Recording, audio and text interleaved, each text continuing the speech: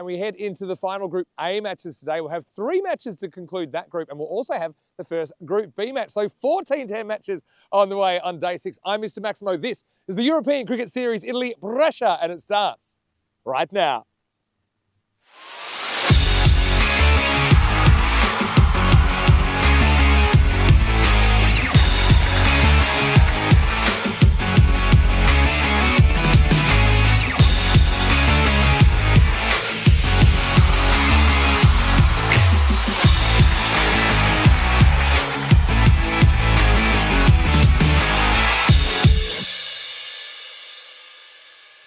This European Cricket Network event is proudly brought to you by HCL Software and Paramatch. Buongiorno, good morning to you wherever you're watching from around the world, and welcome to another huge day in European cricket. And it is huge for these Group A teams because ultimately 3 matches into today, we will have our 4 quarterfinalists from this first Group 8 team starting the journey, but we do have to say goodbye officially to 4 of them this afternoon. So 4 matches in total, because we'll also start Group B with the first match of that group just later on in the afternoon. But first up, we've got a battle of the yellows, and it's going to be Bergamo CC taking on Fresh Tropical. 2 teams. I know that they both have pretty decent aspirations in the whole tournament. Now, conditions-wise, a little bit of cloud cover, a little bit of overnight rain, but I think we should be okay today. The field did get a bit of water overnight, but we know how well it drains. Remember, 2 days ago, we had that crazy thunderstorm, but we still got a full day's playthrough, and the field actually played pretty well yesterday. So it is Bergamo CC versus Fresh Tropical. Let's see what happens at the toss here in match number 26. Tyrone Peters, happy weekend to you. He's over there with the 2 captains. Fresh Tropical to call. Tails. Tails is the call, and it's a tails. Okay, we are going to bowl. Picking a bowl. Azam Ali standing in at the toss for Zahid Chima, and he says, yeah, we'll have a bowl first. I wasn't really expecting anything else. I think teams first up in the morning, they tend to want to bowl in these conditions, but I can tell you that it was a little bit of overnight rain, which may just affect things a little bit. Morning to all of our viewers, no matter where you're watching from around the world. You might be watching on Fancode in the subcontinent, or you might be watching on our YouTube channel, ECN European Cricket Network. Wherever you're watching from, it's great to have you with us. And I can tell you, we do have some sunshine for you, as we'll have 4 matches today. Let's have a look back to yesterday, though, as the Group A action continued with 5 matches. Match 21 saw Brescia CC put 134 on the board, but Cricket Stars battling to keep their tournament alive. They needed to win essentially twice, and they had a bit of a roller coaster ride, but on the way to their target, Javed batted really well. They got there in the last over. Chivadate then with 102. That wasn't nearly enough against Brescia CC, who chased it down in the 9th over.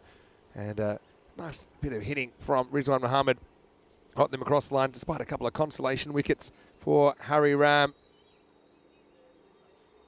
As Brescia CC kind of were able to make that win up that they dropped in match 21 to Cricket Stars, who were back on the park in the next game. Again, kind of needing a win to keep their tournament hopes alive. This was a big one as far as qualification went. Michael Milano never really got going in their 10 overs. Ashad Butt led the scoring with 43, but they scored 96 in the end. Cricket Stars chased it down. It was a bit of a thriller in the end. Shiraz Afzal got them home. Ramzan batted very well as well for Cricket Stars, despite the efforts of Abdullah 3 for 18. It was the Stars that went 2 for 2 in their last 2 matches. Gives them a prayer. Chivadate, 115, were disappointing in that match 24, and then really bowled well below themselves as Marco Milano took all the points, and then Marco Milano kind of able to pull something out of the fire after dropping their first game as well. And I just left match number 25, which saw Fornaci and Albano doing head-to-head in a game between 2 teams that we won't see in the further stages. But Fornaci, it was a big moment for their club as they put out their first ever win on ECN, putting 160 on the board. Muhammad Ali batted really well for 60 off 22. And Sia having a good game as well. They didn't bowl particularly well, Fornaci, but they did get the job done by 16 runs. So this is what it looks like. Now, these 2 teams this morning, they're sitting out of the 4, but I think both of them would plan to be in the quarterfinals. They've got 2 games to make up today. All the top 4 you see on the screen, they've already played their 7 matches. So Fornaci and Albano will play their last game today against these teams respectively. So this one could have a big bearing on the kind of qualification prospects, as in where you qualify as well. So with Bergamo CC being sent in, gives us a chance to have a look at their lineup. And Darashiko, the only Centurion in the series so far, is going to open up, I'm sure, with Sandeep Gill, Baljit Singh at 3, so a very strong top 3. Mandeep Singh, I think he takes 4. He batted so well in a bit of a thriller the other night. But some interesting bowling options there as well. Got to say, I like Daljit. I think he's a gamble worth taking, I think, against some of these sides, especially when they're crazy. And we know Fresh Tropical are a little bit loco, with Naqvi and Sadran listed at the top of the order. Javed at 3, the left-hander. Sheikh behind the stumps for Fresh Tropical. Shoaib Malik keeps his place in the side. And watch out for their bowling as well, with Zahid Cheema, the skipper, and Amadullah Safi, the lefty. There's they've got a lot of good options there. They've got the coach, Sikandar Abbas, Bilal Hamid in there as well. So look, I think 2 power-packed sides, 2 bright yellow sides as well.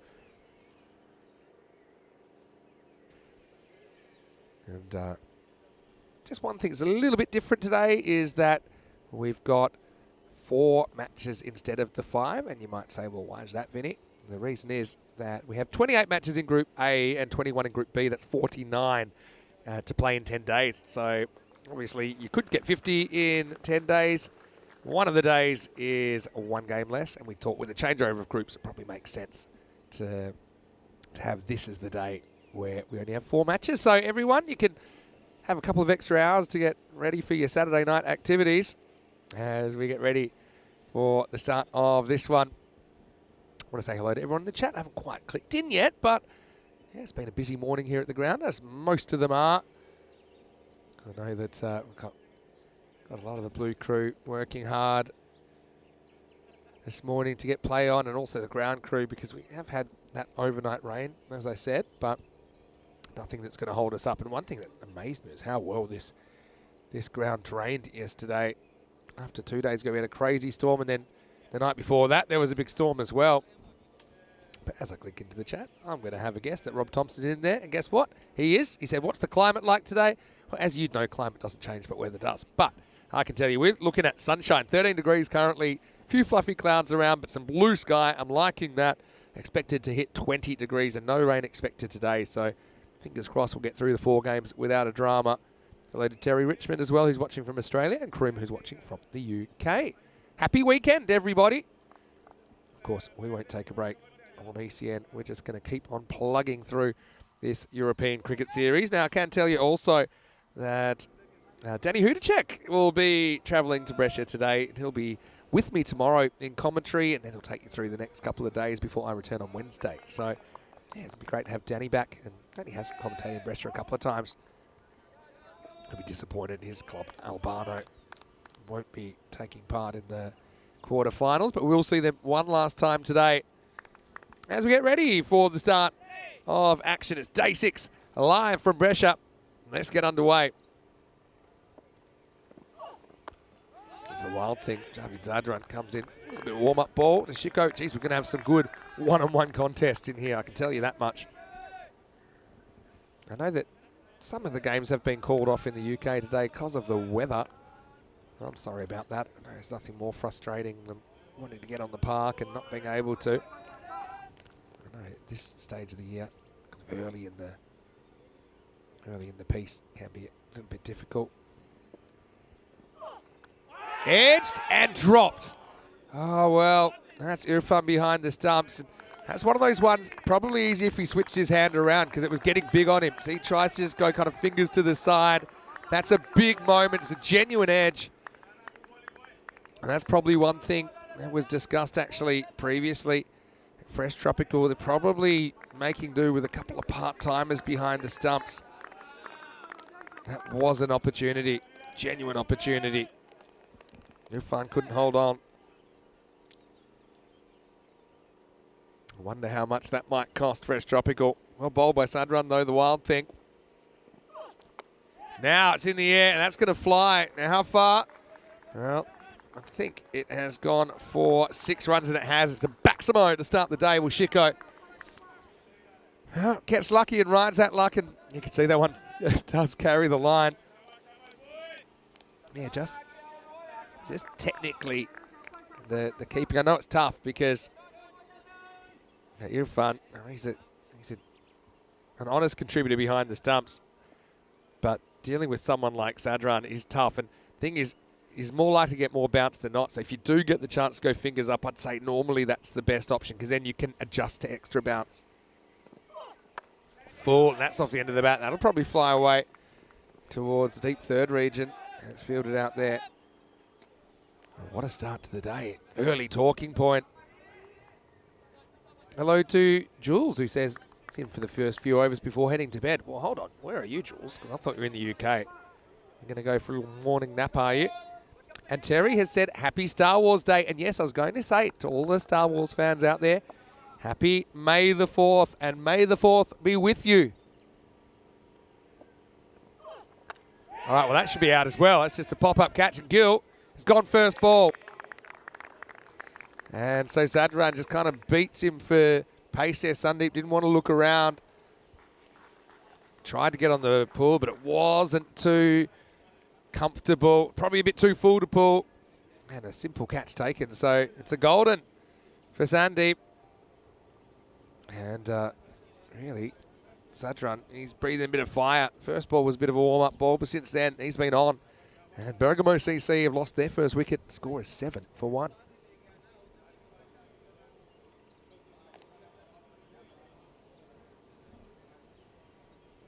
But one door closes, another opens, and this is going to be another great one-on-one contest with Baljit Singh coming out at 3. Sigil, he's disappointed. I mean, credit to him, though. He takes it on head on. He doesn't want to waste time in the power play. But Sadarani does have genuine pace, and we call him the wild thing because sometimes he doesn't know exactly where they're going, but that's what he's known for. Last ball the first. Full. Baljit ready for it. He's gone. Well, you wouldn't believe it. It's a full toss and it's about knee high and he just flicks it away. And Sadran's on a hat trick. And so it's going to be 7 for 2. I don't know if they want to check this for height, but I don't think this was too high. Nah, that's completely fine. It's about knee high. Not even a question of height. So we'll check it out here. But yeah, Baljit just kind of instinctively flicks this away. And yeah, I mean, not even close, to be honest, probably below the knee. And so how about that for a start? And so big drama. We actually have 3 catching opportunities in the first over.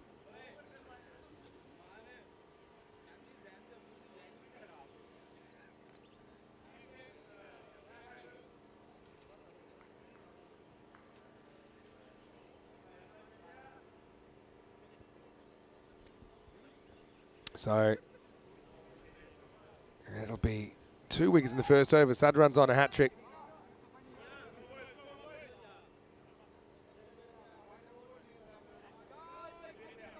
So this is going to be Bilal Hamid's bowl over number 2. 7 for 2 after 1. Drama.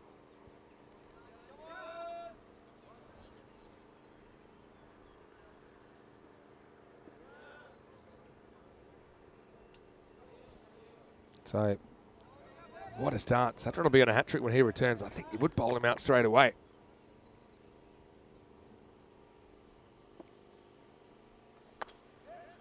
This is hit and well fielded.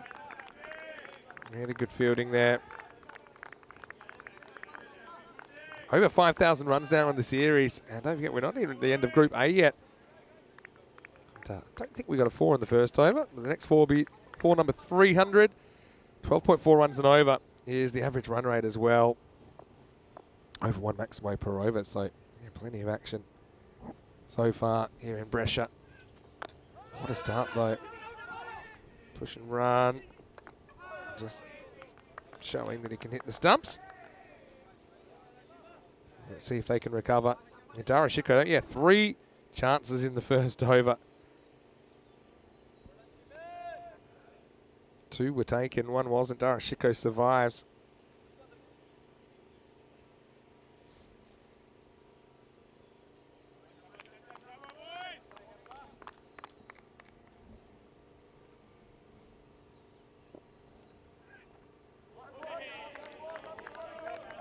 Next one outside the off stump. You can also have a look at some of the numbers. And interesting that Wynn's batting second is well ahead of wins batting first. Had a lot of chases in this series. And average score batting first, 120. Let's see how many Bergamo CC can put on the board here. They haven't had a really big chase yet either. It's been quite variable, actually. Now, they're going to take a bye, are they?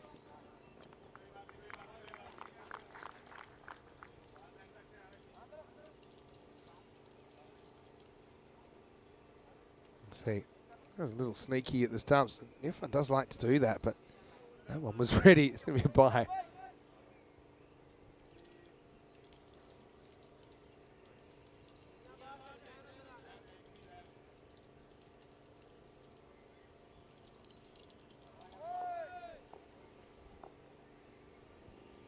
Hamid.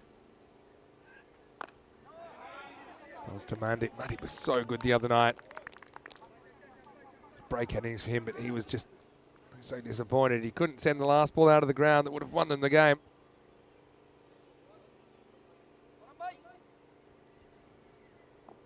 Still plenty of opportunities for Fresh Tropical, I'm sure, and Bergamo CC to get going. But anyway, this is in the air. I think it's a bit of a teaser. It pops just inside. I think he's actually stopped this. The only thing we'll have to check is when he stomps down on the ball, is his shoe touching the rope or not? So he literally sticks the ball into the surface, but maybe we can... So I think it's the left foot, is it? Bang. Let's have a look. It seems okay to me. It looks like there's a bit of space between him and the rope, so I think that'll be a clean stop. And I wouldn't recommend stepping on the ball because it can be quite a nasty incident. I've done that myself, but that will be 2 runs and we'll finish the over. It'll be 12 for 2 after 2. I wonder if they'll go back to Zadran now or whether they'll go another option. I would have been tempted to go straight to him. And okay, he was a bit lucky, to be honest, with that Bulgit dismissal. Just the fielder in the right spot. Yeah, look at these two teams. There's Fresh Tropical and Bergamo CC just separated by a couple of points. Bergamo CC, very healthy net run rate. Believe it or not, their net run rate is the highest in the whole competition.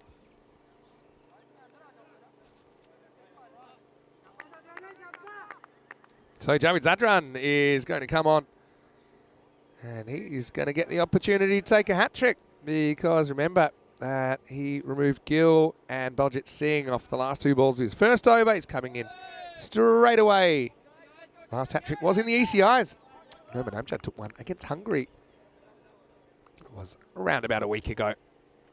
So, hat-trick ball for the Wild Thing. Does have a hat-trick before in ECN. But he does what I call a Danny Huda check, which is bowling wide on your hat-trick ball. Something about Danny when he's commentating. We get more of these than ever. And Danny, funnily enough, is travelling to Italy today.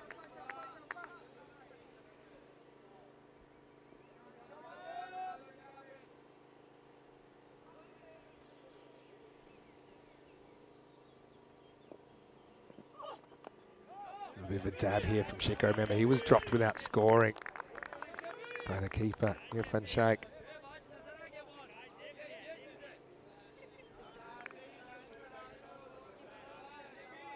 So it's kind of like when you kind of shoot a slingshot at a bunch of people trying to get away and you hit 2 but you miss 1. You let 1 get away, and that's Chico in this innings. And now he's going to get lucky. He's going to have 4 runs. Zadran beats him for pace.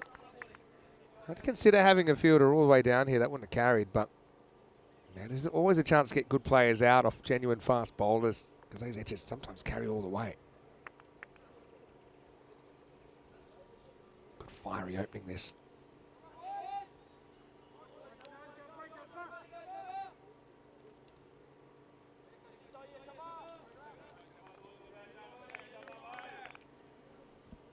Wild Thing, good spell this. Just wanted to shape a little bit out. Oh yeah, make some hustle as well. Good teams, they don't mind throwing the ball around in the field.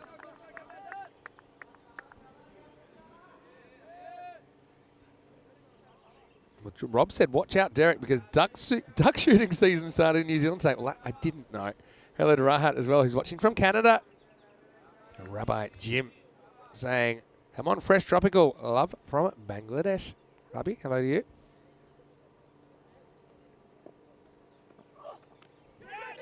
And this one kind of ties him up. Deep overcommits, but in the end, they'll get away with it, but not going too far too quickly. Matt Balgett wicket in particular, that's a real stroke of, I say bad luck. I know he hits the ball in the air, but I mean, if that was kind of 3 metres either side, I don't think that's getting caught. I think that's going to the boundary.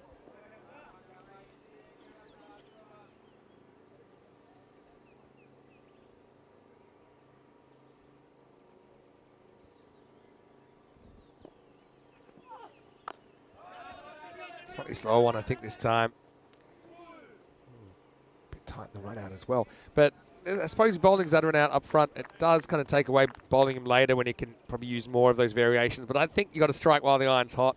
He's removed 2 of the top 3. I think it is worth getting him back in there. Yeah, Mandeep the other day, 65 off 21 against Chivinate, as they got so close to a 167 chase in the end. Bergamo CC made 164. Nice shot, really nice shot. Just timed away, and that's gone on over point for 6. Maximo! As Mandeep fights back. Got 2 informed players there, but they've been slightly muted with those early wickets. And after 3 overs, Bergamo CC at 24 for 2.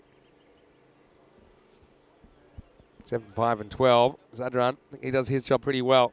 Finished 2 for 19 of his 2 overs.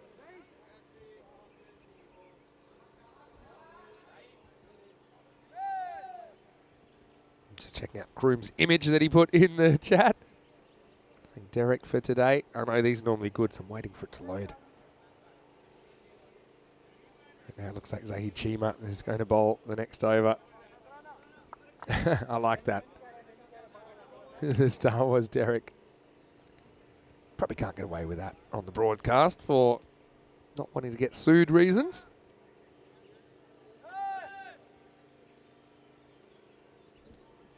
So Chima, guy we first saw on the network when he was playing for Jandra Brescia. That was back in the 2019 ECL. Jandra Brescia we will be seeing in Group B, which starts very shortly. Now, first one's lifted up and out of the ground. Chico goes Maximo. And remember, could have been back in the shed without scoring. It's funny how it works, though, because if that had happened, then you've got your classic sliding doors moment. Would those wickets of Sandeep Gill and Baljit Singh have happened the same way? Probably not. But all things considered, fresh tropical, they'll be pretty happy where they are in this game at the moment. Bowled though by Chima. A rhythmic kind of bowler. It's that natural right to left movement. You see it here, just leaving Darashiko a bit. He flirts with it. Probably a bit of a nothing shot because they do have the deep third back there now. It's kind of square. It's kind of like a 45-degree angle top left. So it's have to be a pretty thick edge if it's going to fly down to him. Probably would be tempted to have him a bit finer.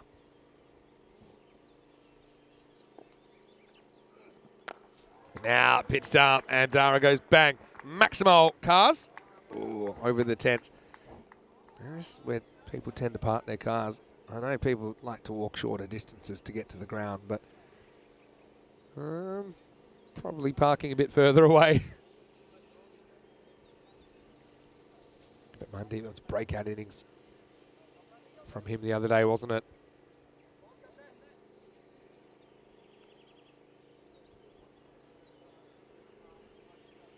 Chima has gone 6.6 so far. Mundy, who's not facing at the moment though, his highest score leading into this series. Never actually reached 30. His top score was 29 not out versus Roma CC back in 2020. Come back from Chima. Jammed away for 1 by Darashiko.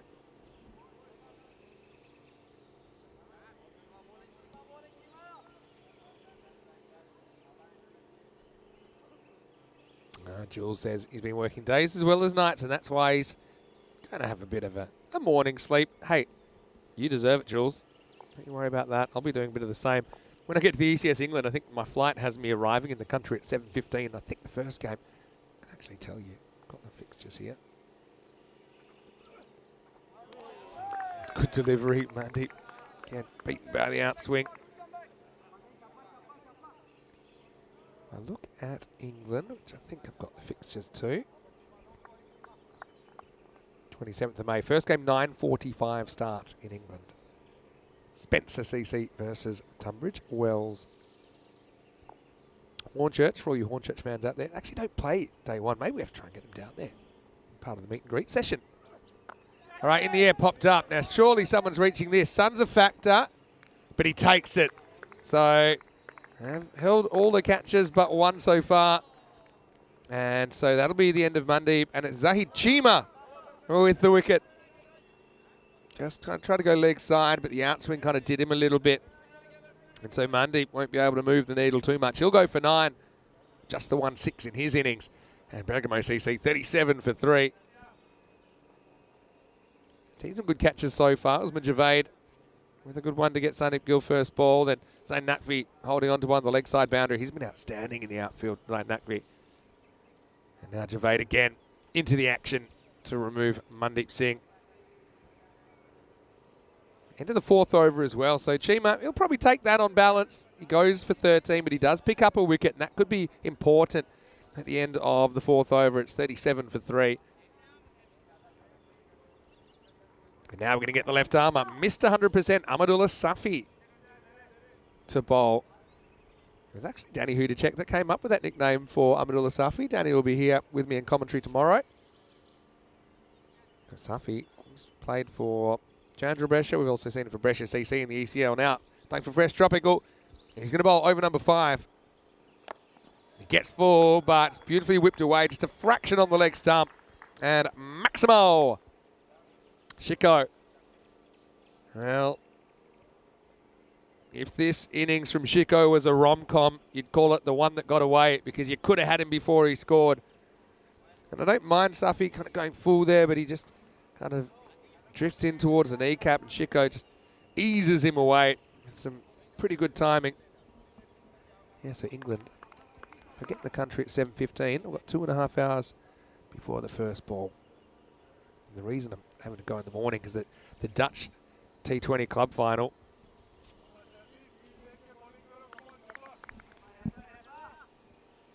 is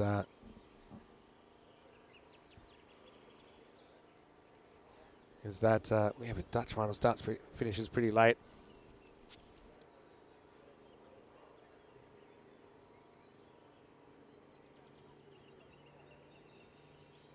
Tyron's just trying to track that ball down. It's I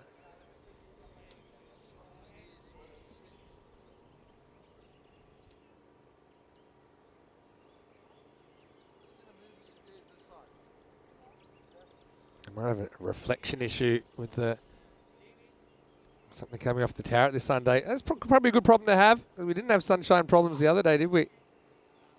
Chico.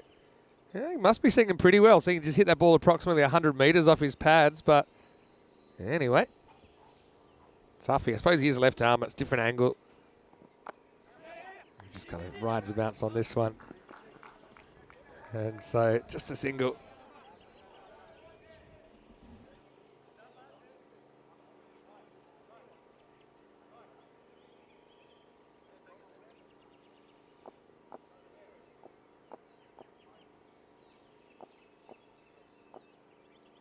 Anyway, here's Sonu Lyle to face for the first time. Cutter, that's that side leg stump. Well, it could be out. Oh, if you pick that up, I reckon that was a chance.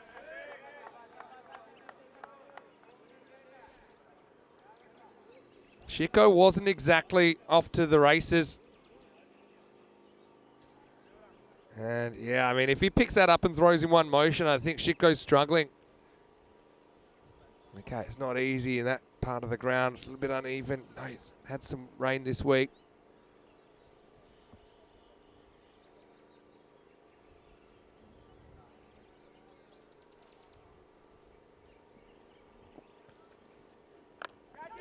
Goes in the air, but this is away from the fielder as well. It's going to be 4. So Chico keeps on keeping on 37. He's really the key to this innings, you feel. Yeah, just a little bit too straight to him. If you think about how he got out earlier, it was kind of playing away from his body a little bit. A genuine edge. Sheik wasn't able to hold on. It was a spicy one. Yeah, so ECS England, I know we're inviting many of our UK-based viewers as we can to come and meet us and have some fun with us that week. Yeah, but the Dutch KNCB club final the night before probably means I missed the last flight out of Amsterdam, so I'll be there as soon as I can. That's a massive wide this time. It decides to try the bouncer, but he doesn't know his own power here. Missed 100%. On the leg side anyway, but it'll also be the one for the over. Bit of a waste of the short ball.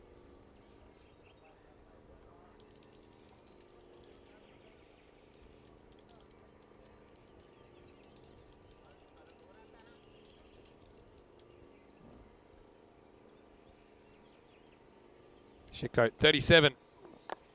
Whips this away, and that's going to get away from the fielder as well. That's going to be 6. Maximo. 50's come up, and Chico, he is in a mood, isn't he? In a sense, he's living on borrowed time, but Tuffy now just can't get that line right. I think that's been the main issue for him. Chico's been able to ease him away into the leg side. So Fresh Tropical, just a bit of a fight back they're dealing with at the moment. Around the wicket attempt. I reckon this might be a cutter or something like that. Maybe angle it in, cut it away.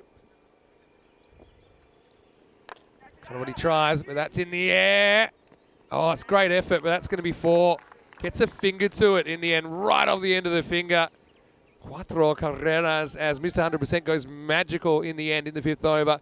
22 coming off that one, and Bergamo CC 60 for 3. Great effort from Bilal Hamid down there. Just couldn't quite get the full dive in. Got the fingertip on it. In Brescia right now in the north of Italy. Hey, we'll be back in Italy though, don't worry. Because Rome series coming up 12th of August for 2 weeks. And believe it or not, that will finish with the first ever Meltle Shield. And that's the women's version of the Western Shield, which will see the British and Irish representative side. British and Irish Roses taking on Team Europe. Named after the wife of ECN founder Den Weston for all her support she's provided in this European cricket journey. Anyway, time for over number 6, and Sonu Lal is going to get off the mark with a nice little tuck away down to fine leg. So again, just the line hasn't quite been right. They're little errors in line, but they've been punished pretty severely so far. No fine leg. Sonu didn't have to do too much, just needed a little tickle on that. Gets it down to the boundary.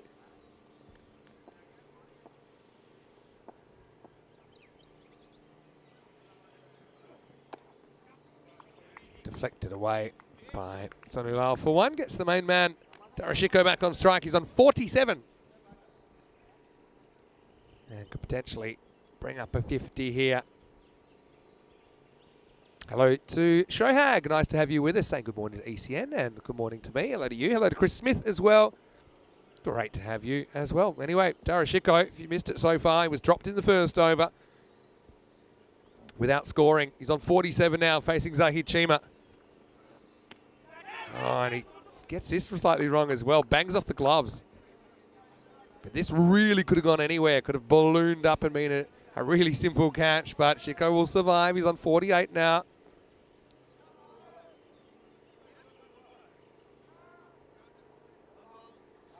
See how he just tries to guide this away, but instead of the bat, it actually bangs into the glove.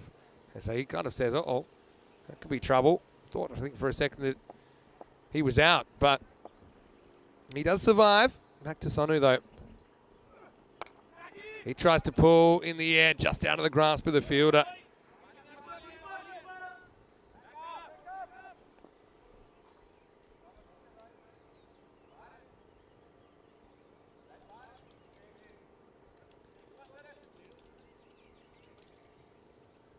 Radaravi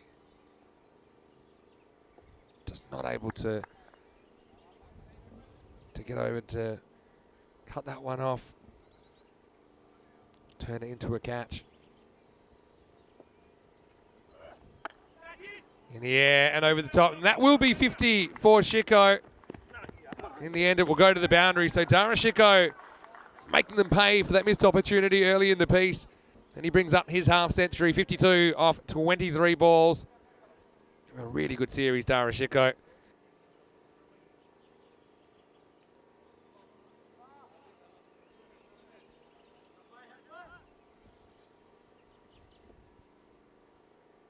Bergamo CC up into the 70s. Well, he's going to get lucky here. Kind of Yorks himself. He's going to French cut that one away for 4. So 56 for Shiko. He's out of the box. And so at the end of the 6th over, Bergamo CC are 75 for 3. You can see both Sandeep and Baljit getting golden, so they were out in consecutive balls in the first over. Mandeep went for 9. And Dara Shiko, well, he was also dropped in that first over. So there were 3 catching opportunities in the first over. All top 3 gave a chance. Dara was missed, but the other 2 were taken. Baljit just timed one really well off his pads, but found Naqvi in the outfield. Now, kind of the 5th bowler to come on, which is Hyder Ali, and I think Bergamo CC, they want to go after him. He's a good honest performer, Hyder. He's maybe not quite the calibre of some of their other bowling options. He's over number 7. Well, in the air, and picked up, or not picked up, I should say. Azim Ali comes in. Now, we haven't seen Azim Ali bowling really at all in this series. He's got a handy pace-off option. Don't know whether he's just a bit out of nick or something like that. I actually think he's quite a handy slower option just to mix things up a bit, because we haven't really seen too much off-speed stuff. All right, that one's in the air. Now, who's going to catch this? Keeper wants it. No, he doesn't. Fielder is going to miss it. Sadran. Oh, well, you'd expect an international player to be able to make a bit of a better effort than that, but he just misjudges it in the end. Barely gets a finger on it. I thought the keeper was going to call this straight away, but I think Sadran calls him off it. It's kind of late getting their hands there, never gets them together, and down it goes. Another missed opportunity. This time it's Lal. Gets away with it. In fact, that was Shiko that hit it and actually get 2. So he's missed on 56 as well, and Fresh Tropical, they've only got themselves to blame so far. Okay, they've taken 3 good catches, but they've missed 2 pretty crucial ones.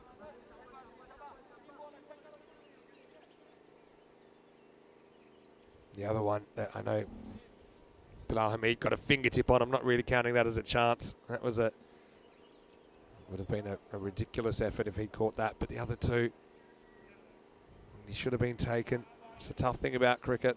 No one means to drop catches, but they can be costly. Chico, he's 64 out of the 84 runs. Imagine if he'd been gone for a duck. A little bit short and pulled away.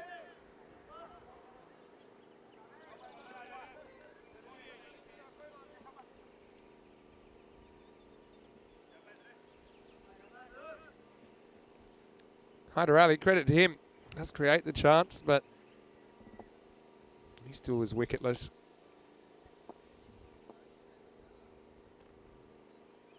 Now another one. Surely someone's getting this. Well, this time, keeper's called it. Irfan, who will take it. So Lal will go. Seems if your name's not Dara Shiko, that mistake will cost you. And Sheikh does the right thing this time. He says, look, that's mine. It's right next to the stumps in the end. So Sonu is going to have to go for 7, and Bergamo CC have lost a 4th wicket. The score is 85 for 4.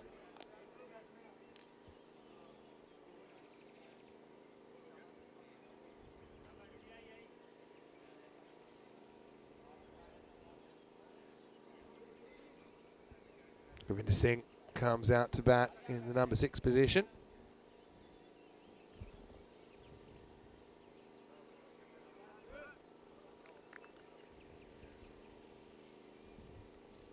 Govinda, he's a big boy.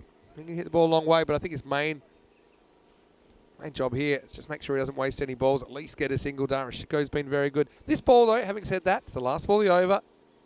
He's probably got the license to attack it. Tries and pops it up, but it'll only be a single, so he'll be off the mark and he will retain the strike. They do take the single. Interesting debate whether to take that one or not, but I've got confidence in Gurvi at the 7 over mark. The score is 86 for 4. Hey, squads are out for the men's and women's ECIs. Now, these are the ECIW squads.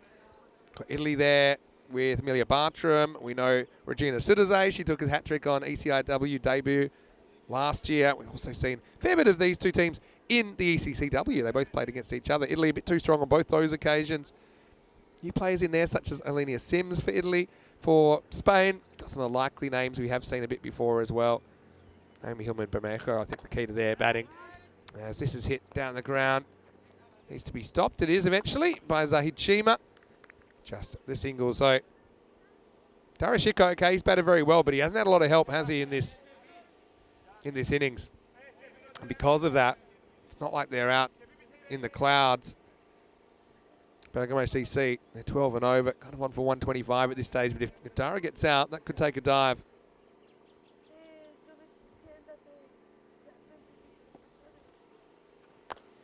He's going to hit this one. He's going to hit it very well. Maximo! He's on the walk. And Hamid, not the worst ball I've ever seen, but Dara puts him back up and out of the ground. That is a big 6 as Dara moves into the 70s. Dropped on 0, dropped on 56. He's 71 and the score 93.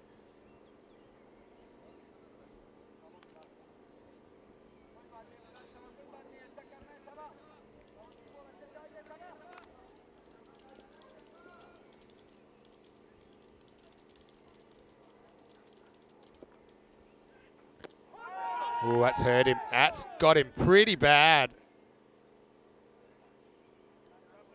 Well, it's been a while since I've seen someone go down that quickly.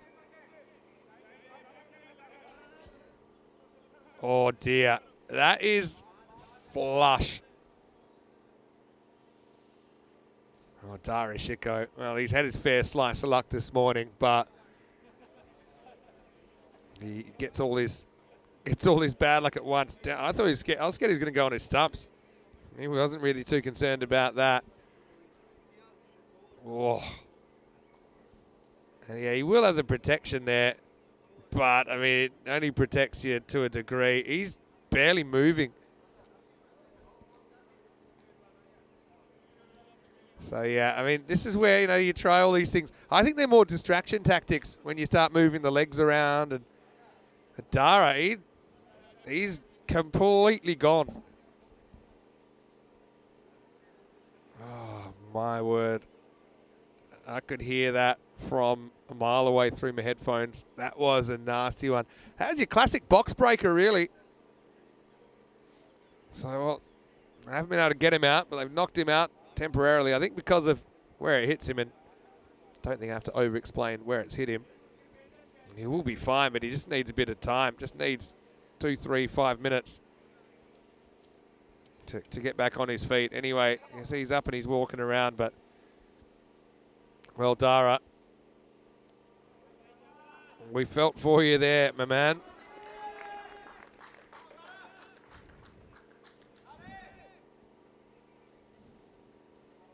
It has to be one of probably the biggest bullseye impacts that I've seen in a while. Right off the meat of the box. Anyway, luckily he's up and about. Oh, then he's not out, but I mean, what is he doing getting behind the line of the ball there? He almost might have had a pair. And not in the way that you normally get a pair in cricket. He actually gets right behind the line again. I was nervous. My eyes were watering for him there with that shot selection. But anyway, it'll be a leg bye.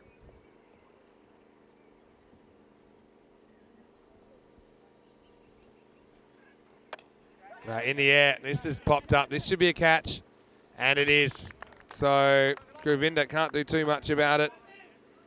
And he'll be the 5th wicket to fall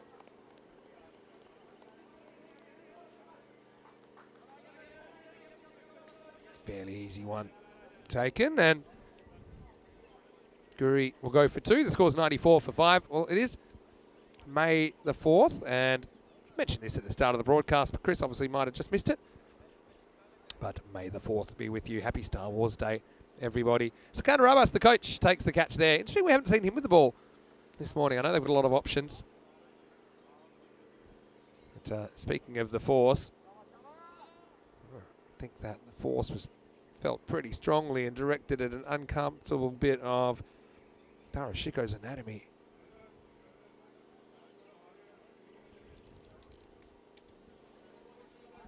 Bilal ready to bowl the last ball, I should say, of the 8th over. Hit pretty hard, but should only be a single. Chima will clean up into the 8th over, and Bilal Hamid's going to finish with a pretty good spell of bowling, 1 for 12, and 8 overs in. The score is 95 for 5.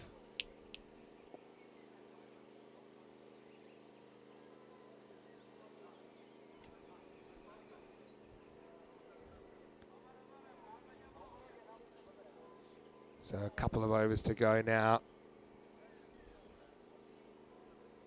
Emmanuel Robin saying, didn't Glenn McGrath break someone's box? I mean, it's happened a few times. I think the most famous box breaking story I can think of, Imran Khan once had one snapped. But I think it's David Lloyd, Bumble, and he tells it pretty well. When Jeff Thompson shattered his box, the old boxes, they weren't really the strength of the modern ones. And well, he tells it pretty graphically. I've heard him tell it at some sportsman's nights. I'll leave you to fill in the gaps with your imagination. Anyway, I'm going to go back to Hyder Ali. Over number 9. Big swing and a miss first up. Qureshi not really reading the room. Let's at least get Darashiko back on strike here, rather than go for glory. Happy Star Wars Day to you too. Emmanuel is watching from Brisbane. Probably felt that in Brisbane.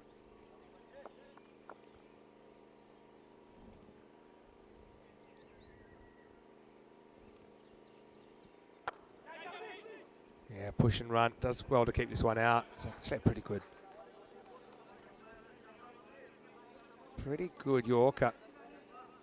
So, as far as a box impact, it's been a while since I've seen someone go down that quickly and stay down so long for that area. We had Muhammad Ali batting yesterday, but I don't think Dara would have survived the 10 count. Oh boy. I mean, when he's sitting and just batting normally, I don't know we have to try this. I know it's getting inventive, but bang, he's ramped that into his own neck. Yeah. It got maybe a little bit of the grill, but Dara making our eyes water collectively. I mean, okay, I can see there's a boundary on there if he gets it. But also, you know, he's just been so good traditionally, hasn't he? He's to 71. Yeah, just hit, but he might have found the fielder and he finds the gap. Safi does well to get around it. They don't take the run here. So that's all about wanting to keep the strike. So now Dara's thinking, okay, I'm batting with the 7.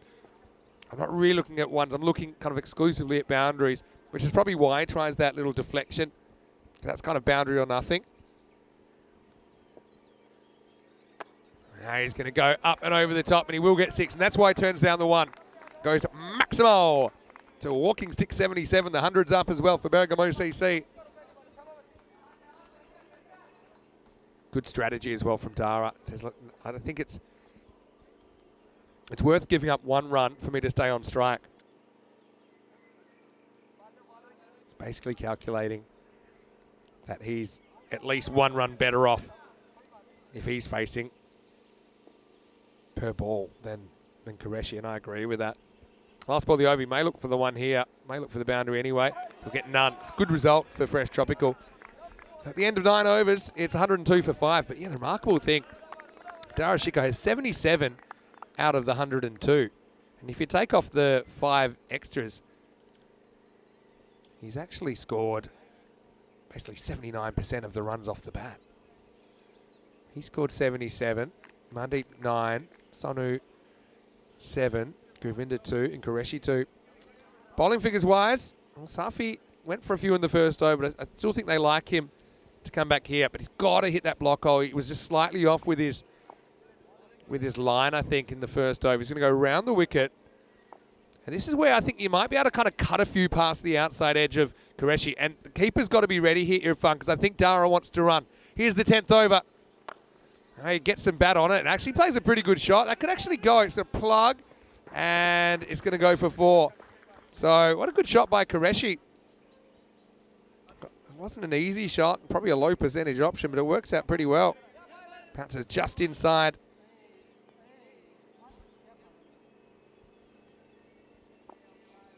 So Safi, again, doesn't quite hit his length there. Looked like he was maybe trying to cut that one. So pull the hand down the left-hand side of the ball, get some of that kind of fast spin, if you like, away from the right-hander, make him miss it. Oh, but Qureshi says, I'm more than just a bit part player. He goes 4, then 6. Maximo! So finally, someone else reaches double figures, and it's Qureshi.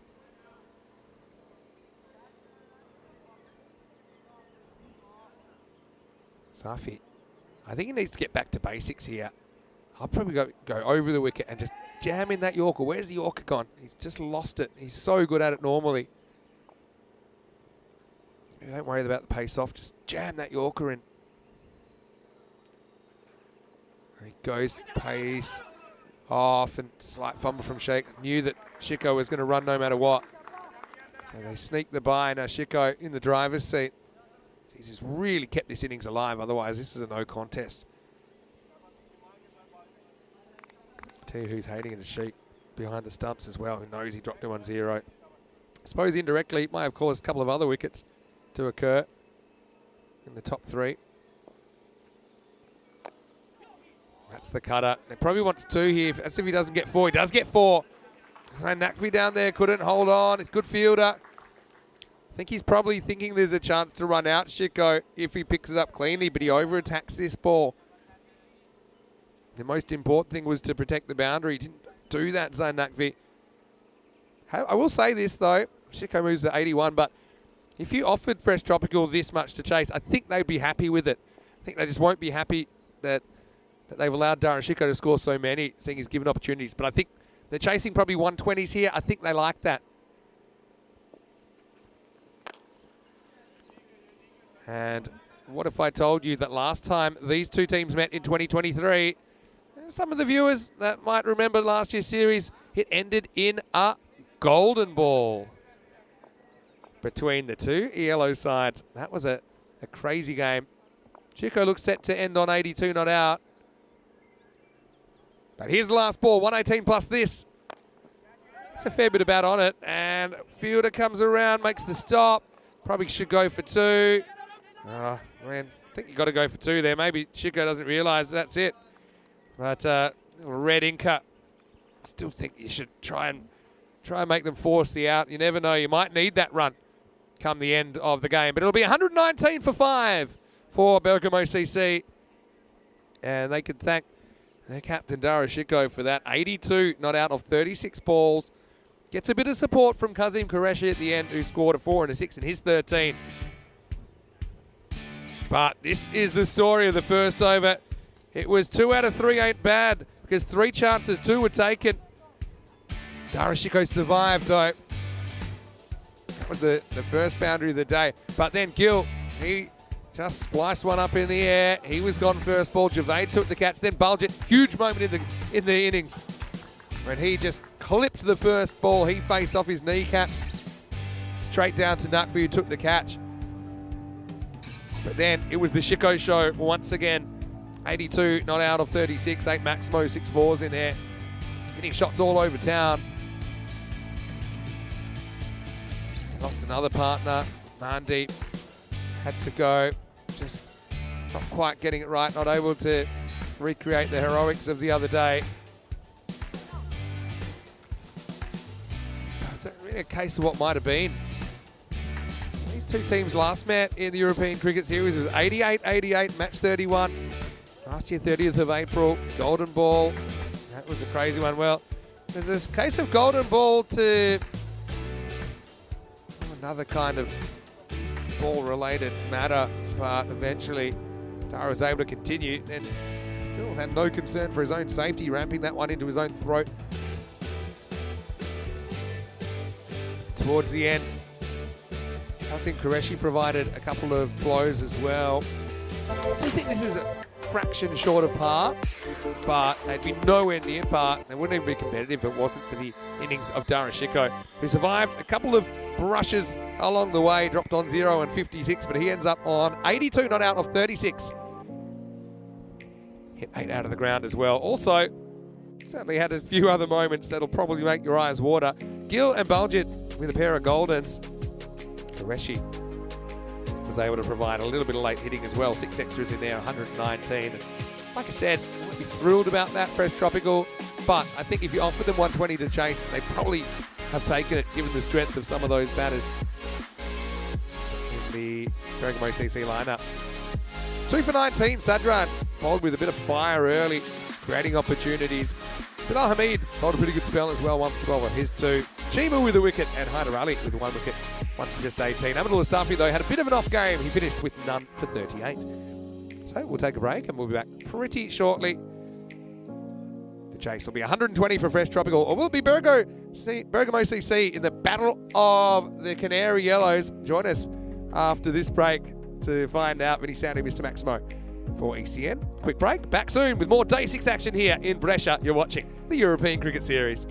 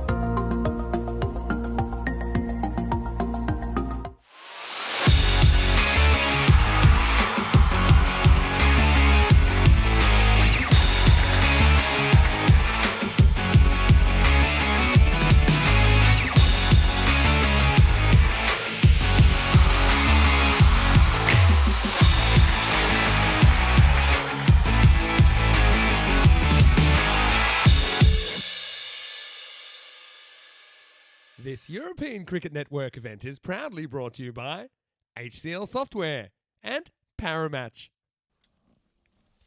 Hello and welcome back, and it's a beautiful sunny Saturday morning. The weekend is here and the sun's shining brightly. These two teams shining pretty brightly as well in their traditional yellow kits. I suppose they are pretty traditional now for Bergamo CC. Fresh Tropical, they've always kind of gone the pineapple, lemon and lime combination. As we get ready for the second innings of this one. First half saw 119 put on the board by Bergamo CC, 82 from Dara Shiko, leading the way with the scoring. Does mean that around 17 and over would get you the 4 points, and 83 or less would get you the 4 points if you're the fielding side. So, almost ready to go.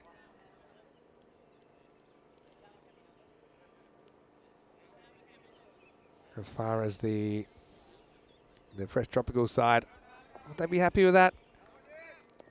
Yeah, I think they probably would be reasonably happy, all things considered, but they will be a bit frustrated with some things as well. Baljit Singh is going to get us going.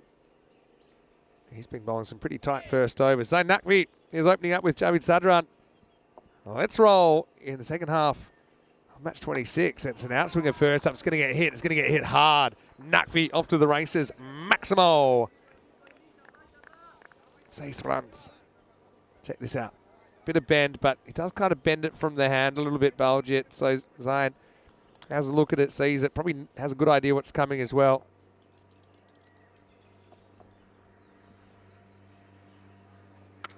He pulls the length back a bit, but Naqvi's all over this too. He goes bang, bang to start the innings. Maximo.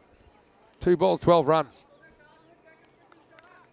Didn't want to get driven again. So Naqvi's kind of 1 step ahead of him. Both these two have played a fair bit for Italy, by the way. So Naqvi and Baljit Singh. So they do know each other.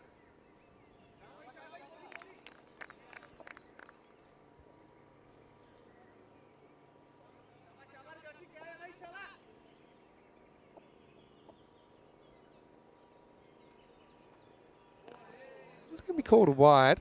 You see, for all of you there that were wondering, have you noticed the wide lines today? They've been painted white, which I think is fantastic. You can see a bit better. Hey, I was a bit surprised just looking at the Italy squad. No Baljit Singh in there. Trying a few different players, but yeah, he's a bit of a shocker mission for me. Naqvi is in the side. He's a bit careful this time to just knock it down. Make sure he doesn't get out. 120 required, so that's 12 and over. They already have more than that early in the piece.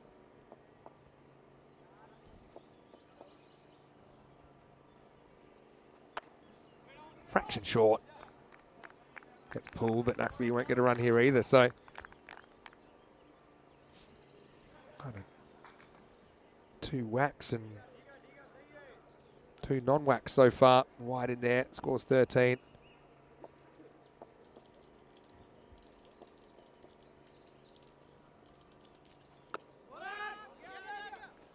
So you can see he's been quite selective here. Baljit's done well to come back into this over.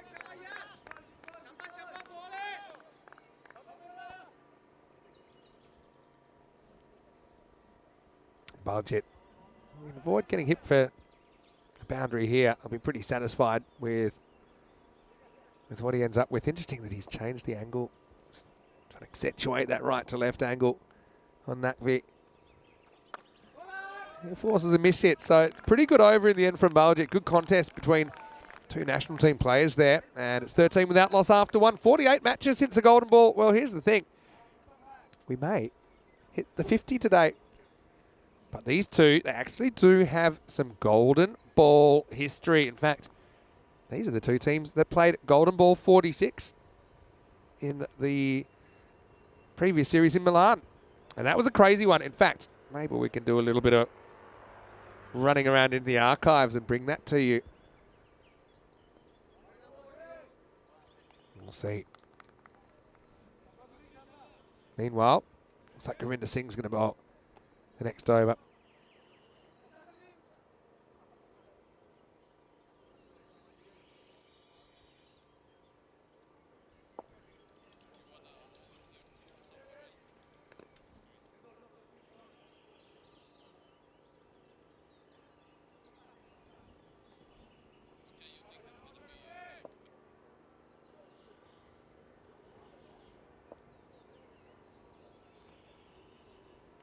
So Sadran gets a go and he tries to launch the first ball.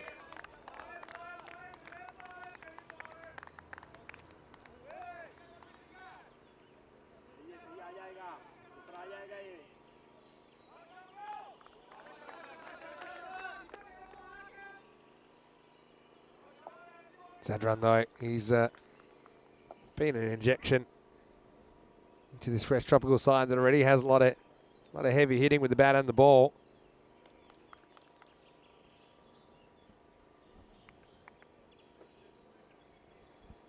John Gray mentioning the clock.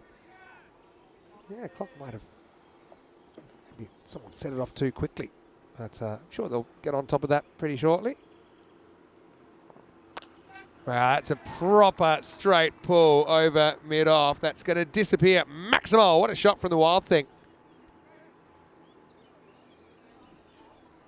That's kind of just a bludgeon from Sadran.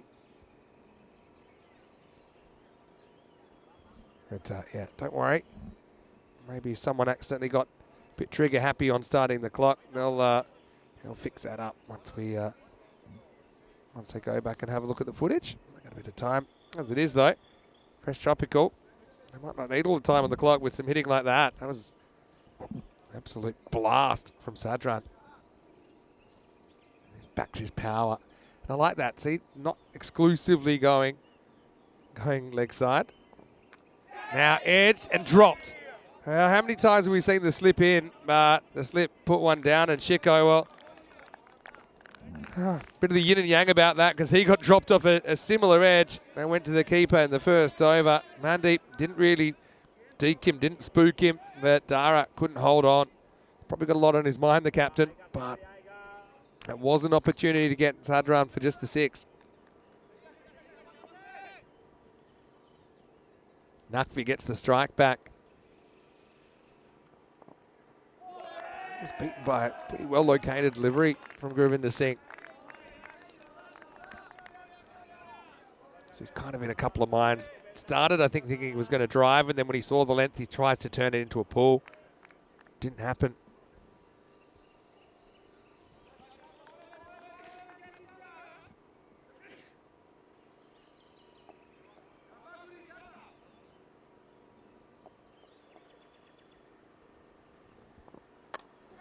Lifts it up, and that's going to be over the top. It's going to be 4. So Nakvi didn't get a lot of that, but he got just enough, didn't he?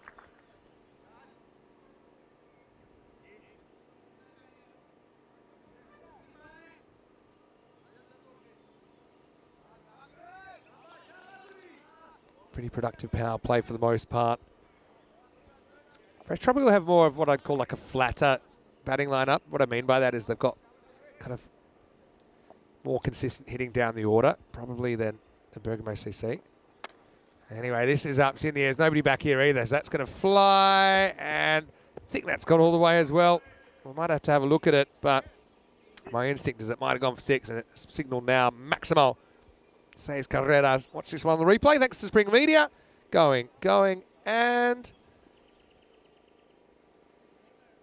gone. I could feel the vibrations, and I think that's 6. There we go in the corner. But yeah, it did seem 6 live. Anyway, it'll take us to the end of the second over. 30 without loss, so 30 love after 2 overs. The Fresh Tropical on the Bergamo CC sides out of the 4 at the moment. But those 2 matches, remember, each team has a potential 8 points that they could gain today. So I'm sure that they're both planning to be in the 4. And they each have a match coming up. Their final match is against a team in the bottom 2. So barring an upset, they should make it into the quarterfinals. It's a matter of where they finish.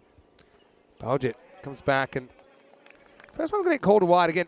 What's your judgment on this? Does this hit some of the line? Yeah, see, for me, that's not a wide. That's tough. The umpire does have a slightly different perspective on that. I guess you just want consistency. Remember, that line doesn't move now, but the line does belong to the bowler.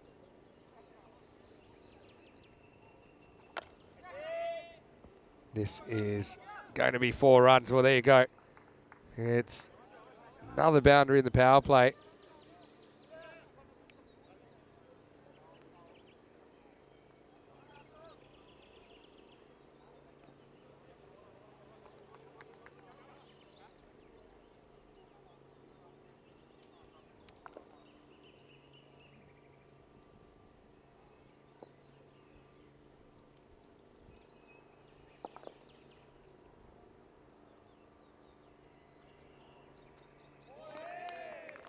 So, good contest here early in the piece.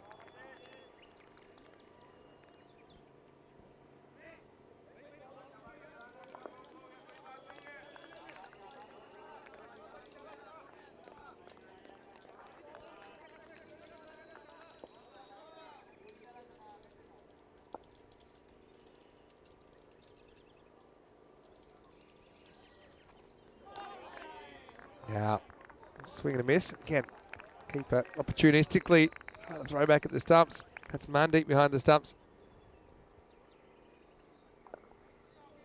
Now, the thing is, these two teams, I mentioned this earlier, last time they met, it was an absolute cracker of a game. And, funnily enough, it was a Sunday morning first up. It wasn't a Saturday, but still was a weekend first up in the morning.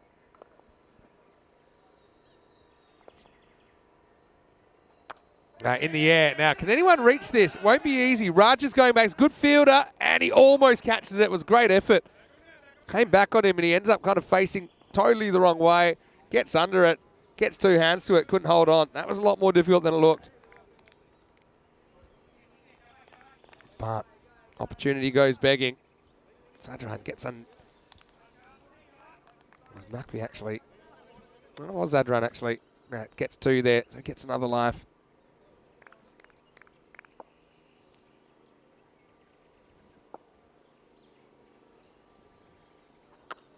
There's a full toss, searching for some swing, but doesn't really happen. Zadran's going to get 4. So both teams kind of guilty of it. A couple of missed opportunities. So I've got to tell you that last time these two teams met, it was the 30th of April, 2023, match 31 of the Milan series. There was actually a golden ball earlier that week, but the scores were tied at 88, and so they played golden ball 46.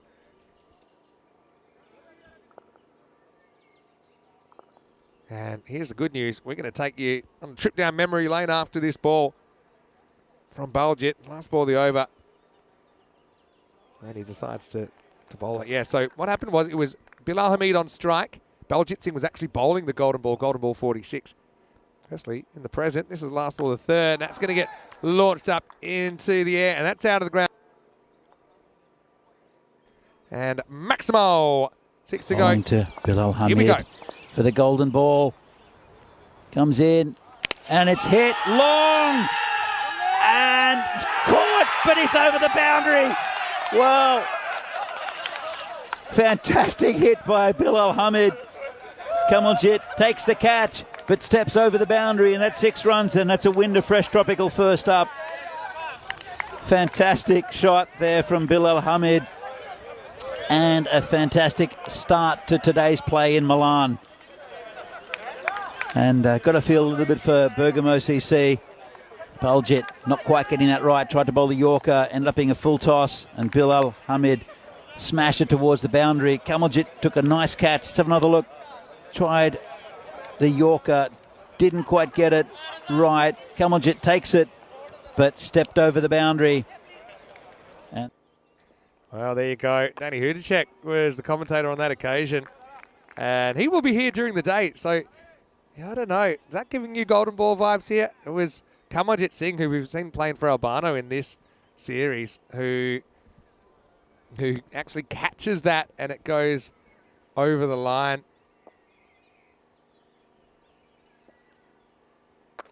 As this ball is pumped over the line as well. Nakvi this time goes Maximo. And that brings up the 50 at the moment. Not really getting the golden ball vibes out of this game. But yeah, golden ball, 46. Now, I'll tell you something that's never happened either. We've never had the same matchup in 2 different golden balls.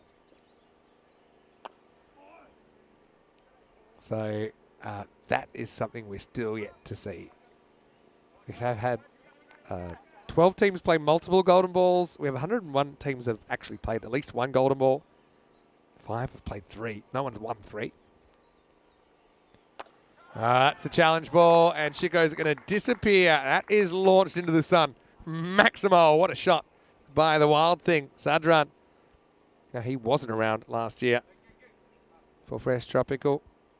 Yeah, but it was actually a pretty good catch from Kamaljit. What did you think of it? Golden ball 46, 30th of April, 2023. So pretty much a year and a week since then. It's been a funny old game between these two. They're actually quite similar. Partly because of the uniforms, but even the way they play the game. Hyper-attacking. There's a quicker one, but he sees it and he smashes it. And maybe Sadran had an idea it was coming, but that's gone up the hill as well. Maximo right now.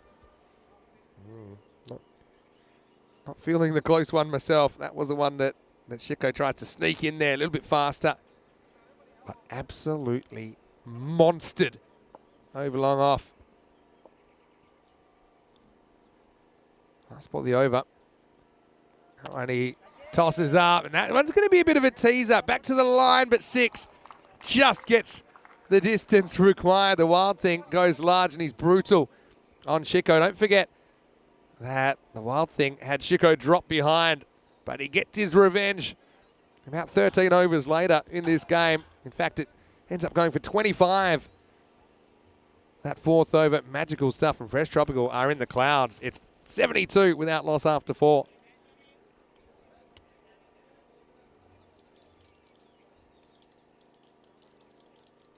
Well, here's the thing. They need 48 of 6 overs to win the game. But if they can get 48 in the next 3, 16 and over, then they take all 4 points. And remember, Fresh Tropical, I think they still think they can top the ladder. They started the day 6 points short of Brescia CC. This is in the air, and it won't quite carry. In fact, it just gets into the gap as well. So Baljit can't make the stop, and there's 4 runs. So yeah, here's the thing. If they could take 4 here, then they only need to win their next game, which is against Albano. And that would be enough. This one's in the air, and that's going to disappear as well. Maximo Nakvi coming to the party as well. He moves to 39. So the way Albano are playing, they don't even have a win in the series. They would feel, okay, we just need to win then. And we've got top spot. We're guaranteed top spot. They'll play the 4th team in Group B. It's a much easier draw. I've said before, I like Daljit. I like the variety that he provides. But he's a bit of a high risk, high return kind of player. Santok does the fielding there.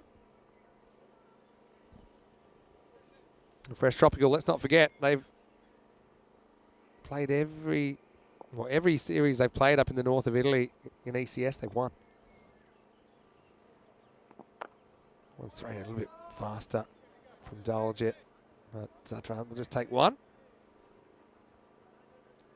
Now, here's the thing. If they were to just take a 3-point win out of this, Fresh Tropical, then they'd be 3 points behind Brescia CC in top. And they might still do it depending on net run rate. Another push through delivery from Daljit. Nakvi will take 1. Gets away from Daljit momentarily. Yeah, so Fresh Tropical, their net run rate started the day at 1.3. 2 wins that are 3-pointers. It'll get a bit of a boost, but, you know, they're not big wins by definition if you've only got 3 points out of it. So do some numbers maybe after this game. Also be a little bit irrelevant. If they get the 4 here, they'll know any 3-point win, or any win, gets them to the top of the table. If they were to win here, which is probably inevitable, as we get to the end of the over and have a look at some of the upcoming events. And yeah, I've got to say, It's May Madness. That's what I've been calling it. I think we might even have a night series for you before too long. Maybe that'll appear on the sheet. But, yeah, lots of cricket coming up. Estonia, a lot of buzz about that. First time we've been there since 2020. England, obviously, a lot of buzz about that. But I'm also excited for some of the T20 international cricket we'll get to show. In fact, next weekend we'll have some. 34 off 12 then for all the points. Sadran has got that on his mind. It's going to be Hardeep Singh to bowl over number 6. Can use a quiet one, Bergamo. And he won't get one because that's going to be hooked away for 6. Maximo. Sadran to 49. And I suppose the other thing is, for Bergamo CC, if they don't take a point out of this, then it becomes a must-win. Now, they do have a better net run rate than Cricket Stars. We'll see what the net run rate looks like after this. But they started at plus 2.5, Cricket Stars minus 1.1. So you'd imagine all they would have to do is beat Fornaci. But again, you never know. Fornaci are a bit of a danger team. That's 6. What a shot. And that's his 50. Zawid Zadran. The wild thing goes Maximo. And brings up his 50 off 16 balls. Well played. Javid, I think, knew his 50 before his teammates. He knows his 6 timetable pretty well. He's been good. I like the shots over mid-off. They're kind of flat batters. But then also, you can see he's pulled away very well. I don't think they've had time to get that top edge 6 on there yet. Still catching up on the wagon wheel. But anyway, 98. And now 22 off 10 required for all the points. He sees no fine leg, so he gets a bit inventive. Sometimes you leave a gap deliberately to try and force a high-risk shot. It almost works. I mean, really, Bergamo CC, if they could somehow still grab this point, then they'll know that any win gets them into the finals. Doesn't matter about net run rate. So again, I still think they're trying to survive 9 balls. The way things going, maybe not, but this is in the air and taken. Baljit takes a good catch down there. And that'll be the end of a bright innings from Javid Zadran. And maybe it can just hold the momentum long enough to sneak Bergamo back into the point conversation. But a great half-century from Javid. And he'll go for 55. And the opening partnership is broken. The score is 98 for 1. Usman Javed comes out at 3. So that'll make it 8 balls left, 22 required for all the points. And why does it matter? Well, for both of these teams, I think it means they don't rely on net run rate, then they can kind of get where they need to go. Javed, though, I'm sure his teammates have enjoyed that. Again, they look a little bit like it's exactly what they expected, don't they? Fresh Tropical, pretty cool bunch of cats. Javed, though, comes in. Can he keep the ball rolling? No time to waste. And he doesn't. And he's going to glance that away. Running away. 4 runs. 4 carreras. He does like to get a long way across. We've seen this before. Just gets that bat out in front of the pad and turns it. Gets it down below 20. 18 off 7 now to take all the points. Hardeep finds himself 1 for 16. Nice ball, the 6th over. Interesting one. Umpire has a good look, but I think this bounces just outside the leg stump. What's your call? Does it bounce to the left of the stumps? For me, it does just. Maybe a bit high as well. So, good finish from Hardeep, but he does go for 16, and it's the end of the 6th over. 102 for 1.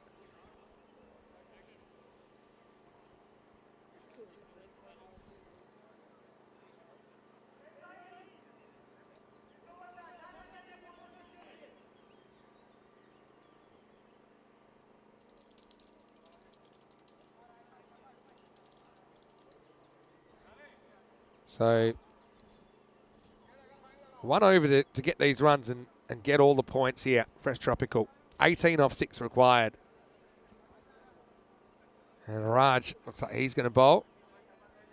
Maybe he's some sort of issue with his tape on his hand or something. I'm not sure what that's about. But anyway, yeah, you can see the equation there. And like I say, Fresh Tropical and Bergamo would benefit from winning this little battle, because it would mean that net run rate pretty much comes out of the equation. They know that any win in their last game would get them where they need to go.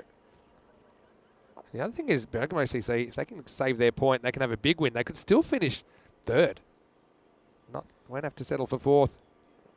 18 required off the last. In the air, Baljeet's got a long, long run, but it's going to be in vain. Maximo to Nakvi, who moves to 46. 12 off 5. Fresh Tropical. You don't see a lot of guys with pads on there. They're looking pretty relaxed. They love the weekend sun. Bergamo CC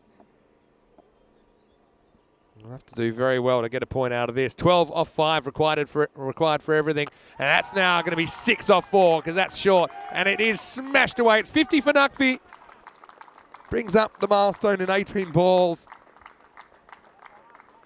Dragged down at waist height. And really from here, it's hard to see them missing out. 6 required off 4. Nakvi pretty much in front of the wicket in this innings, but they've been absolutely smashing them. So you can win it with one swing of the bat now. Oh, there's a miss though. Here's the thing though, I mean, like a single here, get the new batter on strike. Maybe you can still steal this point back.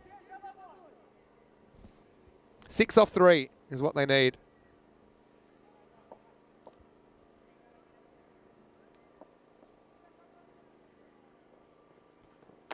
That'll do it. You're going to scoop the pool here, Fresh Tropical. With a hot performance. Nakvi will finish 58 and it's game over. They do it within the 7 and Fresh Tropical grab 4 points. Bergamo CC, well, they'll be disappointed. And like I said at the end of the first innings, I think Fresh Tropical, they would have been disappointed with elements of the first half of this game, particularly the fact they put Shiko down on 0 and then later on when he just passed 50. But I think all things considered, he was the only one that really fired in any serious way, which meant that that score was still a bit under. And Fresh Tropical, with their batting, they felt that they could chase down easily, and that's exactly what they did. Now, we'll have a look as the Wild Thing was out there. He dominated proceedings early. Nakvi with some good shots as well. But this opening partnership of 98 really set things up. That was a tough one. Raj wasn't able to hold on. Pretty good effort, though, I think, to get 2 hands to it. Shiko didn't come off with the ball, at least, as the Wild Thing got his revenge. Served piping hot. Taking that one magical. It was just a 6-hitting bonanza. It's really what we've come to expect from Fresh Tropical. 15 sixes in the less than 7 overs that they bat. Baljeet was able to take that catch. It was only bright spot, really. Sadran dismissed for 55. But then the race was on. Could they do it within 7 overs? Leading 18 off the last. The short answer was yes. In fact, that last over only lasts 4 balls. As the game would finish 6-6.6. Nakvi brought up his 50 as well.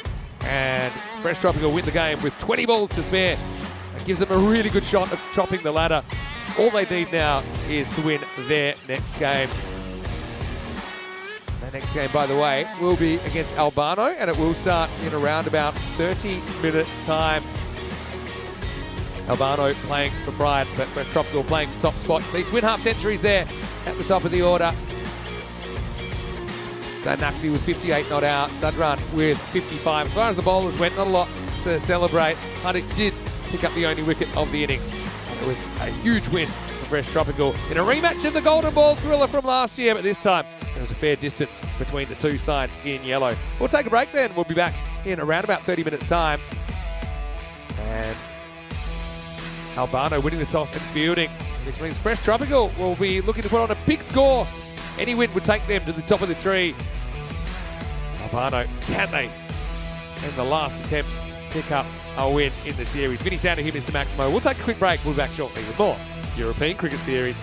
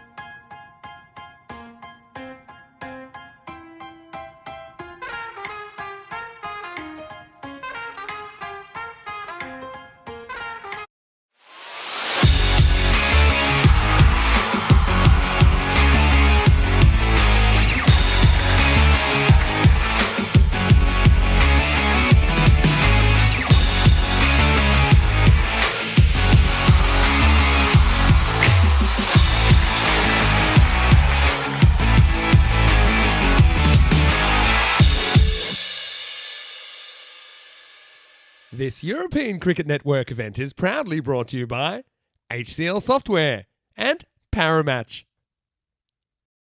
Hello and welcome back. It's a bright sunny Saturday here. The weekend has arrived and Group A is still in action, although things are starting to take shape. Coming up next, we have match number 27. This one will see Albano taking on Fresh Tropical. Let's see what happened at the coin toss. A little while ago, Tyrone Peters was with the two captains. Fresh Tropical to call. Take. Tails is the call. And it's ahead. What a shock. Well, I had an instinct too that Albano were keen to bowl, Fresh Tropical were keen to bat. Captains had a little wink at each other and they said, yeah, we're both happy with that.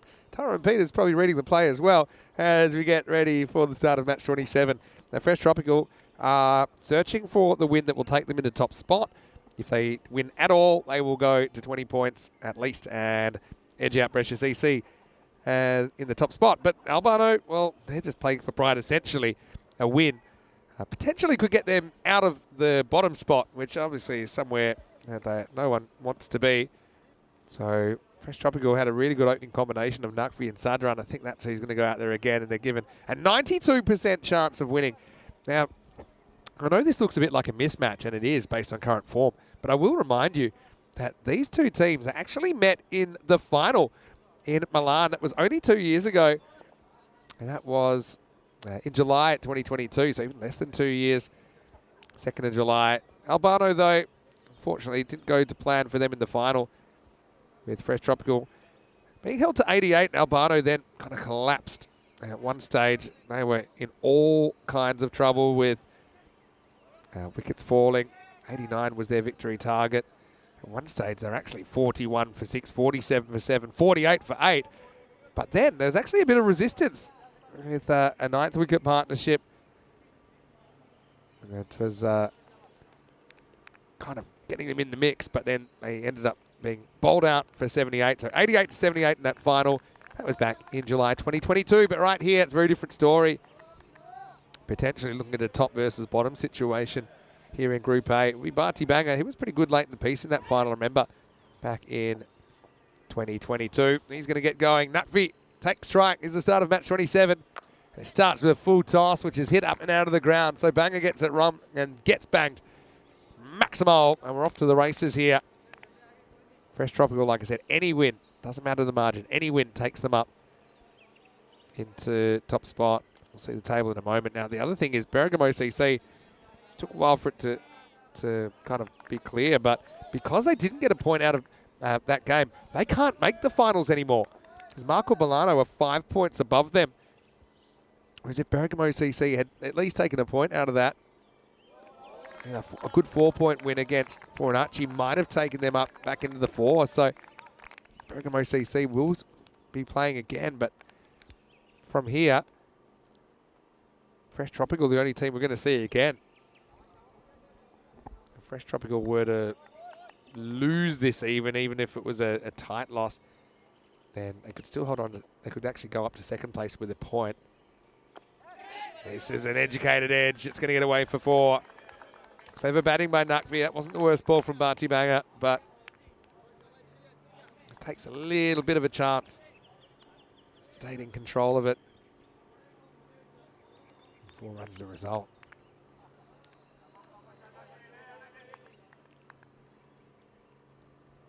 Certainly a pretty explosive opening combination. The other thing for Fresh Tropical is that they potentially they've got Amir Sharif to come into the lineup.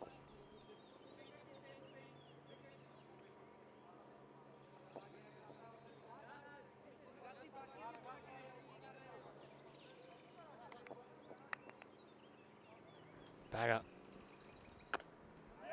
This is knocked away. Slight fumble. They'll decide to go through with the run. That's a hustle, but they'll get there.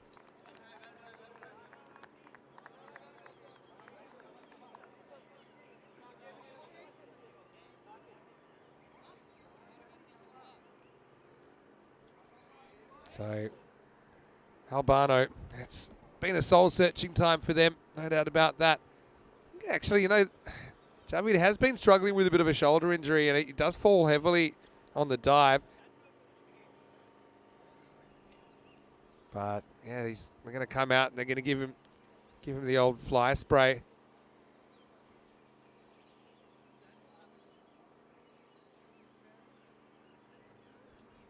Probably not the most disturbing magic spray incident we've seen this morning. We saw Dara Shiko go from an outie to an innie in the previous game. But there you see, it does fall pretty heavily on that shoulder. So, you know, has been bothering him. Sometimes we've seen him not bowling. I actually think that he's saying he's going to come off here. Is he? I guess that's precautionary.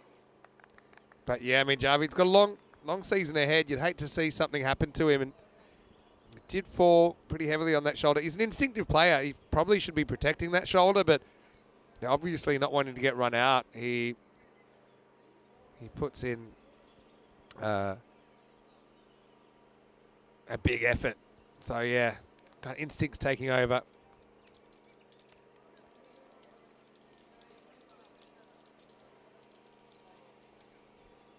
So, bit of a talking point now. Fresh Tropical, after this game, next time we'll see them, we'll be in the quarterfinals. Yet to see exactly where they finish, but yeah, that's a pretty disturbing sight to see Sadran walking off with that shoulder injury.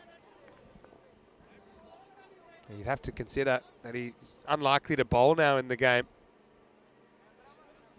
So it'll bring Javade out in the number 3 spot. Because that's a retired hurt situation, a retired not out situation. Javade could theoretically bat again. So yeah, he's going to retire not out without facing a ball. Second time we've seen that lately. Anyway, Javade is going to just start with the 6. No problem at all. He goes back and he goes whack. Maximal. So again, because they've got such a long batting lineup, can't imagine they'd need to use him before, like they were 8 or 9 down. But I can kind of see how that took shape. There's a fumble, caused some hesitation, a bit of a stop-start job from Nakvi and Sadran just diving for the crease. Entering that shoulder. As this is picked up, and Javade, he's going to go not once but twice, and it's so nice. It's Maximal. Going to take us to the end of a pretty dramatic first over, 23 without loss.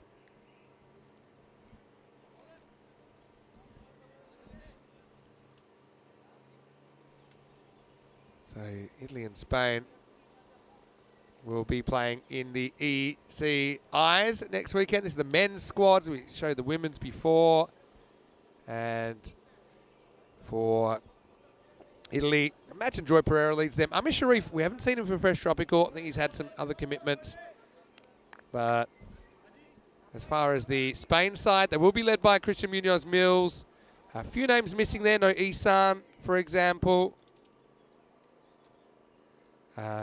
But an opportunity for a few other players as well.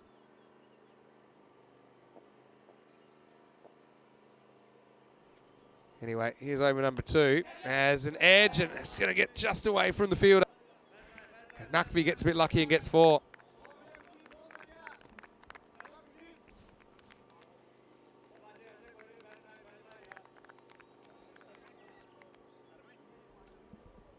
So, Durjit coming on. He's got honest customer.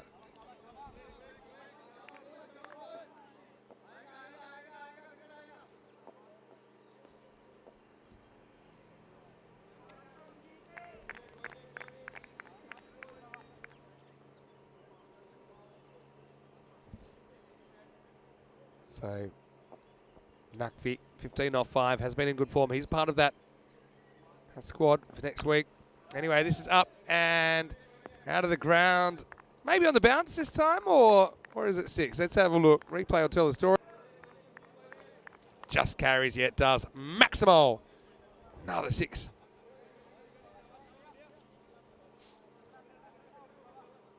The Fresh Tropical up and away, 33 without loss. Albano need to find something from somewhere.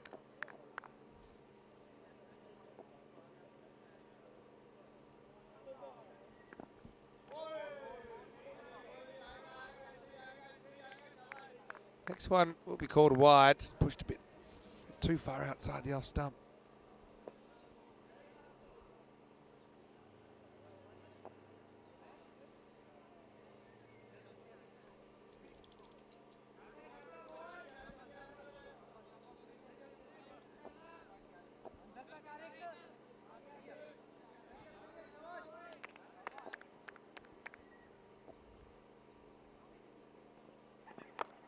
Goes after what would have been a massive wide, and it creates an opportunity, but it's put down. Nakvi needed the Q extender that time, but he hits it out towards Satvinaramu. Does well to get there, but he can't hold on to the chance. So Gurujit, he tempts him with a wide one. He chases it right down towards the end of the bat. And Satvinder, unfortunately, couldn't hold on. So remember that. Nakvi dropped on 21.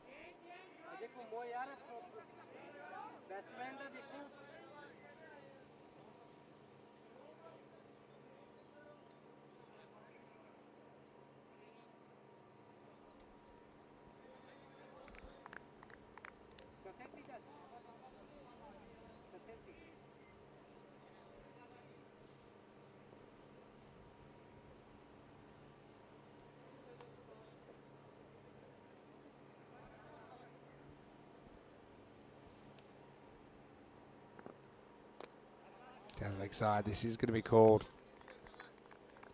So, Albano, it's sorry to see the decline from them in the last couple of years. They lost a couple of players, but some curious decision making during this group stage as well. That's it straight and should be gone, and it is. So there you go. Javade's going to have to go 6-6 and out.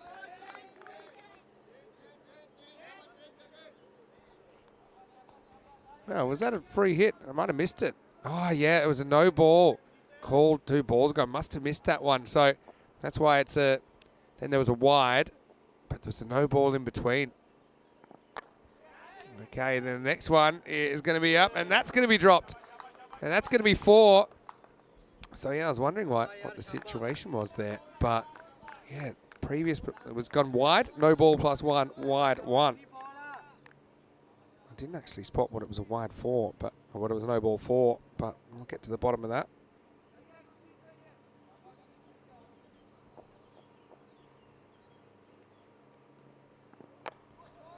As this is lifted up, and that is going to be hit out of the ground. Well caught. Now Bergamo CC, they might be out of the competition.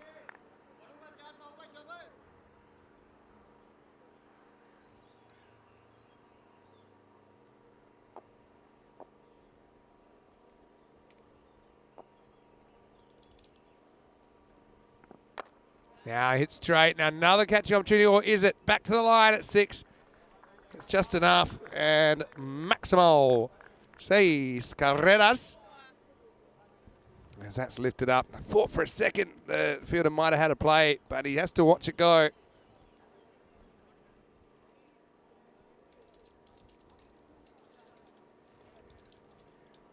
So end of the over.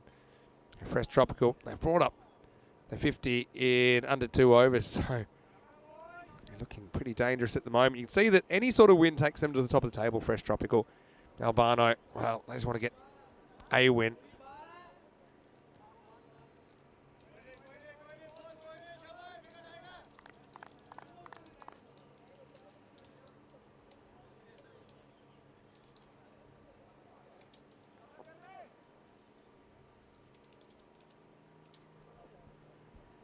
Anyway, here we go with Jat.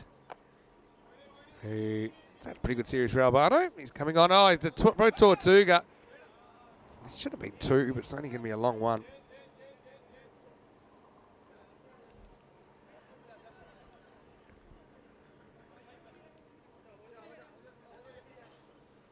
That's a proper Tortuga, isn't it? But at least he's able to make sure it doesn't go to the rope.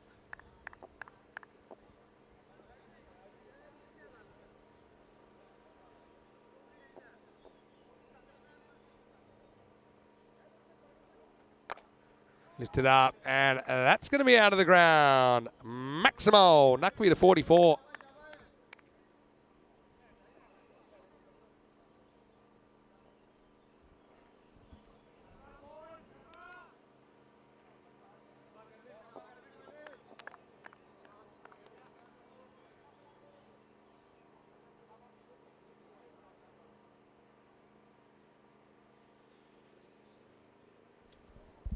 Yeah, so got told that the no ball was actually for 3 behind square. That's why I didn't pick it up. Wasn't particularly obvious. But yeah, that's what the no ball was for. And so in the, just sorting this out, I think that Nakaljit has come out and he's not wearing the number that he was meant to be wearing. So that's going to get sorted out, I'm pretty sure. But yeah, well done to everyone here. Obviously, it's quite complicated having so many different players, so many different teams, so many different matches. Obviously, it's a logistical challenge. But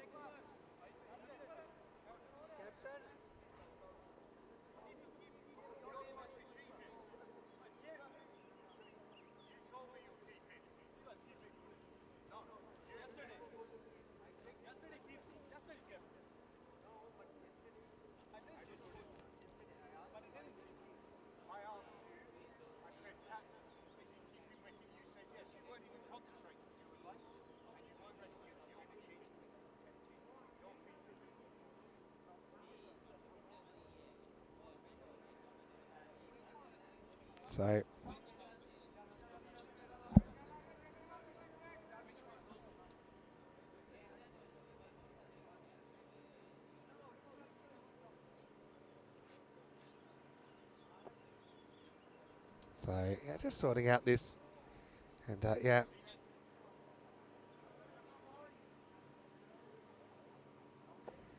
So once we sort out these slight issues, we're going to have a look at the ECC groups, and yeah, maybe it's time to have a look at one of the teams in detail. Well, okay, I'm going to put my random number generator on, and I'm going to go hit the button that says number 11. Okay, well, number 11 will be Serbia. Now, Serbia, pretty interesting side, and it'd be great to have them involved. And the thing is, with Serbia, there's some pretty good native young talent there. The Zimanic brothers, for example, are in there. Jovan Reb's another player that I'm keeping a close eye on there. They've got some good leadership as well. I mean, Whitley Burton's a guy that I think provides a lot for them. You've got Adrian Dunbar, who scored a century on T20 international debut.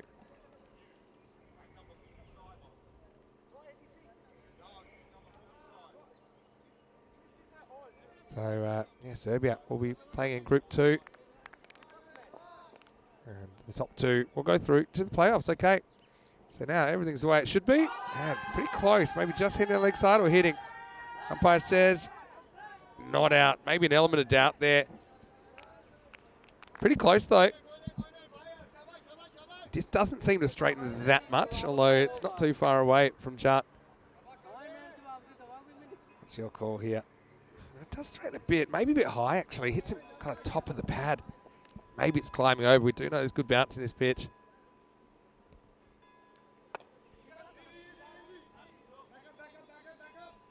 So yeah, a few questions about Zadran and what happens. Well, what happened? Well, in the first over, he was diving for his crease and he fell on his shoulder. And so he's gone off with that injury.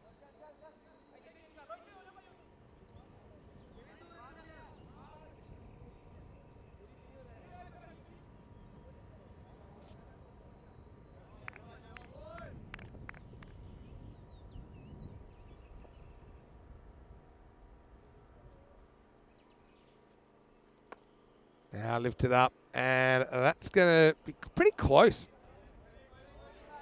Been called 4. Let's just see. Does it pitch just inside? It does. Good call from the umpires. So 4 more. Fresh Tropical. Having a bit of a field day here, Javade.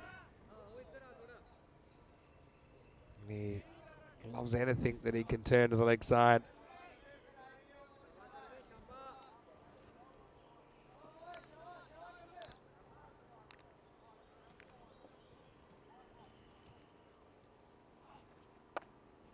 Slow ball, pretty good one from Karam.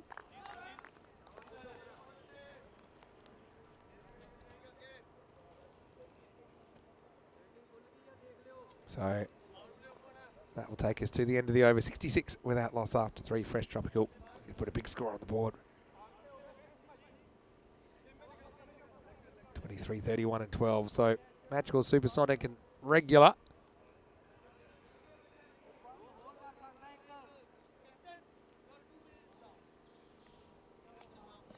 Field goes back, maybe a little bit of relief.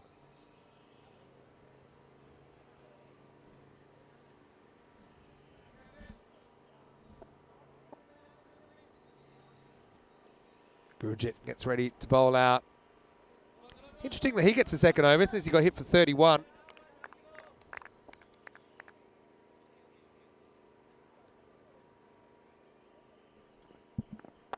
So, yeah, well, maybe they think he's due, but there's going to be another boundary, and Gurjit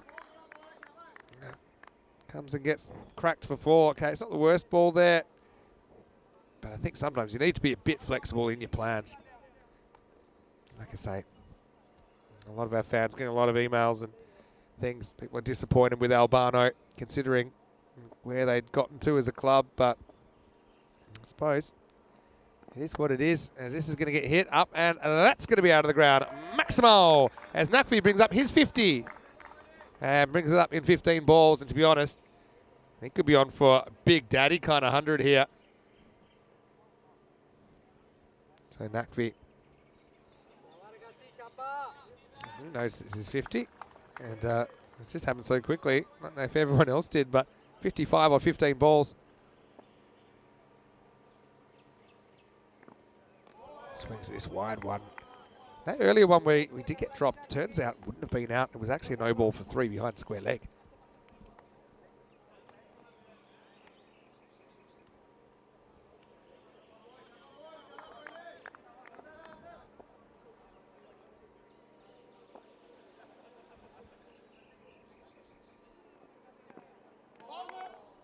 This one's called a wide.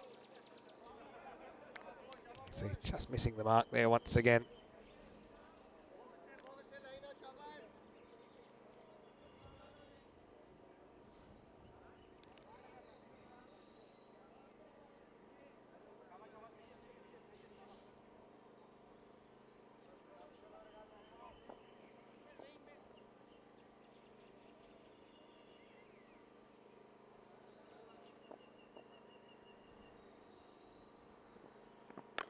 Now, low full toss, and that's put out of the ground. Nakvi into the 60s. Tell you what, Gurjit's 49 conceded off 9 balls. We're looking at not just 50s territory, but maybe 60s, which has only happened 5 or 6 times.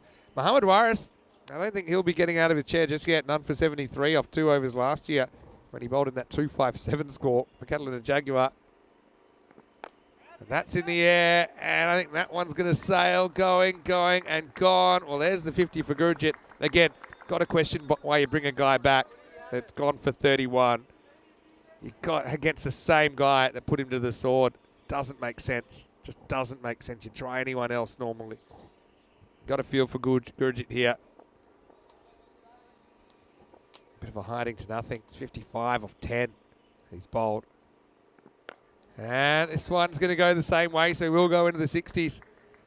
None for 61. That was the old record before Waris blew it out of the water by conceding 73. So normally I'd say that 30 is the maximum I could see someone even getting a second over in the game. Never mind coming back straight away to the same batter. Nakvi 73.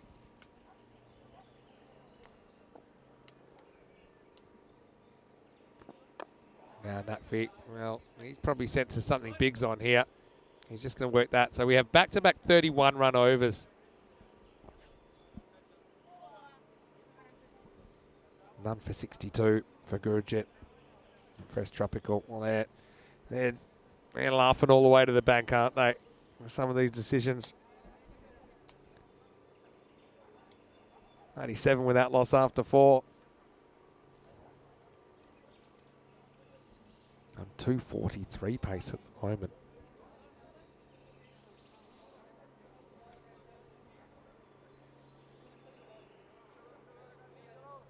Well, see if we get a change now. Jat bowled a pretty good over at only 12, but they're going to try something else. And I don't mind something to Ram here. Taking the pace off in the middle overs. He bowled pretty well in this series. Abano, it's hard to find too many players in their lineup that could look themselves in the eye in the mirror and say that they've done themselves justice in this series.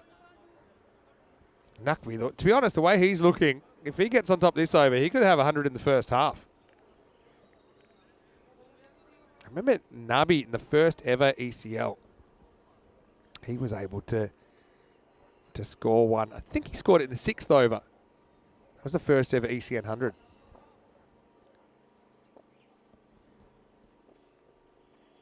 Well, there's 6 of them. He moves to 80. Ram, as Leggy Zoo sometimes, just gets that length wrong, disappears.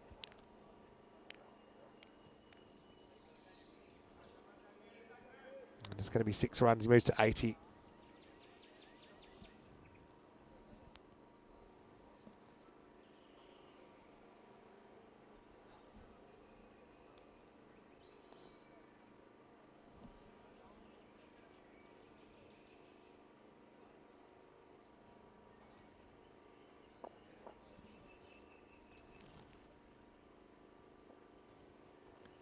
A little bit short, goes straight and gets 6 more. Maximo.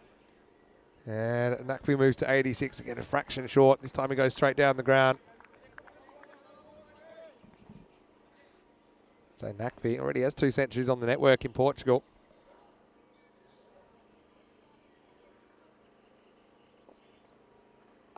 Quicker one. Good variation from Ram. It's always difficult. Bowling over the wrist. That one looked like might have been the one that's just pushed through a little bit differently.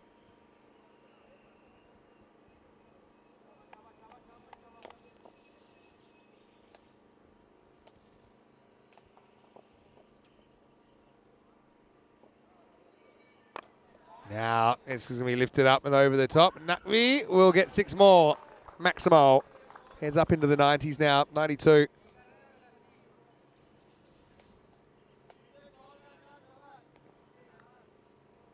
Oh, it's a bit of a teaser, but couldn't quite get across.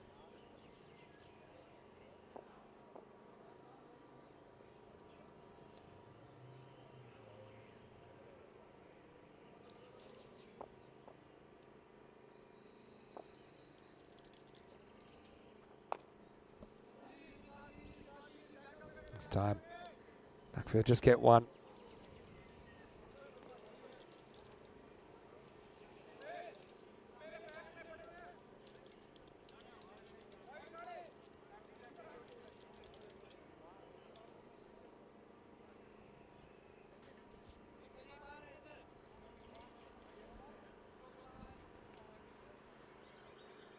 Javade came in on the retirement of Zadran. Fell on his shoulder in the first over. This will get worked away. Means that Javade will get the strike. And Fresh Tropical, they are flying through this game so far. Does look a bit like top versus bottom, doesn't it? 117 with that last after 5. Time for some in-game analysis. Okay, time for some hard truths. I've got to think you're only on this earth for so long. And when you get out there,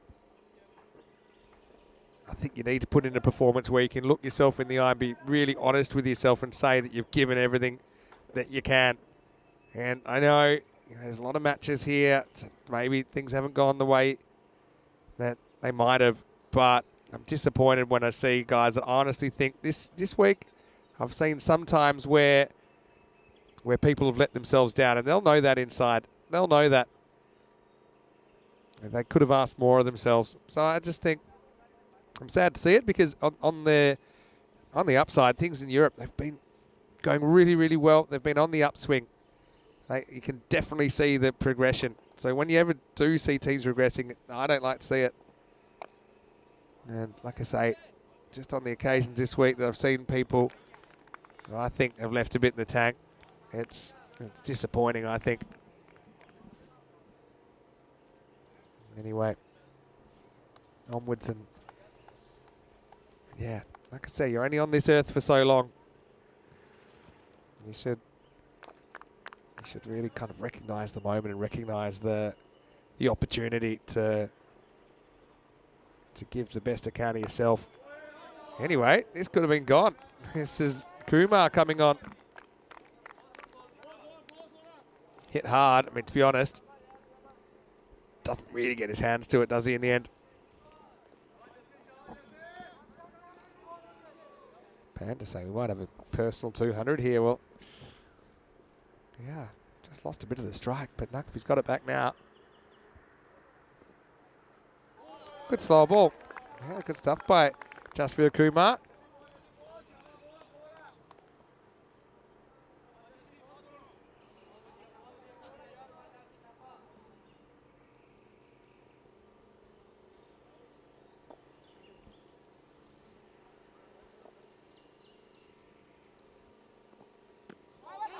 Oh, he's bowled him. You wouldn't believe it. It's come off his thigh pad. And I think it might have even hit his bat on the way up and it's come down onto the stumps. Oh, wow. What a way to get out.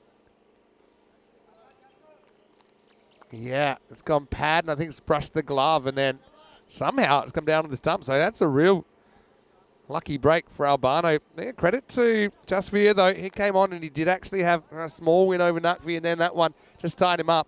So it won't be a third 100 of the season for Nakvi. He'll go for 93. That's 118 for one.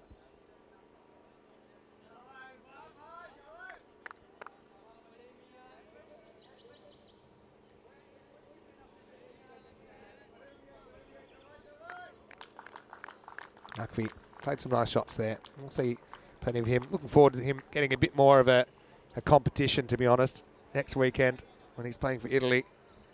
Potentially in the final series as well of this series, but to be honest, my grandma might have scored a similar amount of runs in the first half of this innings.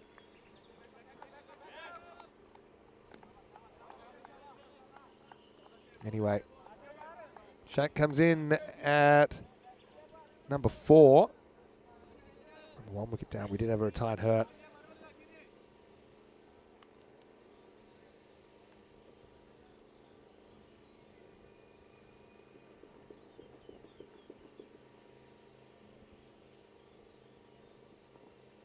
Well, that's going to be a no ball, and that's going to fly out of the ground. Maximal 7 up time. This one's high. Javade, yeah, takes it out in front. He loves it there, doesn't he?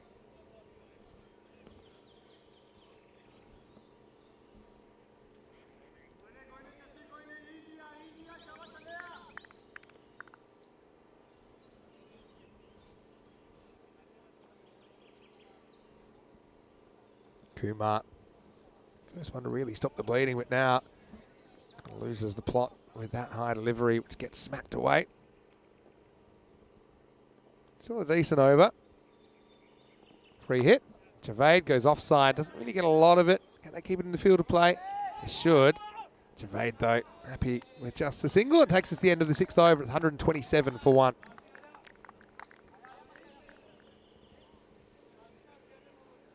Still a magical pace at the moment, although the computer thinks they might just get the staggers in the high 190s. 93 for Nakvi. And he certainly is a force to be reckoned with.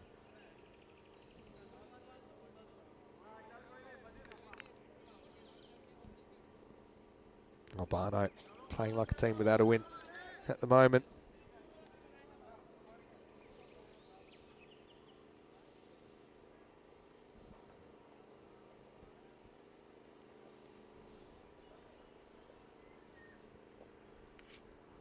Here's Barty, went magical in his first. Now this is high and should be caught. Fielder comes around and he drops it. Bounces up, but he couldn't recover in time. Jasvir Kumar. Oh, that's got in the right spot, but that's the thing. They get right in the middle of the hands. He can pop out. Almost give him a second opportunity, but it wasn't really having his weight going the right way.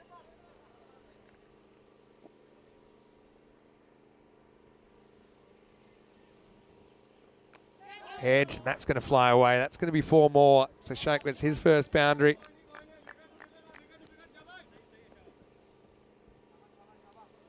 Really a bit too quick for the keeper. Thick edge.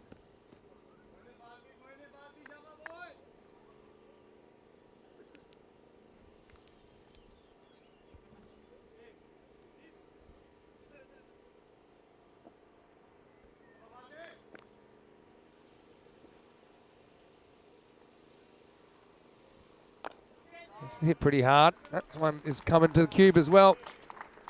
Quattro mas. And boundaries just keep on coming. For fresh tropical, any sort of win can take them up to the top of the table.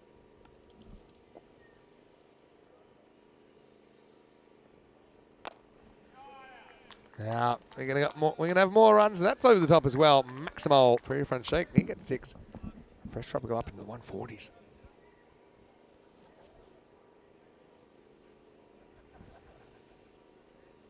Barty banger again. I'm disappointed really that he hasn't been able to provide a little bit more.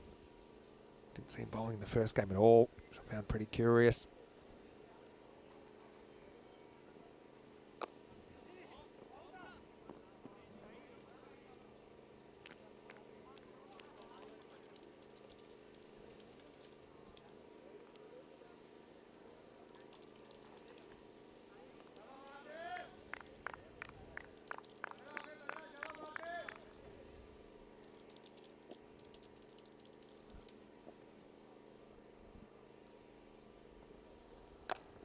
Lifted up over the leg side, and that's going to be out of the ground. Maximal. 6 more to shake. And takes 10 and 7th over, 148 for 1. And we look at the calendar. You can see we're in Brescia. I'm looking forward to Estonia. I think that it's the first time we've seen them on the network. I'm sure they'll appreciate the opportunity when we get there on the 13th of May. Bit of a Rico mention in the chat. Rico will be there on day 1. I'll be there. I'll be about halfway through day 1 for the start of that series. And then we head to England for the first time. Looking forward to that. And then back to Cyprus as we start the month of June. And summer is going to hot up on the European Cricket Network. Join us for that.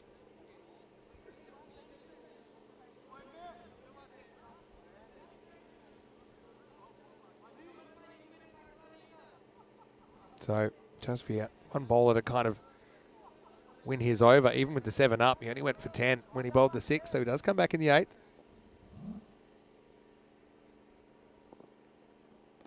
And it's a good area, I think, to bowl to Javade. It does tend to get a bit carried away leg side sometimes.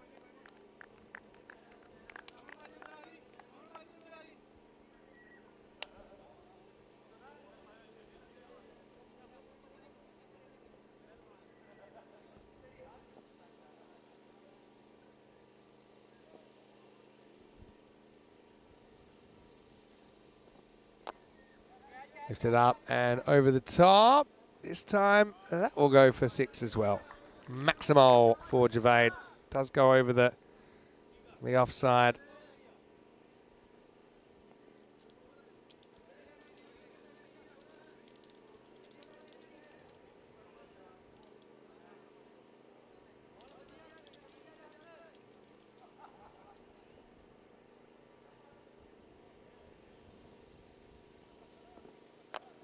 Now hit straight, and the fielder is up in the circle, so he won't be able to cut this off either. Kamal goes back, and that's going to be 4 runs. Remember, Kamal, we showed him this morning when he was playing for Bergamo CC.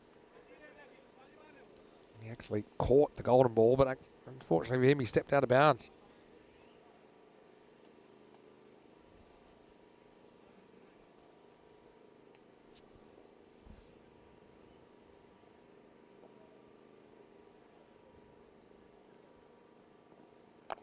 That'll be going, and bouncing just inside. I think that's 4. I'll have to check it on the boundary check, but I'm pretty sure.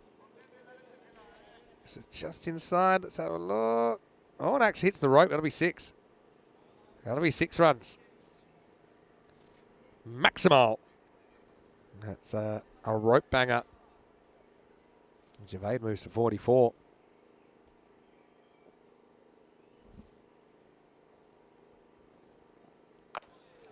Lifted up over the top, and that will be 6 as well. Maximo, as Gervais brings up his 50 off 16 balls.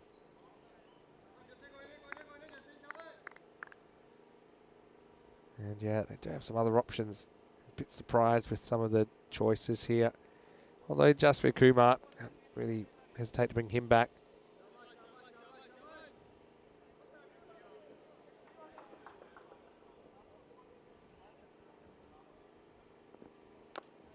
There's another one. It's just worked off the pad, and it's just ill-directed, isn't it? From Kumar, as Gervais moves to 56.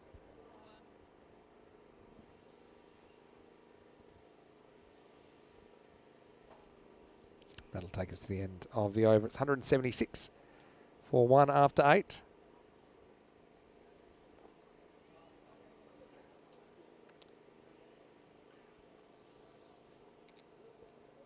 Let's see if they maybe try something a little bit different. Looks like Kuldeep Singh is going to bowl for the first time. Again, it's still, you got to have a serious think. Got a bowler gone for 31. When you've got all these other bowling options, you choose to bowl them again to the same batter. Just doesn't make sense.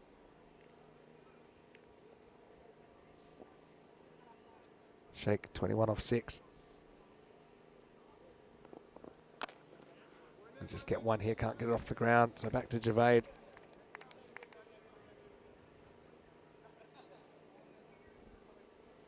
Obviously, the European Cricket Network is a long season with lots of games.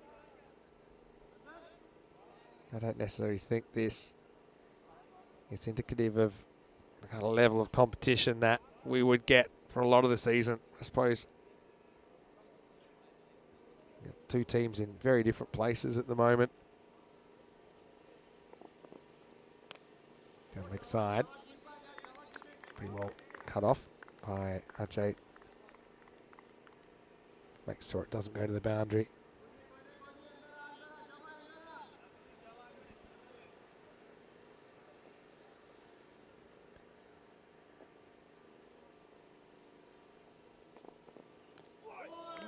Misses out on this one. Travade, well, might be a chance for him here. It's a wild throw, though.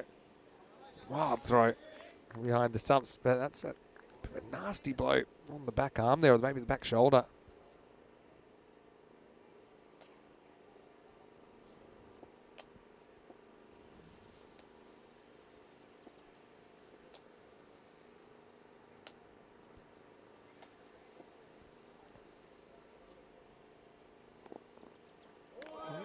Spice about him though. Again, you got Kuldeep available.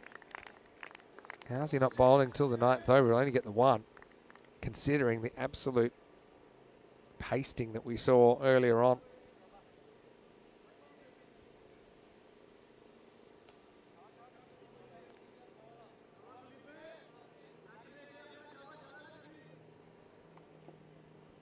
Fresh Tropical.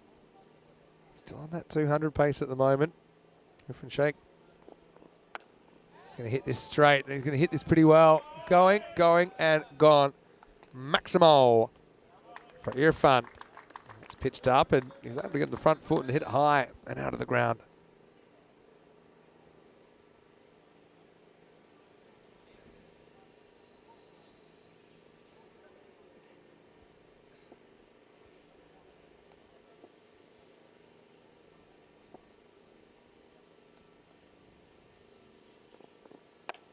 Action short, he gets on the pull here, and he's going to get this out of the ground as well. Well caught, well, Sonu Lal. Can't get better practice than that. He's going to take it as he tries the short ball. Hasn't worked too often for bowlers in this series. Fast pitch, but also very consistent bounce. Fresh Tropical up to 191.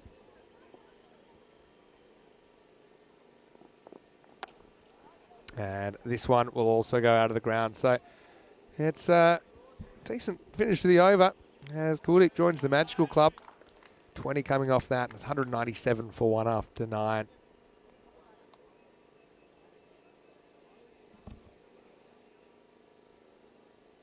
Not too much to celebrate. Jutt's surely got to have the last over. He only went for 12.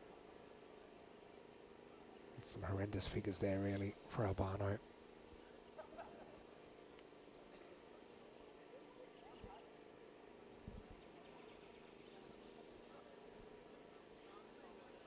I can't imagine we have too many of the Albano fans that have still got the TV on.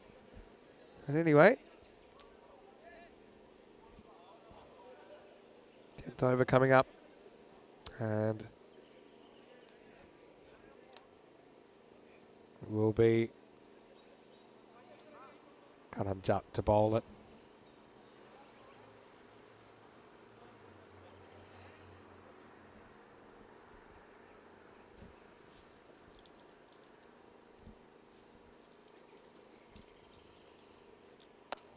There we go. That'll be 200 up. Hello to Harry Kershaw. What a nice thing to see you, Harry. Hopefully you're well. Hopefully you're enjoying your weekend.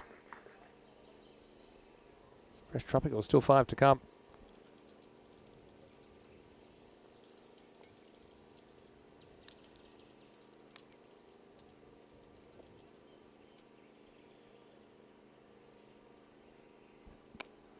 As another one is going to go, and it's going to be out of the ground. It will be caught, but wrong side of the rope.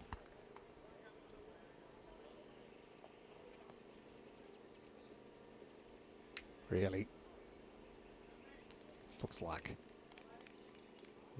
you know, when you bowl into your family members at the moment. Really, Karam Jut, we kind of left in tough position. Bowled a decent first over, had to wait long time to bowl his second. That's out of the ground as well. That is 6 more. So Gervais to 74 now. Fresh Tropical 215. Very happy May the 4th, by the way. May the 4th be with you, Harry. And it is happy Star Wars Day to everyone.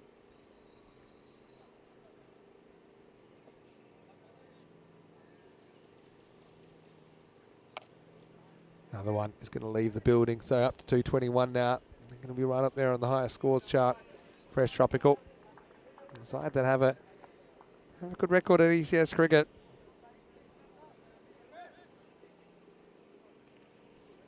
Really, the only wicket Albano have taken in this innings was a lucky one. Gervais to 80. Now, I see no ball missed the pitch, so I get that you're trying to bowl outside the off stump, but it's going to be no ball, free hit to come, as if it couldn't get any worse.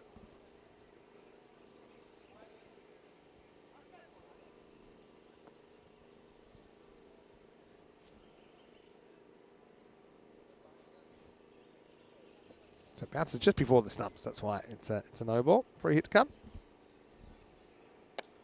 And of course, that's going to go out of the ground as well. So Gervais moves to 86. And Jut having a bit of a horrible over to finish, isn't he? So he's going to go supersonic as well after he only went for 12 in his first over. 228 now.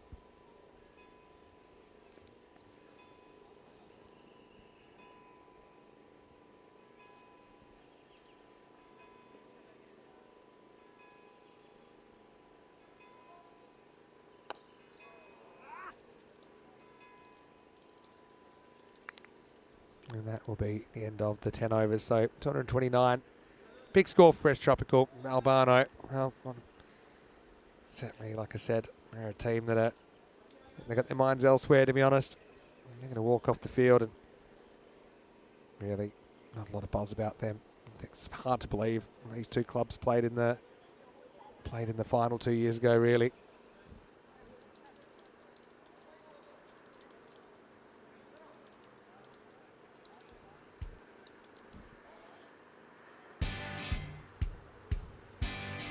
Oh, well, if you're a fan of watching balls fly out of the ground, you're going to enjoy this.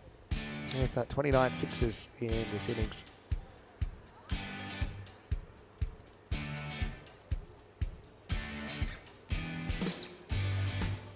That was the moment that Zadran went down and fell on his shoulder. For that reason, he retired hurt and ended up facing a ball. And this one brought Gervais out.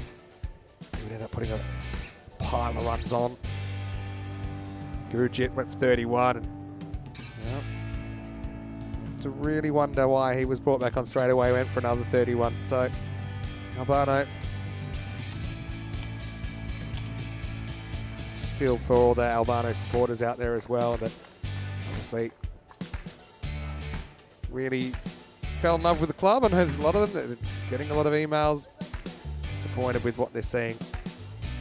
Cars, fresh tropical. Okay, yeah, get they're a good side, but really, there was some easy stuff thrown up.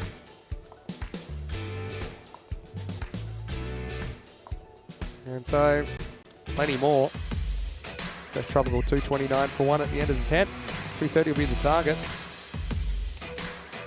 Great facility here in Brescia. Nuckby leads the scoring with 93. Brisbane Javade, 87 not out of 25, and Shake with 40 not out of 11. As Fresh Tropical, not sure what to top the ladder after that performance. 229 off 10. Less said about the bowling, the better. We'll take a break, and we'll be back shortly with more European Cricket Series.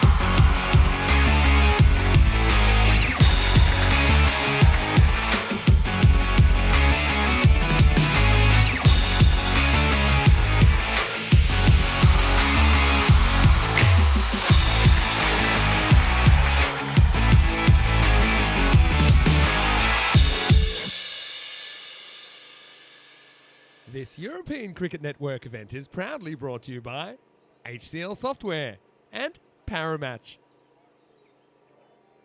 Hello, welcome back. Good to have you with us as we continue day 6 in Brescia with this and one more match to go in Group A before we start with Group B. Fresh Tropical putting 229 on the board against Albano, who will need 160 to be able, 161 actually, to get a point. Albano without a win, and if there was a place below bottom, they'd probably be in it because they just have not really been a shadow of the team that we know that they have been in the past. They've lost a couple of players, but yeah, just been a tough thing to watch, really. Anyway, Zahid Chima is going to get it going, and just want to touch on a few things in the chat we're talking about. Obviously, everyone's got the right to express an opinion as long as they're not being abusive or anything like that. I think it's important, and I think there's a few valid criticisms that have come in. Obviously, we try overwhelmingly to be positive. Anyway, Zahid Chima to get us going. The first one is just going to nip away nicely. Kuldeep Singh out there with Satwinder Ram.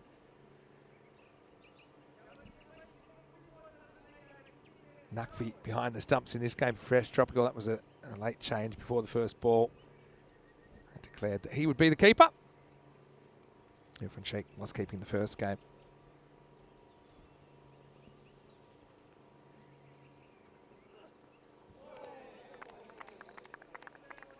Now, this one will go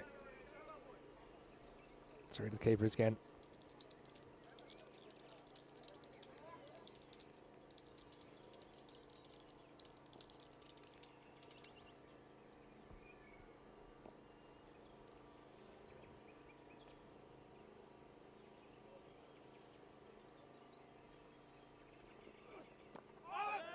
That's going to squeeze away, and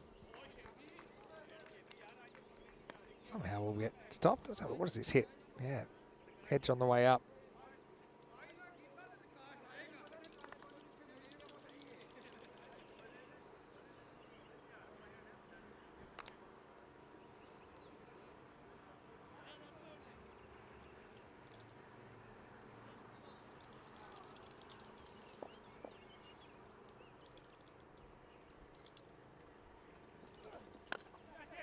That's in the air, and Chima, he wants it. In fact, neither he nor Naqvi will be able to get there.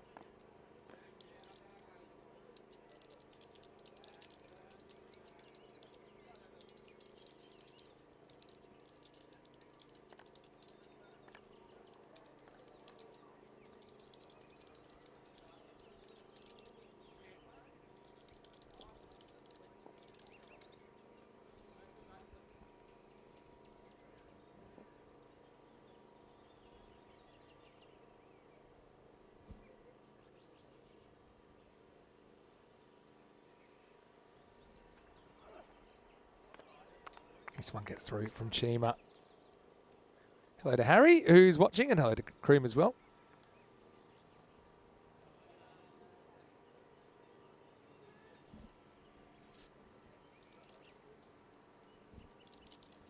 And yeah, weather pretty nice here currently, around about 18 degrees.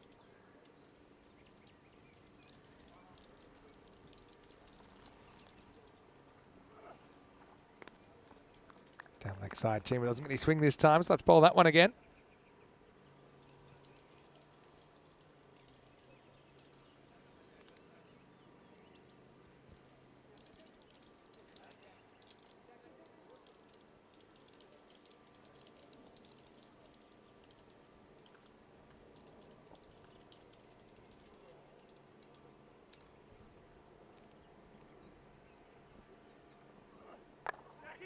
It's in the air. Nice looking shot.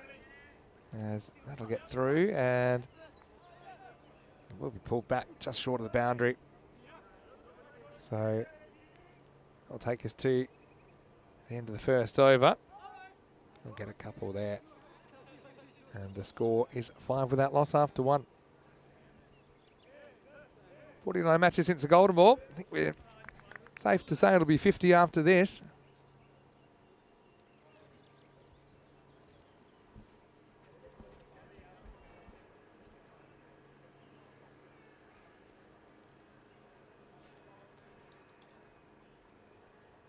I've got to say, I saw that little thing earlier, or something similar. It's pretty zippy. That's going up on the road at the moment. Yeah, like the good old-fashioned tuk-tuk, Italian version.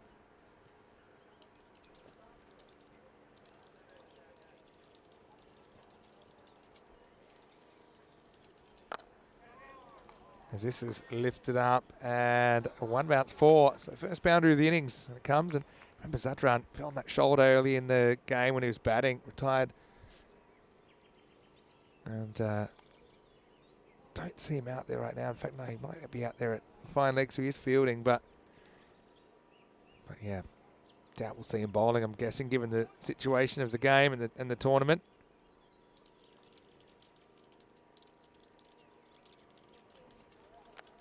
And he's bowled him, so nice little nip back up, and that'll be the first wicket of the contest. Hyder Ali, nice moment for him, gets it right on target. Definitely came in off the seam, so Albana lose their first wicket, and it's 8 for 1.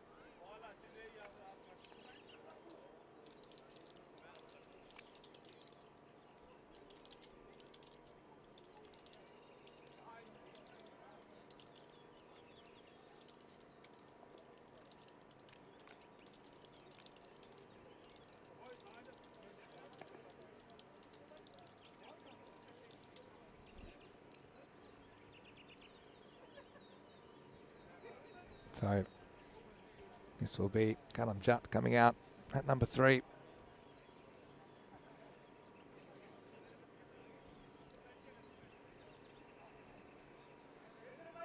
Hyder Ali to look for a second wicket here. Well, whether he will bowl or not, I doubt it.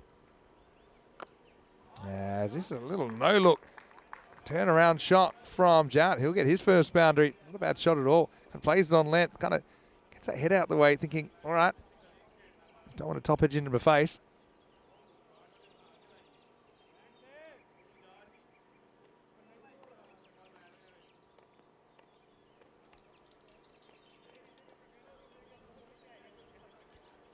So Hyder with the new ball.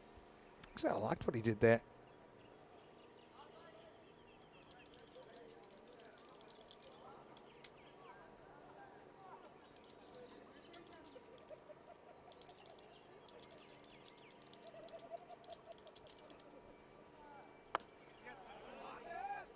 Played away this time for a single.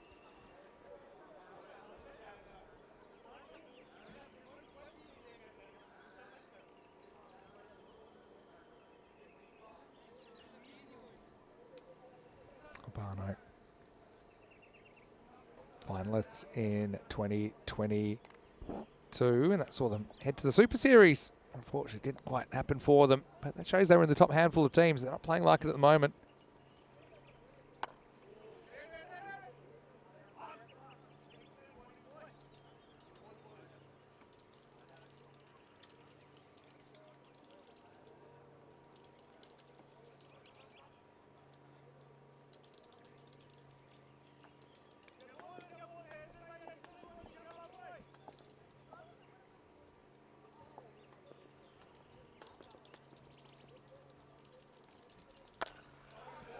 This one's up, and that's out of the ground as well. So that's going to be 6, and we saw 29 of them in the first innings.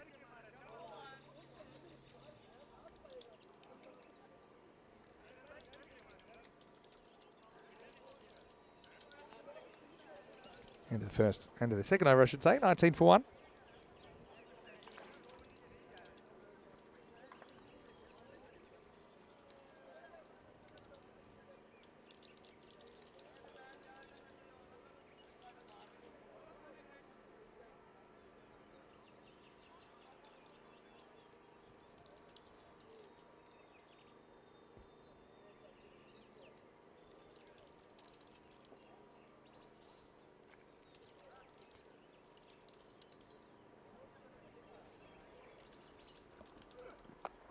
Now this one is up in the air. Lucky that cart drove as quickly as it did, as that's going to just plop into the outfield.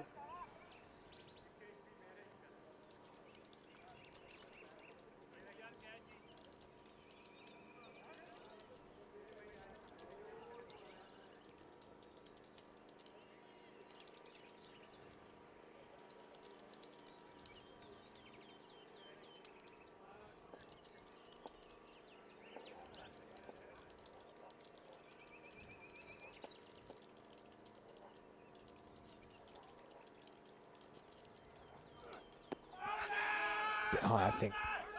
Although, third or fourth appeal, hoping for a different result. Doesn't happen.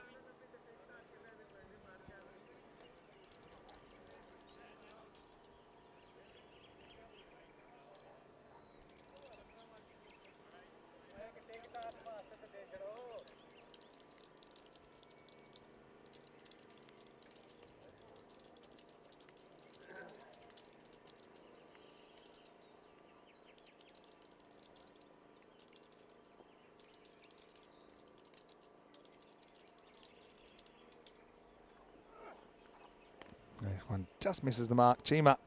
One thing I'm missing is him rattling the stumps so I can bellow out that Chima.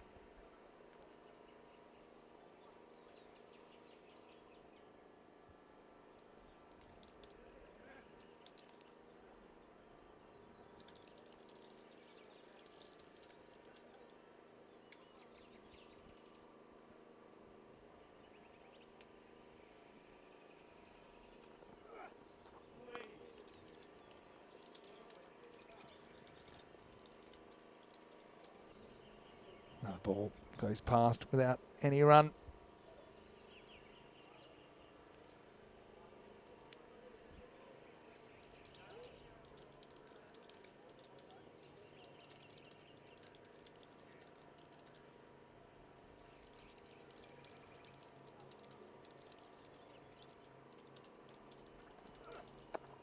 Hey, a one-hand look away this time. So Jat's going to get another boundary.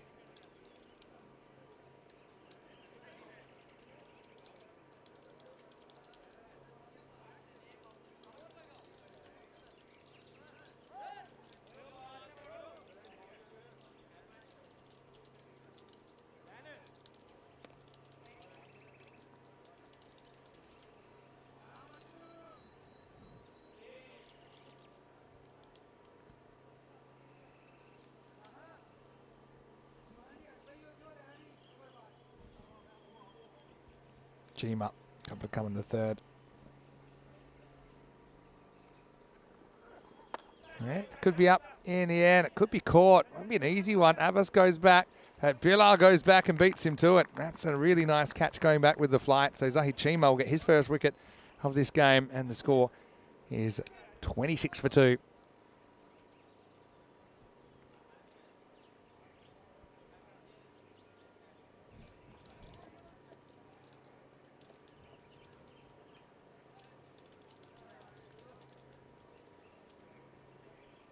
So, Albano.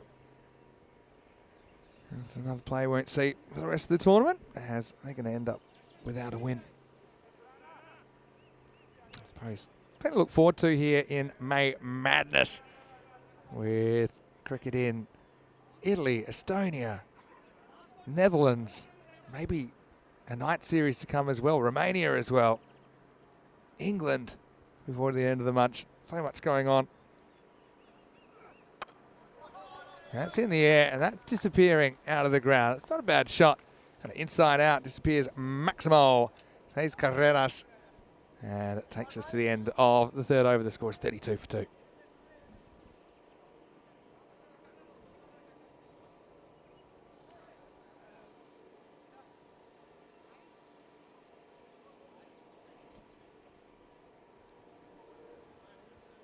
So, third over is over, which means that you can have up to 5 outfielders from this point in play.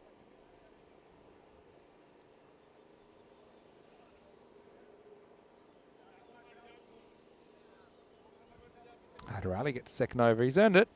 What a really good ball to Castle Kuldeep Singh.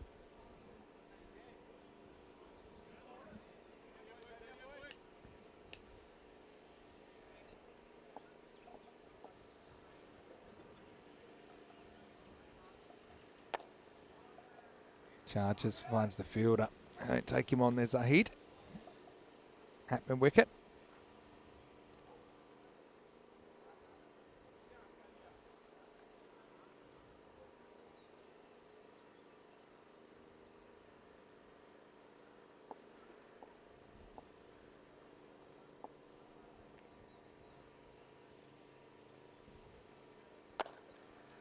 toss. Hammered down the ground.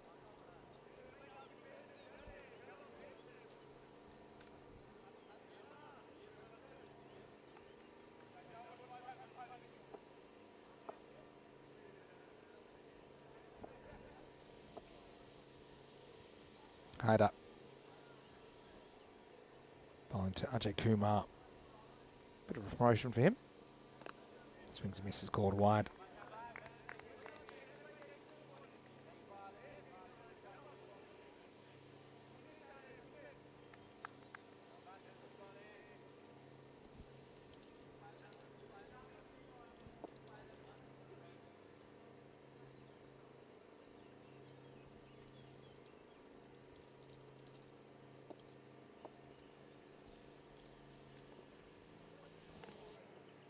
Maybe no ball, for height. It's definitely worth a look. That's going to be a no, I think. It goes past the waistband.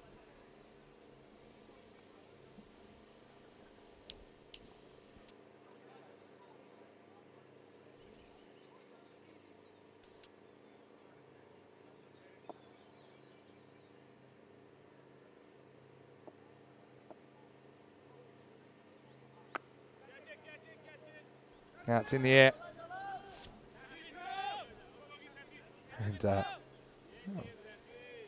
And this kind of game's put everyone to sleep. Maybe the third umpire's fallen asleep as well.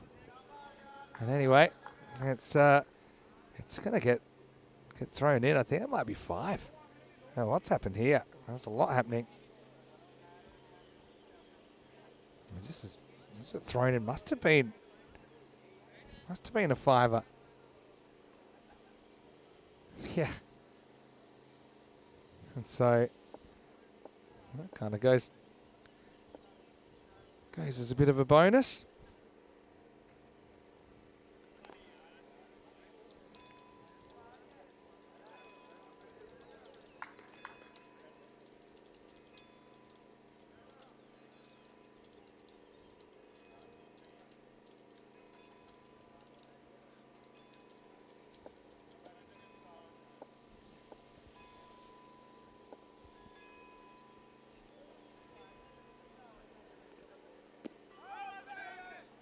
Into the body. Well, they don't take a run here. I don't know why.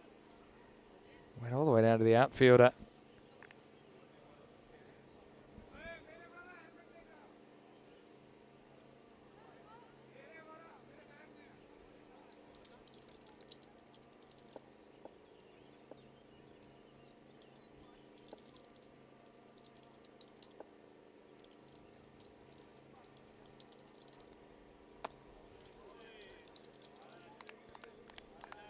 So that'll be the end of the over, and the score is 40 for 2.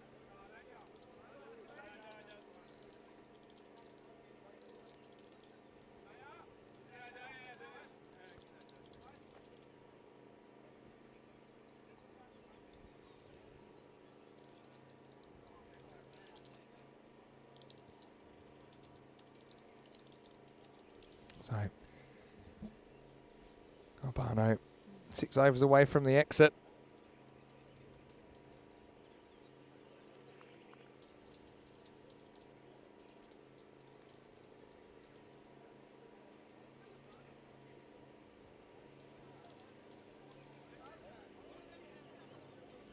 So,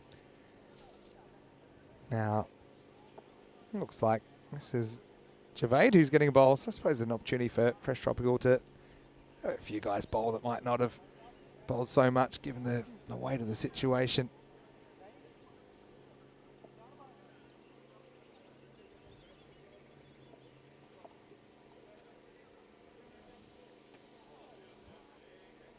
Big swing and miss first up, Javade. Yeah, part-timer really.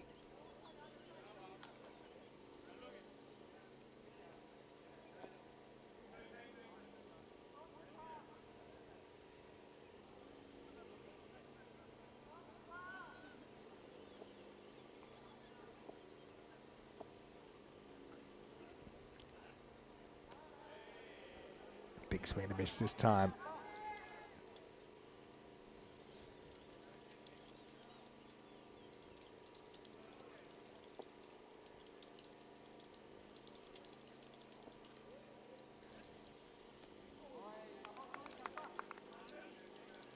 Another swing and a miss.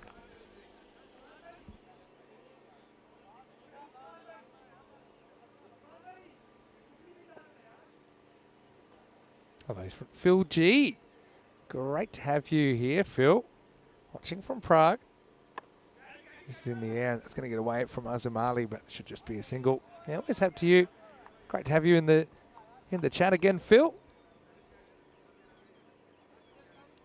And yeah, Phil's he's a real character. And looking forward to being back in Prague. Actually, second half of June, we'll be there. Actually, before the ECS, we should be showing the Central European Cup, which is a T20 women's tournament this year, which I think will be sensational. This is up in the air and just creeping over the infield, but won't go all the way for 4.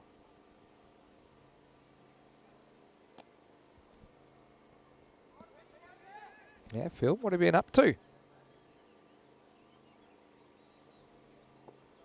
Have to get Phil in the box as well. He's normally a useful commentator for us when we're there. Anyway, this is up and out of the ground. Maximo to finish. And at the end of 5 overs, it's 48 for 2. Gervais just goes for 8 in his over.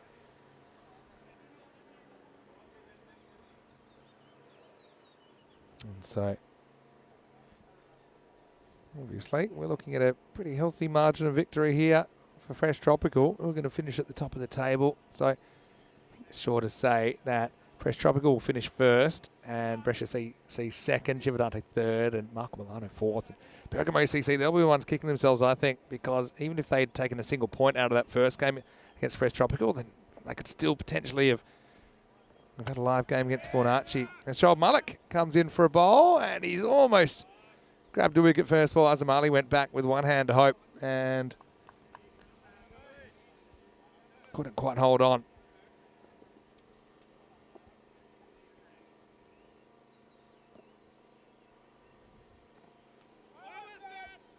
A little bit higher this time, I think.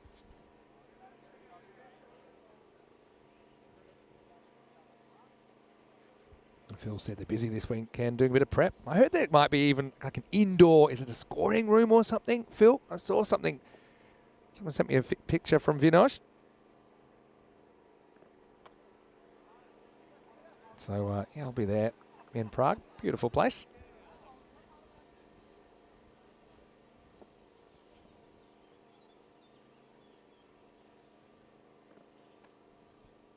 This one's a leg spinner, but turns a bit too much and will get called. You can see that. Keeping by Nutfi behind the stumps. It's pretty well bowled as well. Feel it might have been going over. Mentioned quite a few times there's been good bounce in this pitch. You can see that one. For me, it was climbing over the bails. Now lifted up and out of the ground. Good strike. Maximo. It's Kumar. He's able to lift it up and over the top. Kind of stands and delivers there, doesn't he?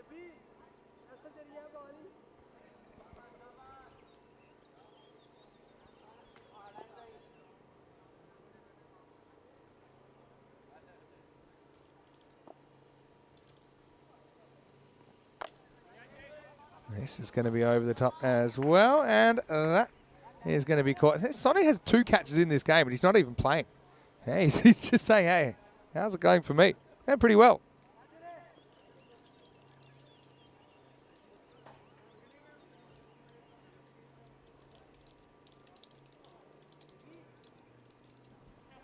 Six overs down, 62 for 2.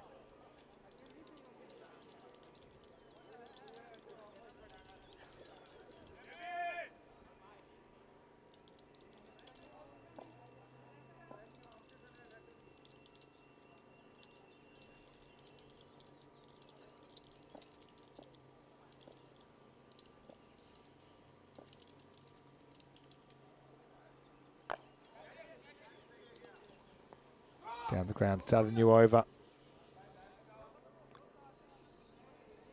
And Gervais getting his second.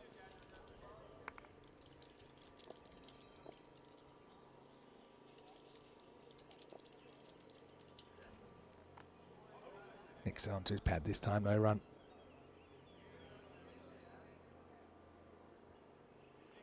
Dave's just noticed they've painted the wide lines white. Yes, they have. Just in time for Group B. I think now you can actually see them. It's better for everyone, I think.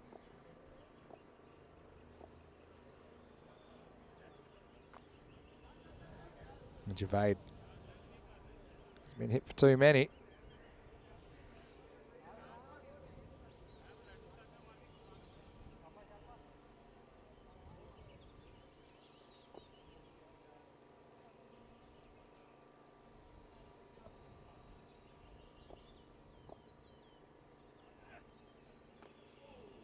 Another swing and a miss. Javade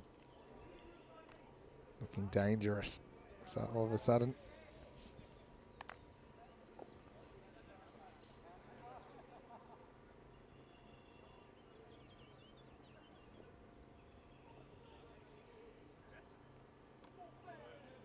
Another ball that's swung and missed at by Kumar.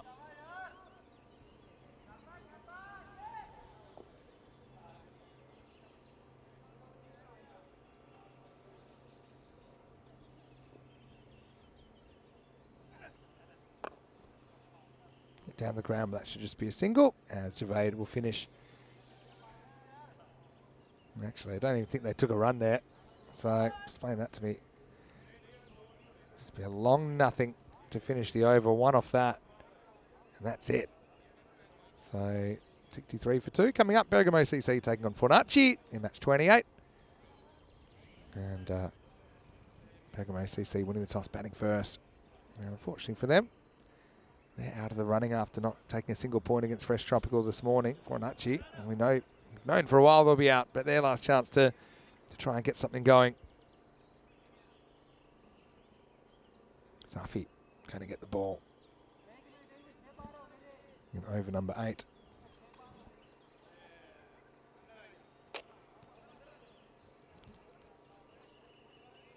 Is that going to run 11 off 11? But he still decided he didn't want the single there. Said he wants to go.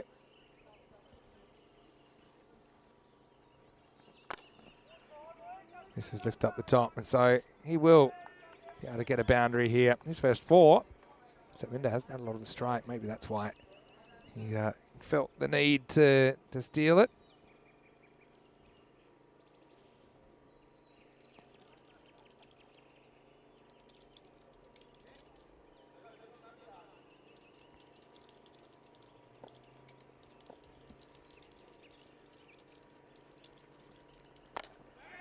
Straight pull this time.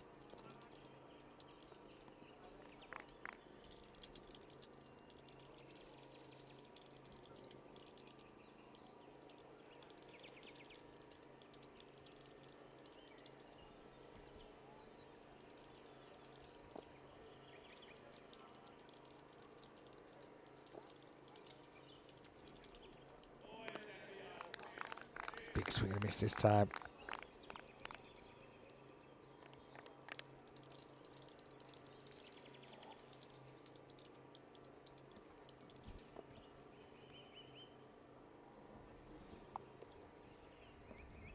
Safi, big left armour. In the air and gone. So Kumar will have to go. Bright 30, good finish to his series.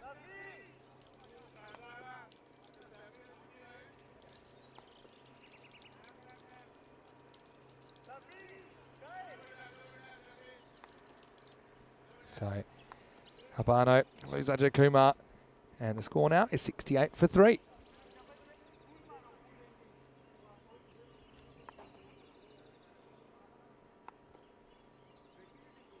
Yeah, so Phil G in the chat saying they've had some new additions to Vinosh.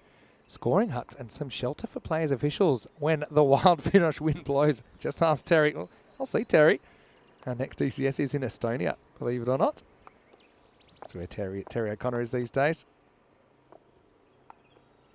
That room's not really a vibe at the moment, is it? Bowled him. Really well bowled by Safi. And that's going to be a golden nut for Kamaljit Singh. Has a bit of a game to forget here. His last appearance of the series.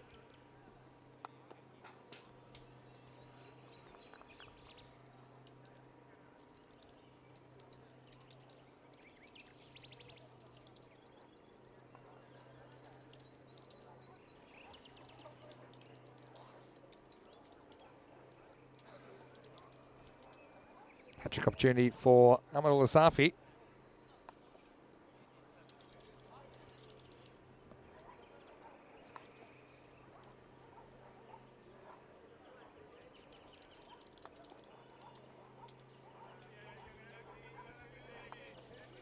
Kumara J, the captain, comes out to bat at number 6.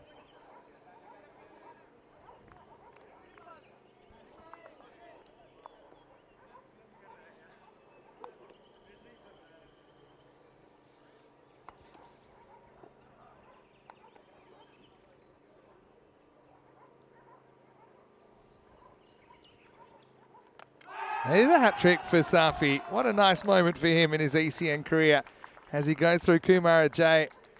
And Amadullah Safi missed 100%, has rattled the stumps. It's 3-3. And Ajay has his stumps completely destroyed. So Safi just putting the final nails in the coffin here. It's also the end of the over, 68 for 5. Safi has the opportunity to come back and actually go 4-4.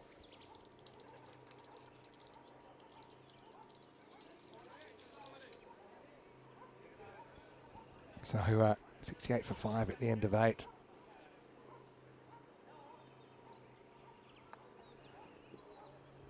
These two lines aren't going to be too close together, I'll tell you that much.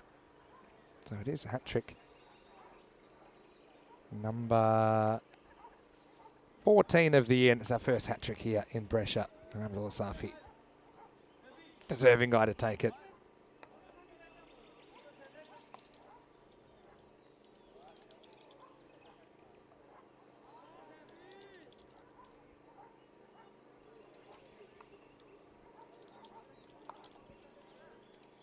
So here's Shoaib Malik, who's going to bowl over number 9.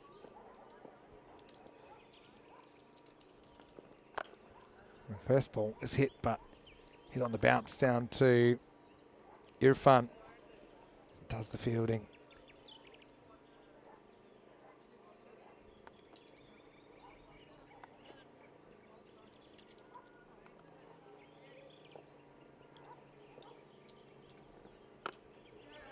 In the air and gone. So Shoaib Malik gets his first wicket. And Albano can lose a 669 for 6. Nicely taken by Azamali there at cover.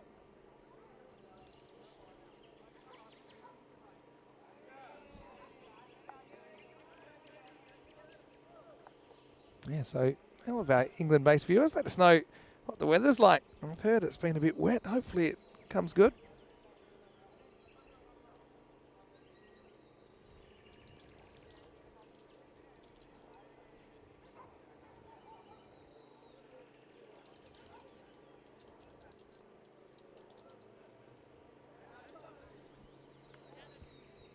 Another golden duck as Kumar goes without scoring. Shoaib Malik will get this up in the block hole. Slightly fielded by Azim. Imagine Amadullah Safi would come back and have a crack at 4-4.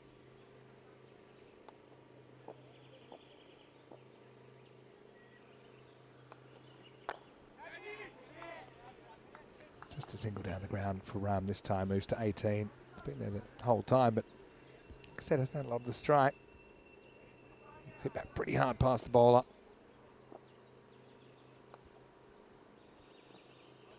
Tries the reverse, and everyone decides to take cover.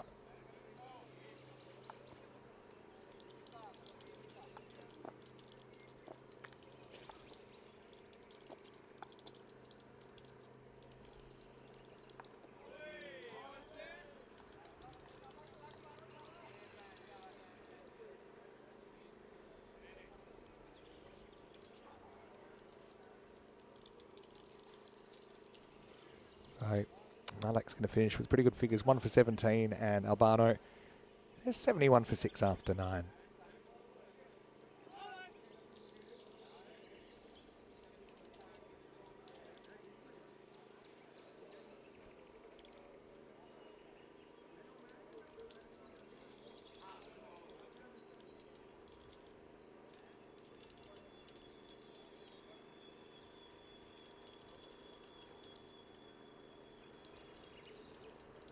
Time for the last over. Amadullah Safi. Let's see if he can join the 4 and 4 club. There's only five players that have done it. He's on a double hat trick here. He won't get it. He'll have to settle for the regulation hat trick, but well bowled by Mr. 100%. Harry saying it's very sunny today. Perfect for watching ECN. Well, that's good news.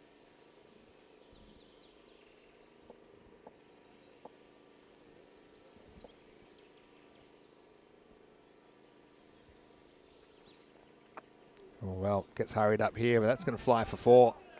This is the surprise delivery from Safi, and I think he did achieve that element of surprise, but it's good enough to get some bat on it. Go away for 4.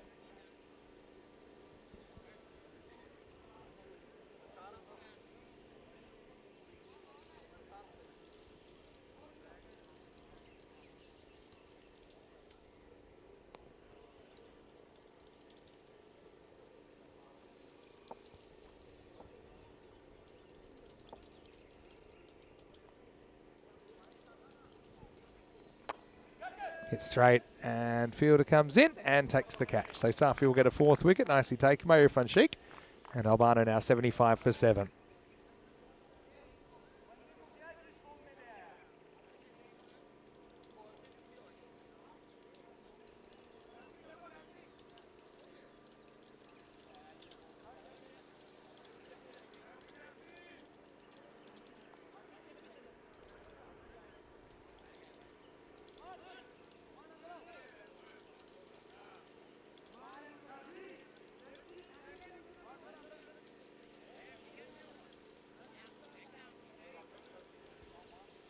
Party Banger comes out at number 9.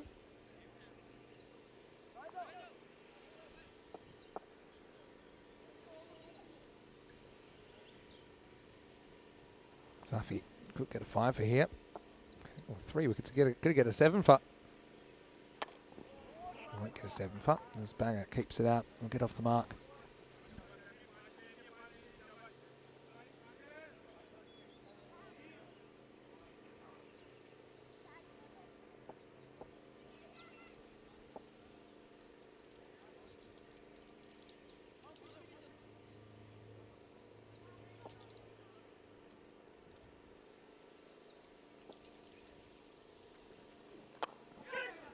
Inside out, this one gets past Azim, maybe 2 there. I'll get a pretty easy 2.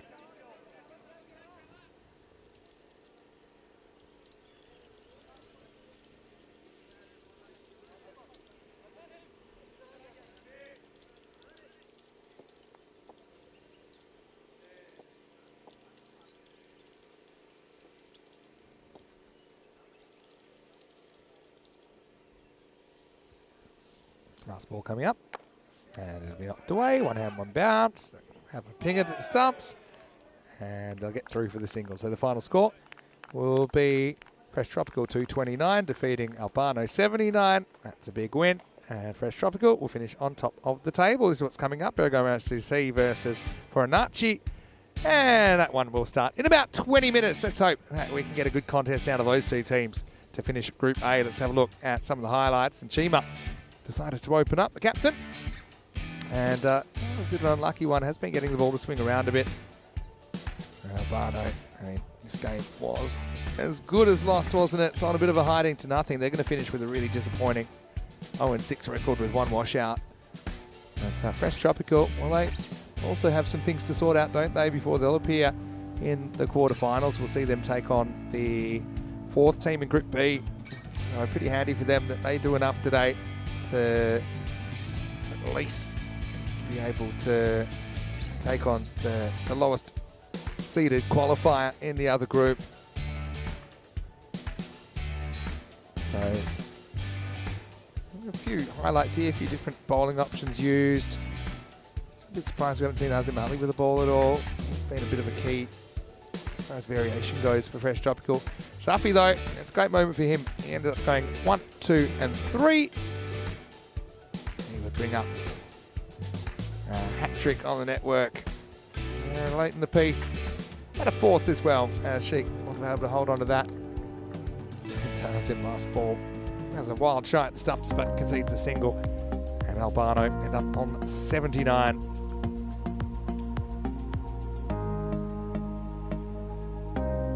For Ajay Kumar leads the scoring, 22 for Satvinder Ram, and then a trio of golden ducks in the middle as Albano, I'd say, is probably one of the most disappointing efforts from a side that could do so much more. And the finish 79, going down in this one by 150 runs.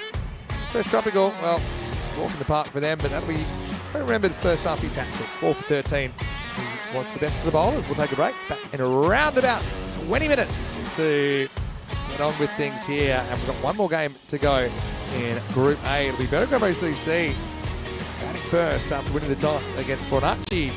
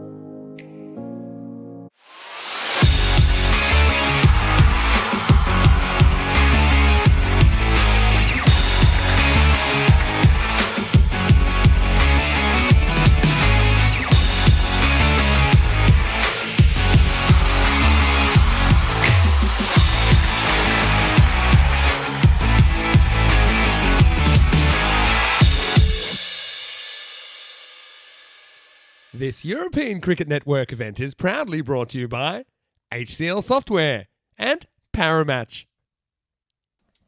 Hello and welcome back. Great to have your company as we roll into the last game now of Group A. It's match number 28, and this one we'll see Bergamo CC and Fornaci doing battle for pride more than anything, because both teams now know they won't be a part of the quarter-final lineup. But I can tell you, at the coin toss a little while ago, Tyrone Peters was with two captains. Let's see what happened. Fornaci to call. Tail. Tails is the call. Bang, it's a hit. No bet. So Narashiko wins the toss, and you can understand him wanting to have one last hit out. Had a bit of luck earlier, dropped on 0 and then dropped in the 50s as well, but he was able to put on a mountain of runs in the first game. 82 off 36. Problem was, didn't have a lot of help. And in that one, Bergamo CC managed 119, but Fresh Tropical chased it in 6.4. And that meant that Fresh Tropical were able to take all 4 points and essentially sink the finals hopes of Bergamo CC. Fornaci started with 5 losses, but did have a win over Albano last night. And so they'll be hoping to turn it into a second win. It'll be a big upset. Bergamo CC 71%. I even think that might be a little bit low. But Fornaci, still, I've got to say Muhammad Ali has been great for them. Mohammad Sajjad, the regular captain, comes back for this game. Their last game in this European Cricket Series.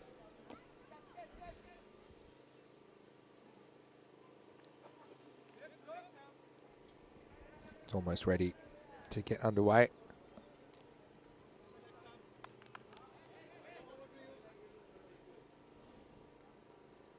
And for Fornaci, like I said, it's one more opportunity to show what they can do. Maybe we'll see them kind of mixing up their lineup a little bit.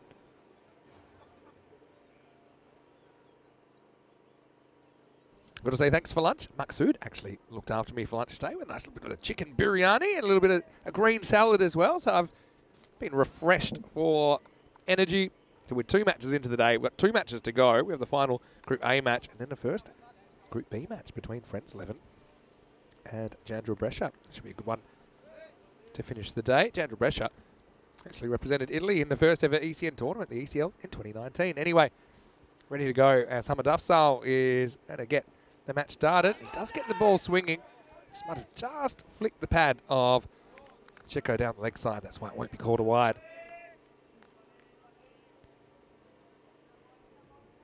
Dave B mentioning the coin toss from Tyrone. Does like a high coin toss, doesn't he?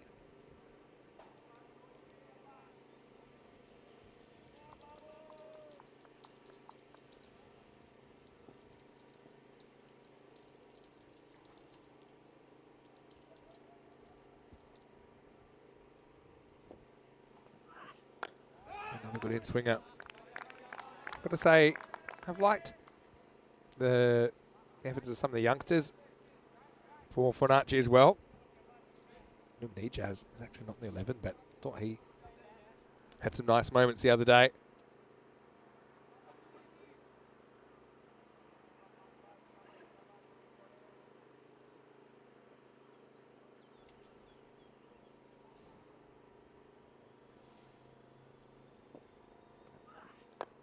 Right, in the air. Well, this is a chance, but it's a real steepler. Uh-oh. Oh, he's got it. Well, I got to admit that I wasn't exactly brimming with confidence, and I don't think that was in the middle of the hands at all. But Fernando holds onto it. Have a look at the way this kind of just pops out of his hands for a second, but he's able to gather it. Well, I didn't really know what to expect. That was so high in the air. And so what a start for Fornaci.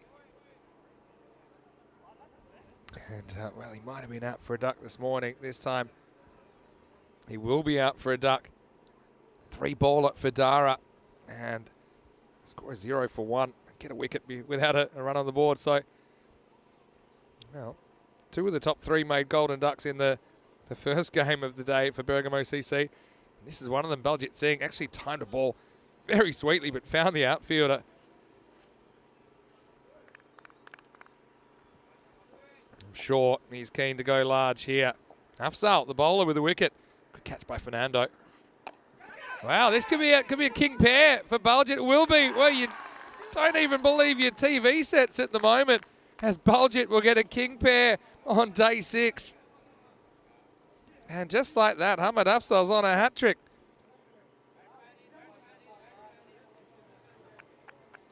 Well, this is chaos, and yeah, 2 teams essentially playing for pride. I mean, Bergamo CC, they're probably still a little bit in shock. They're not in the finals picture, but yeah, they've lost 2, probably the 2 of their key hitters in consecutive deliveries, and it's 0 for 2. And, oh, haven't had time to update that yet. Hamidul Asafi actually took hat-trick number 14 moments ago. This actually will be hat-trick number 15. But yeah, I guess we'll see.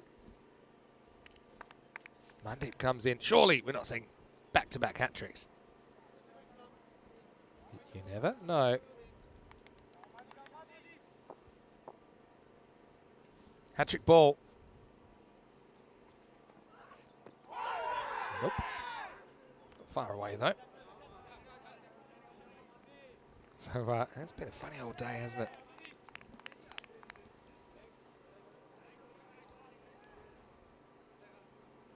Middle of Safi took 4 for 13, including a hat-trick just around about 25 minutes ago.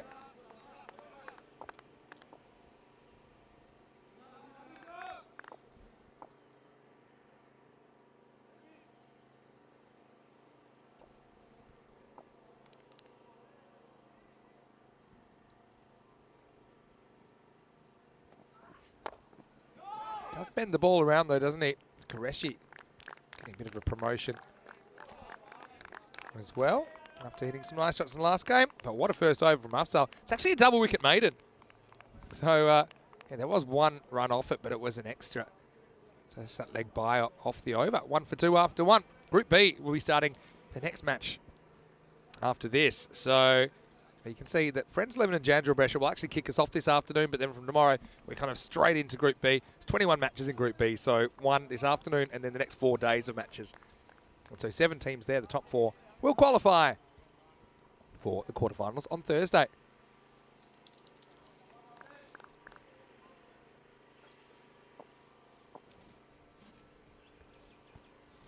So, yeah, tomorrow, Monday, Tuesday, Wednesday, that's all Group B. Plus that 1 game this afternoon. A really good start from Fornaci here. Bulgett, such a good hitter, but it just shows you that cricket is a great equaliser, isn't it? He finds a way to get out. First ball, twice in a row. This time it was more his doing, I think. It was a mishit shot. Toss crashes into the pad. Aziz also getting the ball to talk a little bit early. What do you think of the catch first up from Fernando? These things matter. I mean, we saw Chico go down for 0. In the end, fresh trouble didn't hurt them too much.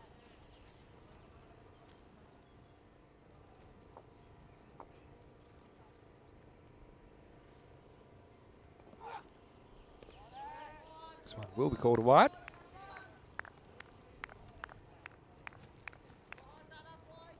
Doesn't get as much of that in movement.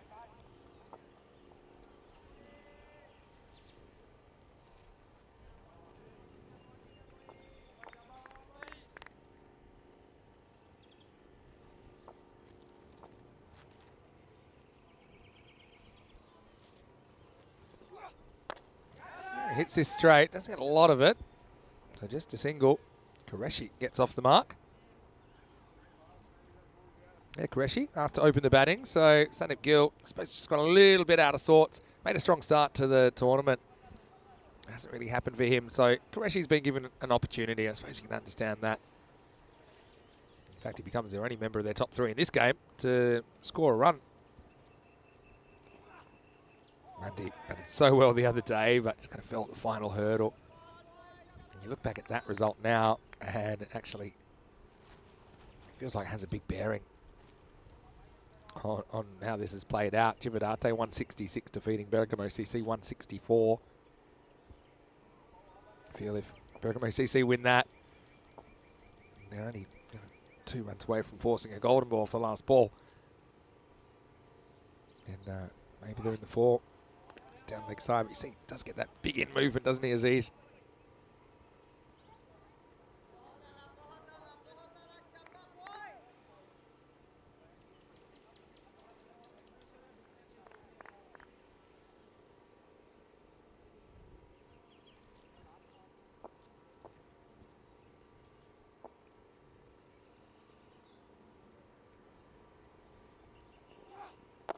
Another good in-swinger, but pretty full, and just played away for one. Mandeep.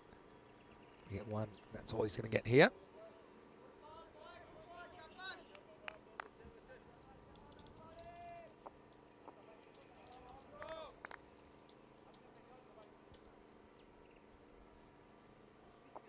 Qureshi.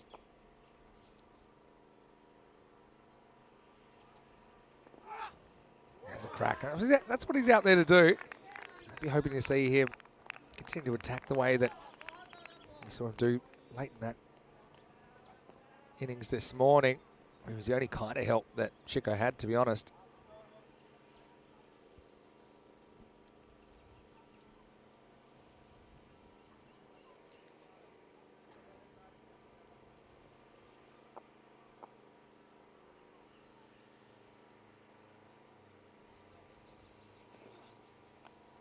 Edged and just sneaking away. That's going to go for 4.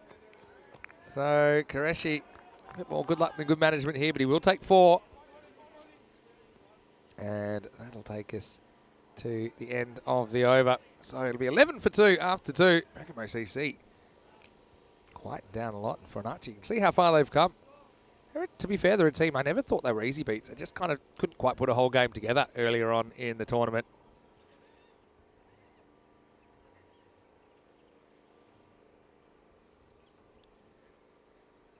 And you can see that even with a 4-pointer here, that'll take Bergamo CC to 15, and Milano with 16 entrenched in the 4 now. So in fact, that 4 won't move. We know exactly what that quarterfinal, half the quarterfinals look like. Well, no shortage of enthusiasm here. Don't think it was going to hit stumps. Kind of high and a little bit leg side-ish.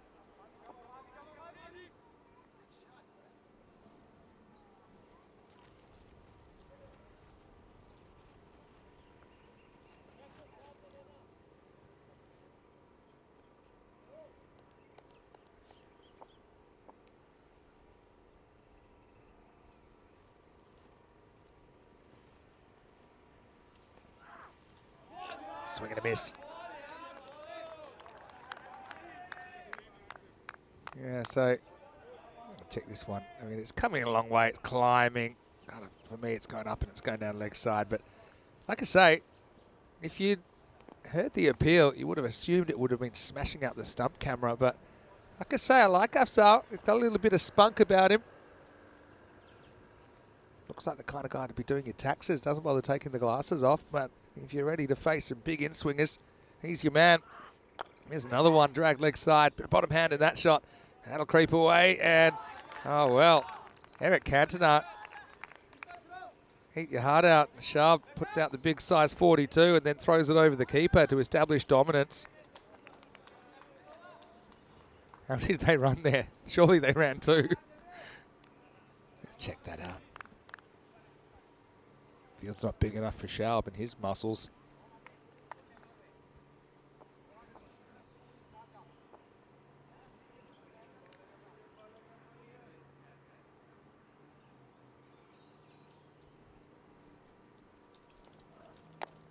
Another in-swing. Now this is high in the air. Another catching opportunity. They've been good so far.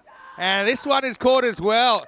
Oh, a little bit of the getting jiggy with it. Well, finally, this day 6 is coming to life. And that's Muhammad Abdullah out there.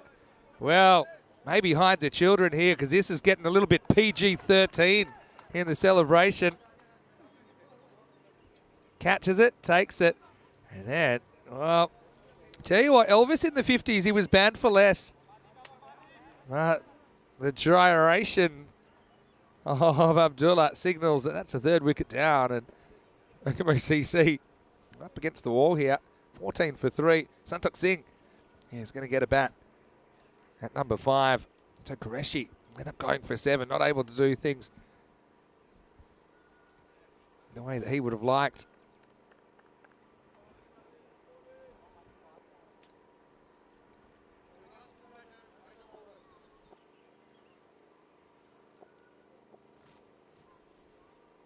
Afzal, 3 for 3. Or could it be 4? Oh, falling into a little pocket of space.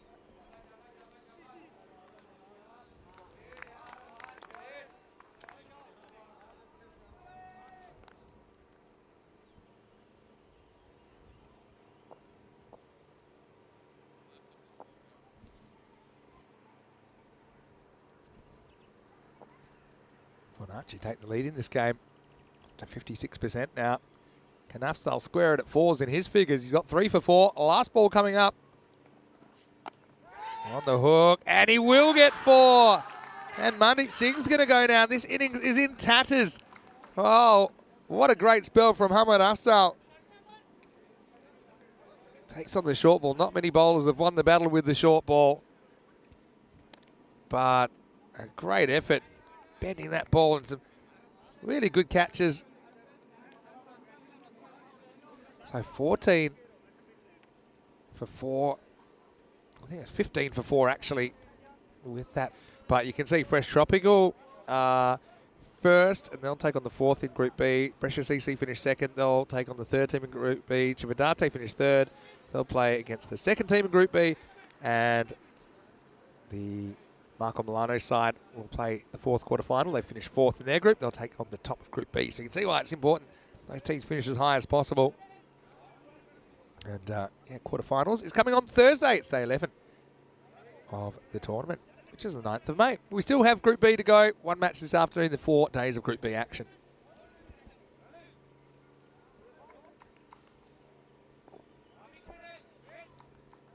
There's a new batter in. There's going to be Gill, but he won't be facing because it was the end of the over. Little touch around the corner. That's going to fly for 4. So Aziz, he's getting the ball to move around.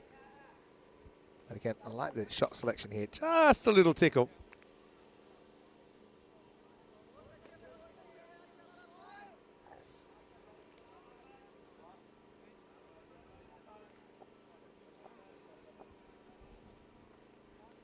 Catching's been pretty good, hasn't it?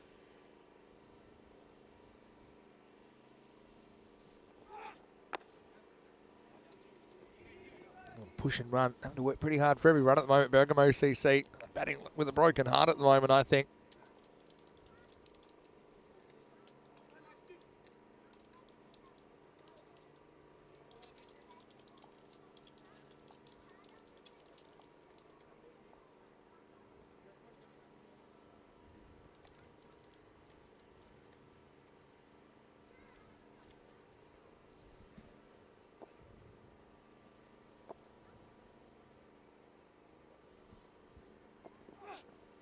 Loses this one. Keeper gets a finger on it.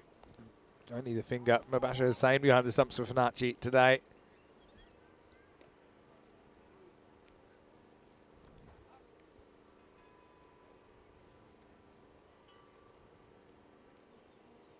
So Gill, he's still kind of lurking. He's been up top of the order, done some good things, but just has missed out a few times.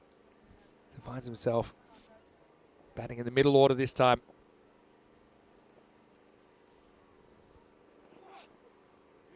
Yeah, Guy gets a little bit of an off-speed delivery from Aziz. Doesn't want to flash at it.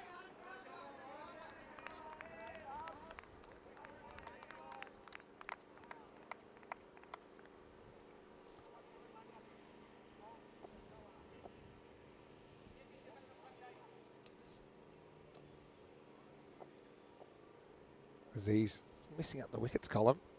We're hoping he could grab one. He almost does here. This goes past the outside edge.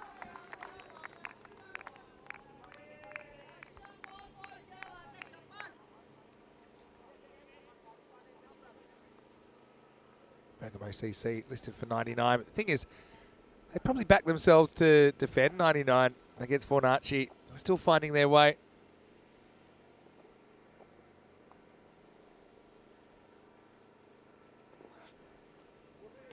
This one goes a bit too wide of the mark.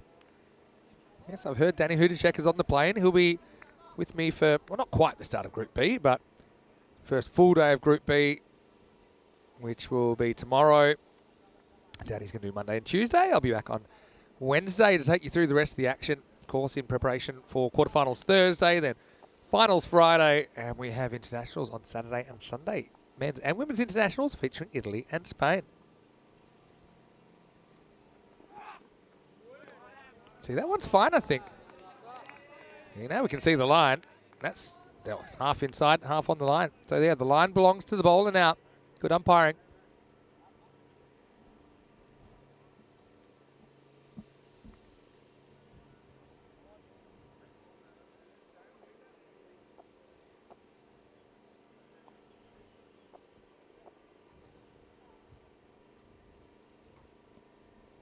See if Santok can get going here.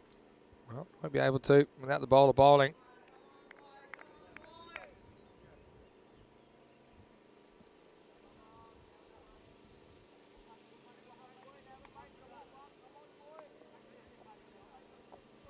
Aziz, like I said, probably deserves a wicket. I think he's bowled pretty well. All four have been taken by Ahmad. But this is up in the air, and this could be one if it carries. It's another great catch. Oh, it's 5 out of 5, and this time, Susanto Fernando, a bit more of a regulation one, this one. Had a bit of work to do. The other one was like an asteroid falling towards planet Earth. This one came in, was able to track it. And Bergamo CC are a little bit directionless at the moment, aren't they? Almost like the steering column has snapped off. And at the end of 4 overs, it's 23 for 5. And Wahab Aziz does get his wicket in the end. Ends up with figures of 1 for 18. You can actually track Fornacci's improvement throughout this series. And Bergamo CC, I think this is also a bit situational. They would have been sure that they would have come into this game with a chance of reaching the quarterfinals, but somehow they haven't. Last 24 hours, it's just gone against them. And made their own bet as well against Fresh Tropical. It was really only Dara Shiko stood up with the bat this morning. Even he was lucky to even get off the mark.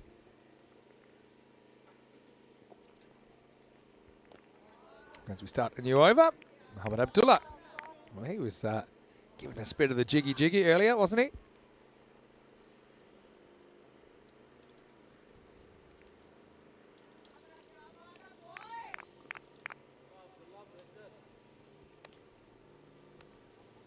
Abdullah having a pretty good game so far. Gets that one through.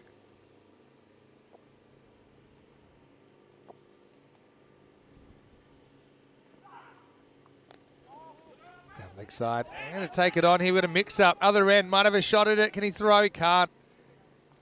I need to go back to the bowler first of all. Oh, Dave said, thanks to the moderators for having suggested the wide lines be painted white. Well, I get that you said that. And I do want to thank the moderators.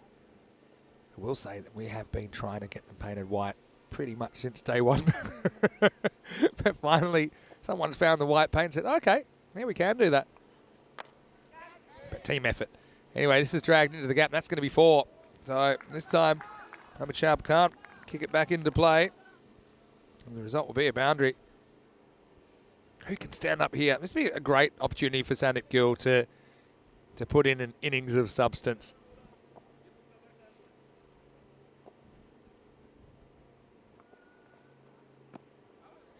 Cramps in for room. Again, a bit of hesitation about whether they're going, where they're not going. Well, that would have been out if it had hit. Now they're going to take an overthrow. Keeper might be on. Seyer just says no, that's fine. Can concede it. I mean, look, if Fornacci can keep the pressure on, they're kind of looking 6th, 7th wicket, and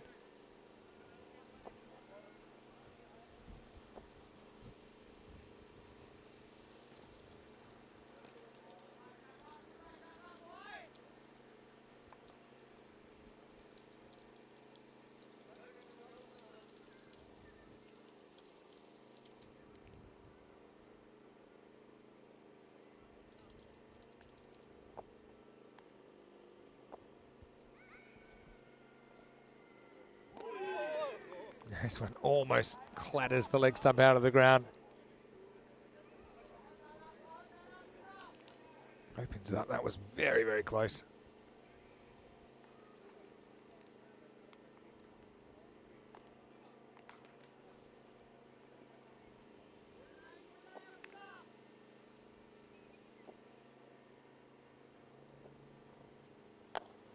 Hit straight and hit nicely. Oh, that's taken an interesting deflection. Maximo. Crossbar challenge complete. Oh, the thumbs up tells us that no one is permanently disabled by that. That's probably a good thing. Let's have a look. Oh, just to the... I know that hit that side of the tower because it came towards me in the cube. There we go. It's a good-looking thumb as well, isn't it?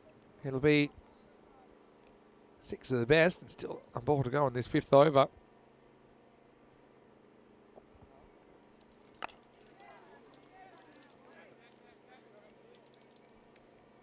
And 1 run will take us to the end of 5. And halfway point of this innings, Bergamo CC, they have lost 5. They're 39 for 5 after 5.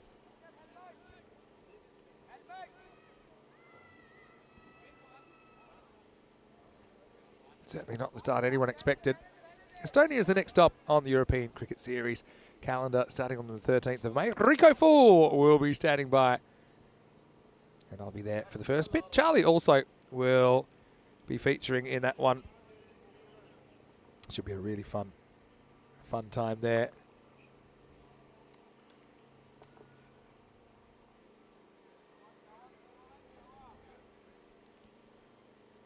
Wakas CR is ready to bowl over number 6.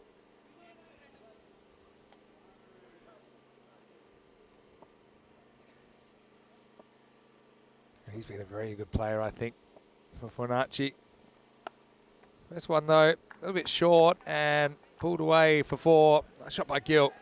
He's been the only real shining light so far, hasn't he? CR, interesting. He's going kind of seam up, trying to push it through. Maybe seen that that's what's been effective so far.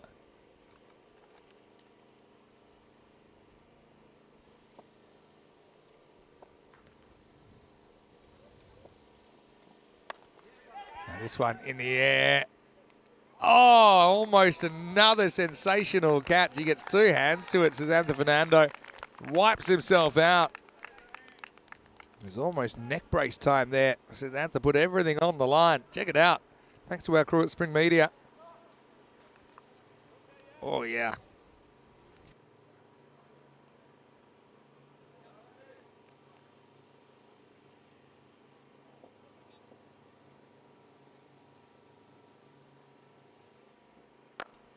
Anyway, next ball is lifted up and just short.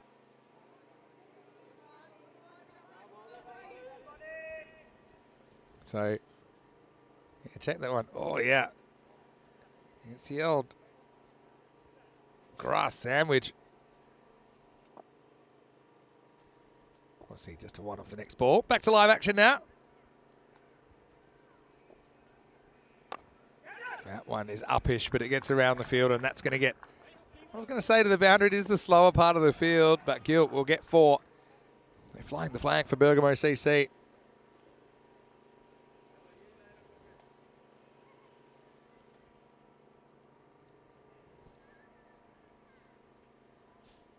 CR kind of risen to prominence, hasn't he? This Fornacci side. Fraction short though, and that is going to be punished. Maximo brings up the 50 as well for Bergamo CC.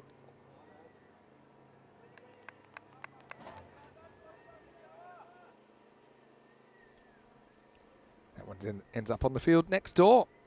Let's get 3 fields side by side here.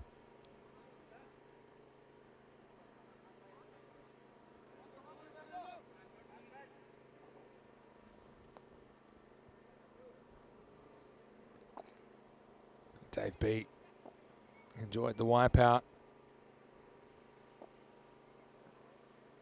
Bit of extra bounce this time maybe from CR as he'll finish the over with a dot. And at the end of 6, Bergamo CC are 55 for 5. It's always tough. Obviously started their day full of promise. They seemed kind of just out of the mix, but yeah, bad loss, a 0-point loss in the first game meant that they're 5 points behind.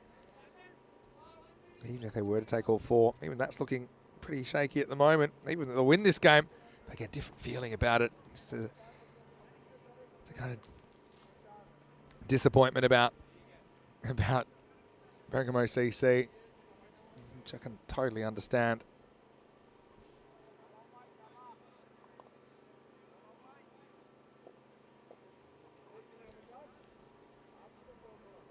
So Sajad, he's back into the side. He's going to bowl over number 7. First one's pitched up and it's hit back towards the line. Just gets over the fielder. Maximo. As Hardeep will get his first boundary. He gets it just over the top of the fielder.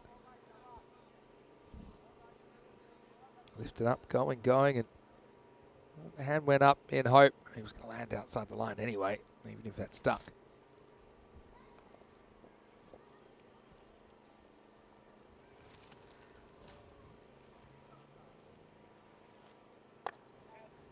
This is dragged towards long on, and that'll just be a single. Croom's asking about the other pitches being used. I think it's still a little bit early to have them all used. But, we'll stay tuned and keep you up to date as far as that goes.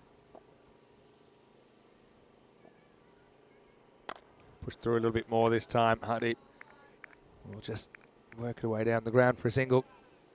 Hello to Viking Bay, who I think's watching from Germany. Saying finally sitting down to watch some cricket, having spent the morning buying carpets and a garage door. Okay.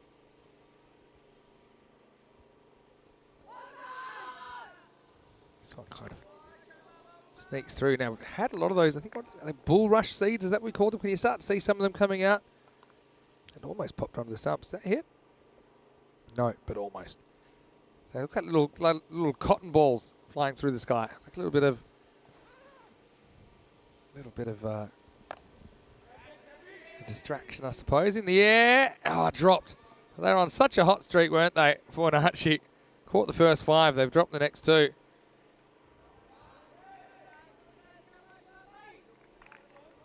I won't say it was regulation, but it wasn't far off for Sharp. I've seen him do it with the feet so far, but could do it with the hands. Back to live action. This is going to be hit down the ground just for 1. So that means that Gill retained the strike. He moves to 28, and at the end of 7 overs, it is 65 for 5.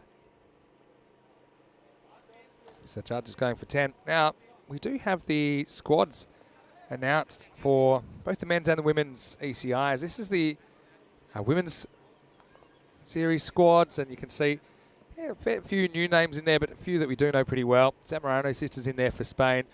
Naomi Hilma Bermejo, I think, is the key to their batting, and even her bowling's pretty useful. Andrea Davidson-Soler, she's a little bit disappointing, I think, compared to what she's capable of in the last game. Last time we saw them, and hey, they did play in Czechia. And let me tell you something about the Spanish women's side. They have played 2 golden balls, and I'm trying to work out how many games they played in the network. Not many, about kind of 15 to 20. So that's pretty good strike rate. They've won 2 out of 2 golden balls. Italy, a side that we saw doing some pretty good things. Italy beat the England 11 last year, by the way, in the ECCW, the only team to do so. England 11 ultimately would beat the champions. So join us for the ECRW when it starts next Saturday. It's a week today. Let's get back to the live action here. It's going to start with a slightly awkward one. Well, it's hard to get up and chase it over the boundary when you may have your kneecap dislocated, and does everything right there, to be honest. Gets his body behind it.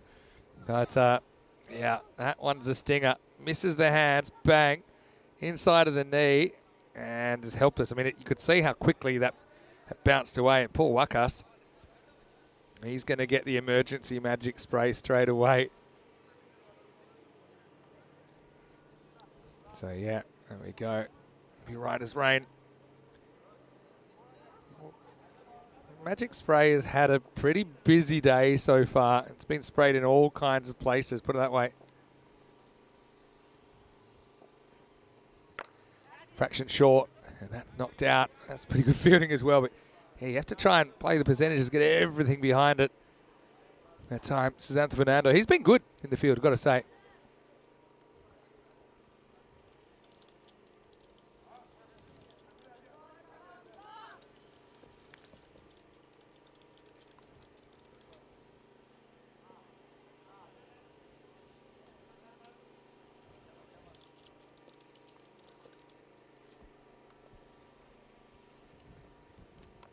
Well, this one, can he get there in the air and caught?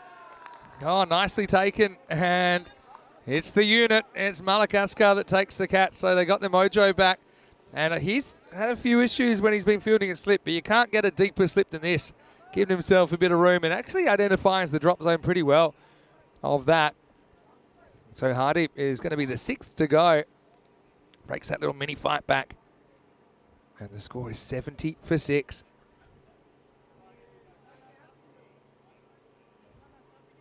Credit to Fornacci. They've created a few chances. John Gray saying, great to see Regina for Italy. Yeah, for sure. Yeah, who knows? Maybe we can get her into commentary for a little bit. Remember, she was fantastic when we got her on during their first ever ECIW. It was in Gibraltar last year.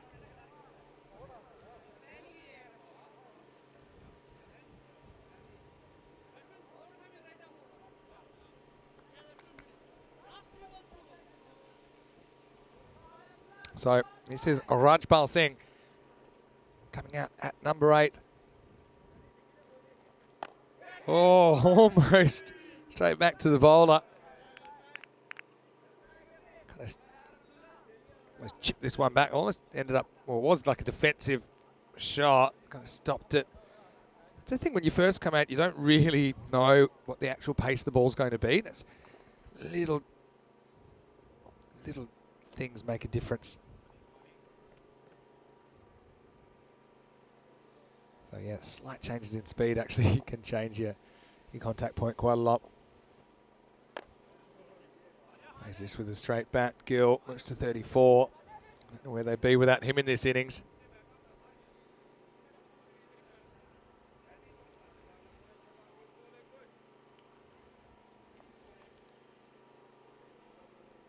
Croom's talking about a ground in, where was it? In Southend.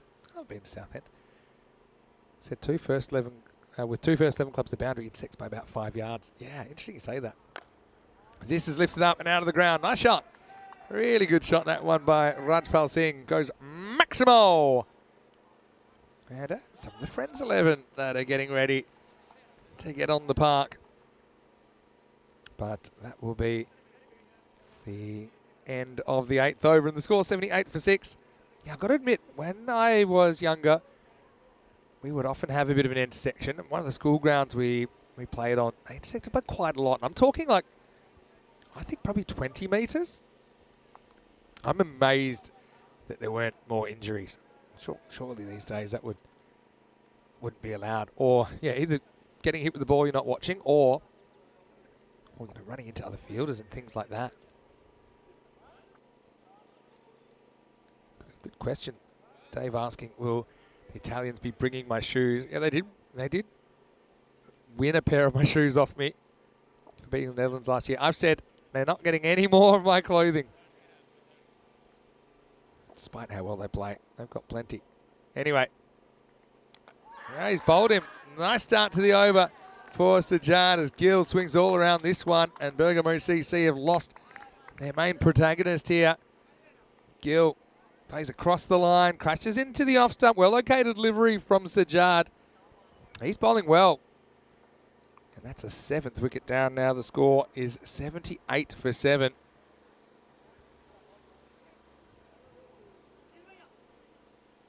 Gill with a bright innings of 34. But this has been the issue, I suppose, for Bergamo CC. Their last couple of games, they haven't had 2 or more batters being able to make meaningful contributions.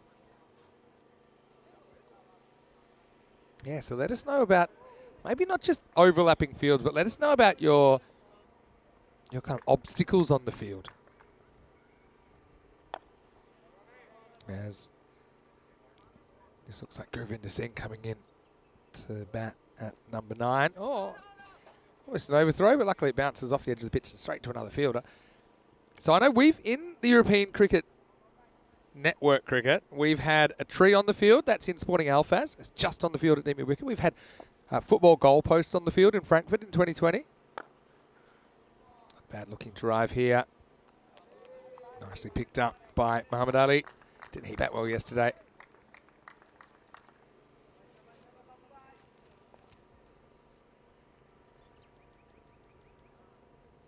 Oh, that's pretty well bowled. Sneaks past the batter and the keeper. That'll be a bye, I think.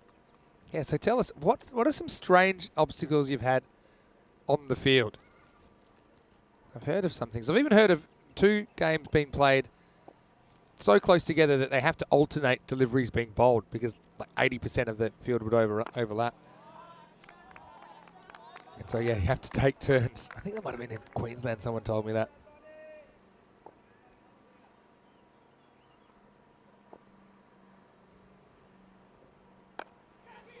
In the air, and this one should just be a single. So Raj will stay on strike, and at the end of 9 overs, it's 82 for 7. I'm trying to think of other obstacles we've had on the field. I did play a game in Barcelona. It was a bit of more of a pickup game, kind of social game, but one of the wickets was kind of your wickets on a base. The other wicket was a concrete block that wasn't very high, so I actually took a run out when I threw the ball into this concrete block from around probably square leg. So that's the first for me.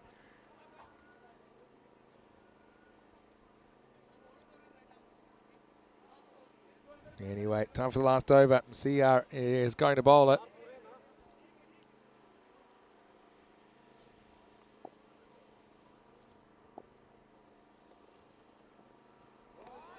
Big swing and a miss. First up. So Bergamo CC, again, I don't think this is indicative of the amount of talent that's in their team.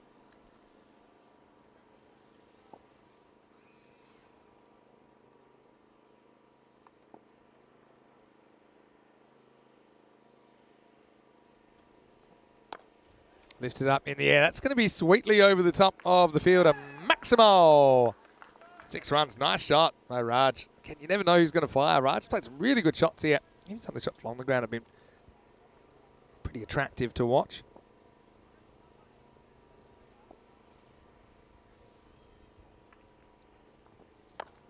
Now, this one not going too far, but it's probably a good thing. It won't carry down to the field or just a single.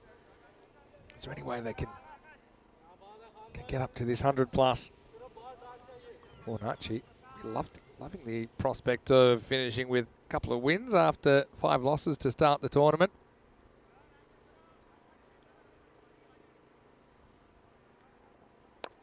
All right, someone should catch this. Keeper wants it, stuck under it, and takes it. Good keeping from Mubashir Hussain.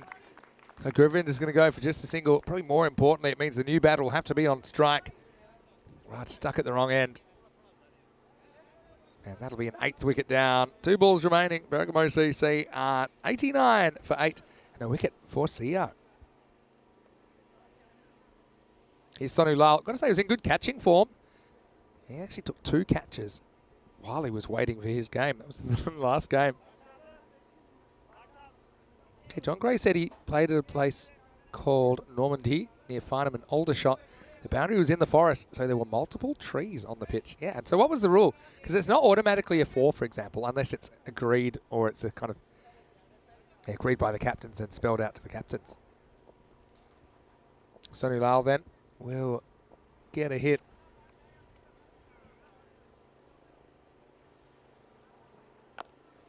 That's not a bad shot. That's going to go for 4. Yeah, just pitches inside. So it just gets a little bit too straight to Sonu Lal. Nice shot, though. Still had to make good contact. So they find themselves 93. The Maximo, they can set the 100 at least for Fornacci. And like I said, if they got 99, like I said earlier in the innings, they'd probably back themselves to be able to defend it. Won't be 6. Should just be 1, although you might as well try for a second here. Slight fumble. May allow it. And now they're going to go for 3. And, well, I thought that might have hit the the stumps. Well, what's going on here? That's pretty chaos. I don't even know how that bowler's stumps went down. Did this hit the stumps on the second run? Okay, what's happened here? Does this hit the stumps? Yeah. Is he in or not? No, he's out. He's just out. So I guess that will be, I'm going to say 1 and run out, 2 and run out. I'm all over the place. But it will be out. we'll get the exact count in a moment. It's well, I'm still tallying up the runs, but what I can tell you is it was a brilliant start for Fornacci, wasn't it? And Xanthi Fernando was doing some good things early. It was a great catch. And to get Chico without scoring, that's a huge boost. And they got Baljit Singh without scoring either. So that's it. An incredible start. And really it was the catching for Fornacci. I know that's probably not the textbook anywhere, but they just found a way to hold on to them. That's another one. And I like a little bit of the dance monkey as well. It was 4 for 4. It was an incredible effort from Hamad Afzal. 4 for 4, including a maiden. And they weren't finished yet. They kind of go off the ball with the catching in the middle period. But Bergamo CC, a team that we love to see, but just hasn't gone their way in the last part of this group. It was a proper wipeout job, wasn't it? Dirt sandwich for Xanthi, but I love the efforts.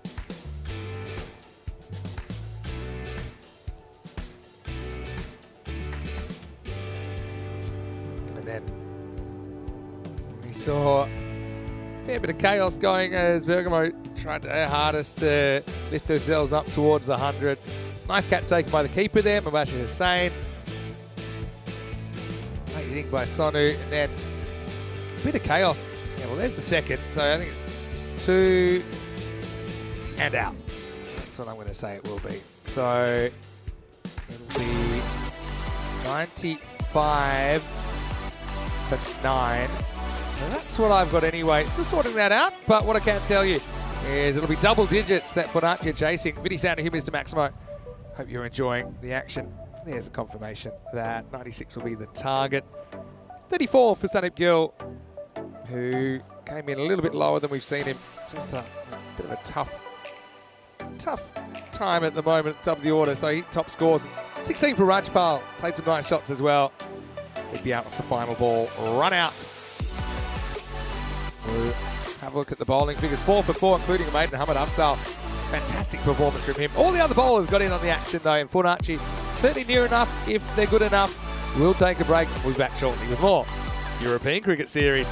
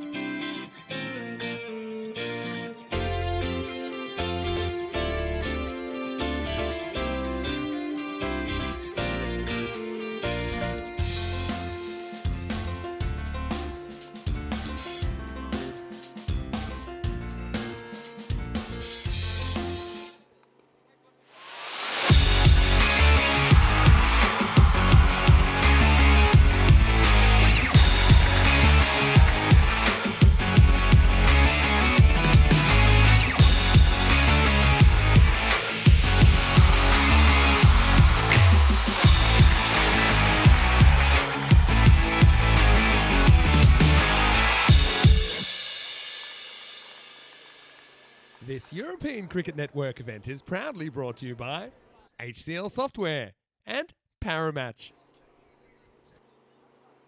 Hello and welcome back. Time for the final innings of match number 28. And this is, of course, the final innings of Group A. How about top four kind of locked in order? 95 put on the board by Bergamo CC. A bit underwhelming, but certainly very defendable, I think, when you look at some of the air options they've got at their disposal. Budget has been very good opening it up, and I suppose that points for pride more than anything, but what an actually real opportunity for them to finish their tournament with 2 wins, which I think would be a great effort from where they were.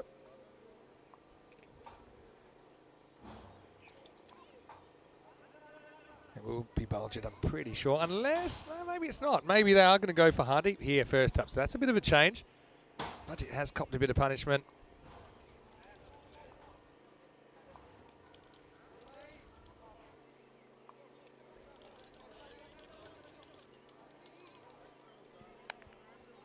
almost ready to go.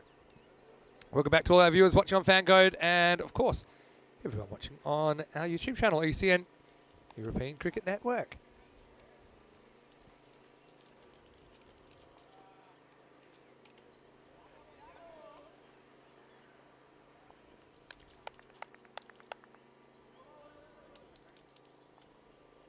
There is Hardy. So he's ready to go. I just got an interesting feeling that Bergamo CC, they're not happy with how they batted. They've got 10 overs to kind of prove themselves.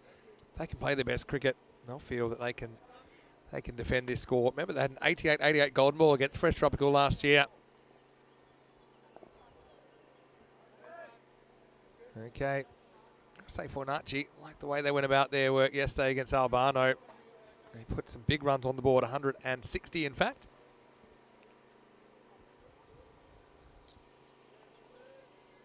Waiting for the clock to tick over. I think we should be good to go now.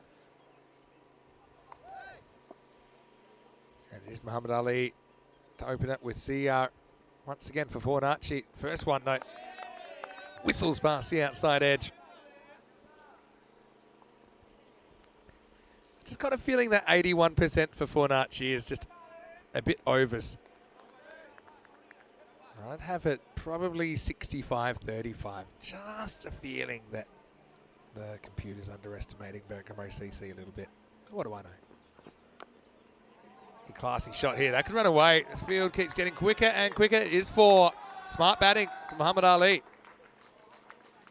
4 carreras. And we're away.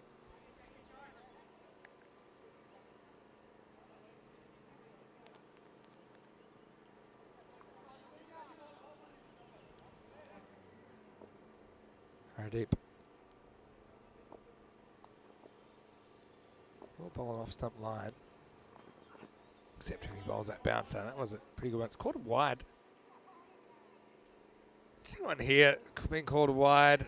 Normally if it's a wide, you don't see them having to really duck too much. Maybe that was kind of 50-50.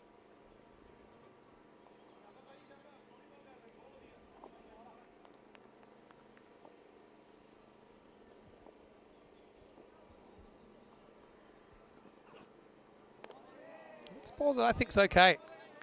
Probably looks wider than it is because the batter kind of backs away a bit. But look, yeah, that's not completely outside the line. No way. That's the interpretation we're going with as of last 3 weeks or so. Gives a bit more leeway to the bowlers. Umpires have kind of slowly been adjusting.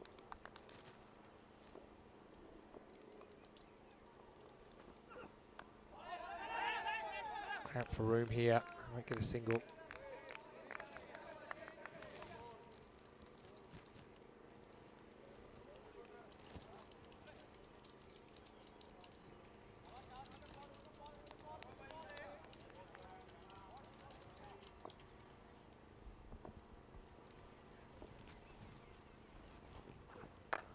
Up and over the top. That's going to be 6. Well, boom, boom, says Muhammad Ali. Maximo. And let's do one of those to stay on target for Fornacci. Always better if you can finish your tournament with a win. Basically, this is their final.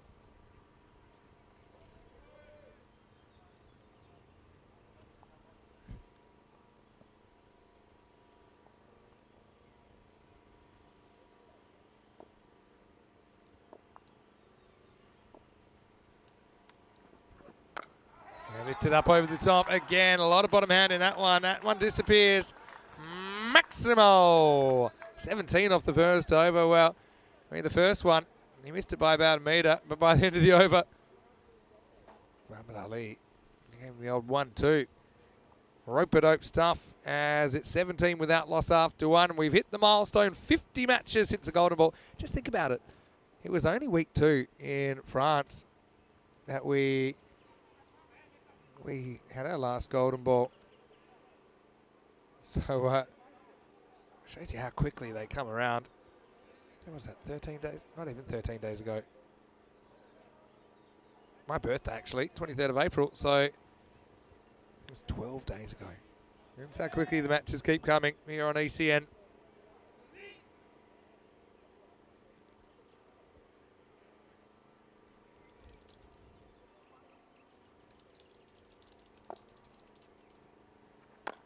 Baljet bowls over number 2.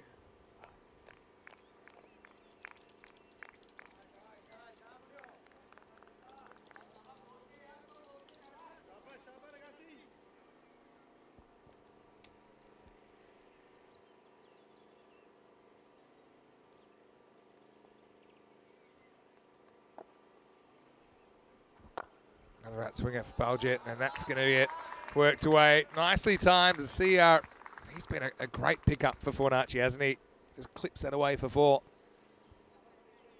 Didn't want to miss it because it was pretty adjacent, but does well.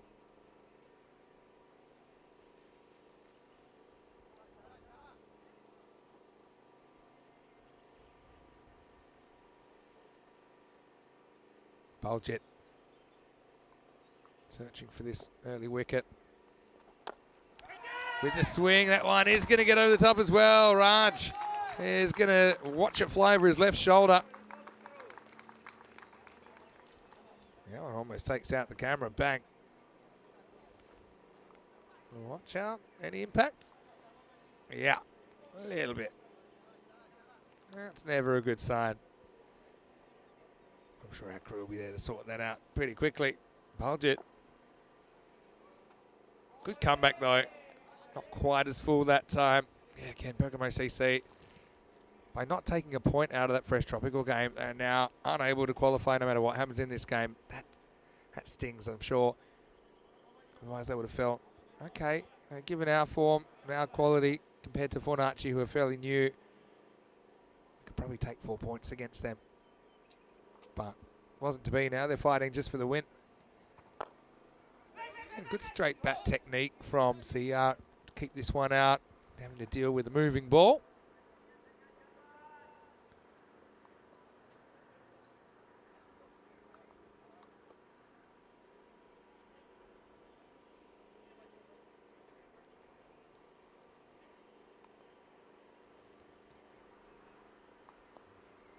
Baljet.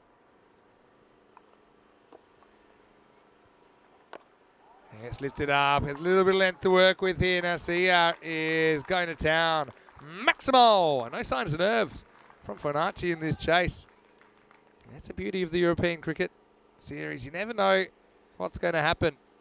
24 hours ago, you would have said Bergamo CC going to pulverise Fornacci, but right now it's a bit the other way around. That will take us to the end of the over. So it'll be 33 without loss after 2. Fornacci, the way they're going, they could potentially be eyeing off a 4-point win. That'll be the ultimate insult. Bergamo CC, who normally they're around the mark. They always find a way to get knocked out of tournaments. Will be the unlucky side, but started with an easy win over Albano, a 4-pointer, and then they'll be kicking themselves 164 to 129 against Marco Milano. Only taking 3 points, not quite doing enough to get all 4. In the air, I feel like someone should reach this. It'll be a really awkward catch though.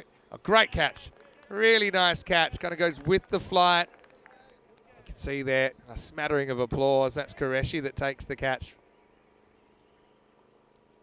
Just whenever you have to turn and go with the flight a little bit makes it pretty awkward, but he held on to that one well. So pretty useful blow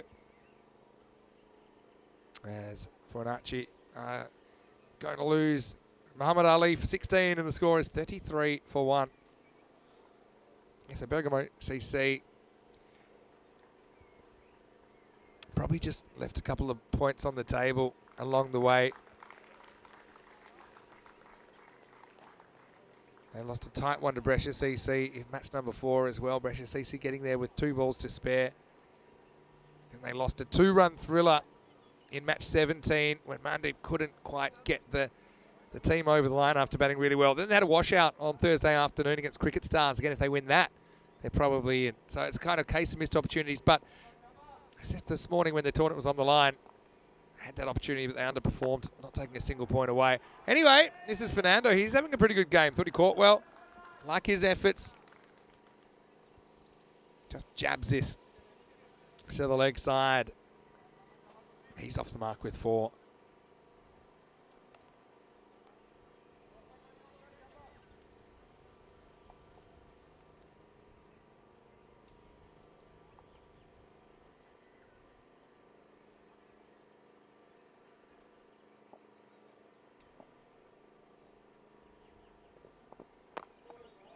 good areas. Scurry bowling over number 3. Already has a wicket to his name. Fornacci, I mean, look at their series. They didn't take a point out of any of their first 3 matches.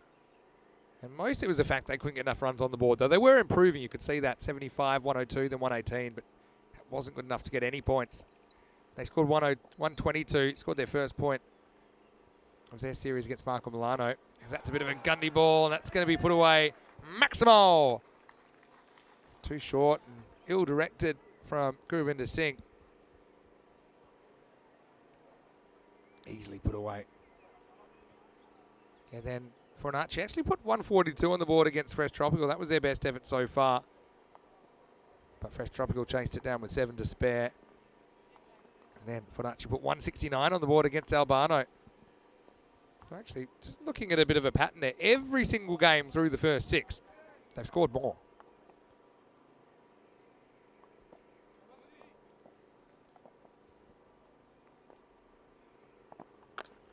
This one's more on the offside, but it's going to be cut away viciously by Fernando, who gets 4 more.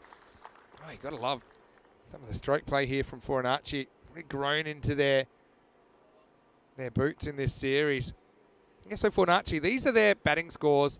Each one of them's worth 10 overs in this series. 75, 102, 118, 122, 142, 169. I can tell you that run's going to come to an end in this game because they're only chasing 96 for victory, but just shows you they've been gaining in confidence every time. Last chance in the over for Gurv the Swerve, as John Gray calls him. And he will get a swing and a miss, but that's all she wrote. And at the end of 3 overs, Fornacci well on top in this game, 45 for 1. Again, Bergamo CC, I said at the start of the innings, I still think they've kind of got the quality to defend this, but it's a bit of an intangible, but just the mood, the vibe there, since they've been knocked out of the running, you can see it's a little bit quiet. And that power play hasn't helped their plight either, with Fornacci putting 45 on the board.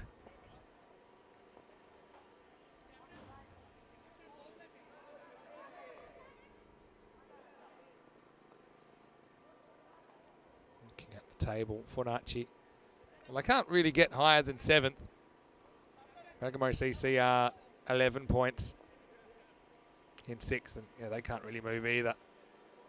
Unless they were to win this. If they were to win this, they could potentially get up to 5th place. It's Daljit. I like this move to bring him on in the 4th. Let's see if he can buy a wicket here. See ya. He isn't going to get out to that. That's short. It's outside the leg stump, and it's put miles over the boundary. Maximo!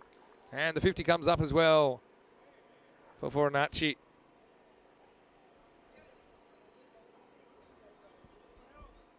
Govinda's got a few fans in the chat. Maybe we'll come back for his 2nd over straight away. Time will tell. But Daljit drags that first one down, doesn't he? And on this pitch, on this surface, you're not going to have a good time if you're a leggy and you drop it short.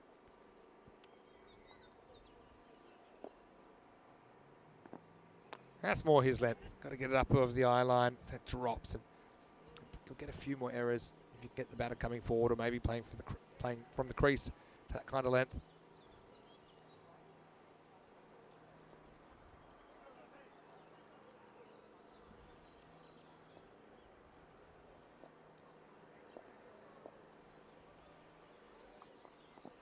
So when he pushes through, he's actually bowled that one pretty well today. Just provides a little bit of keeping the batter honest. So not everything's going to be tossed up.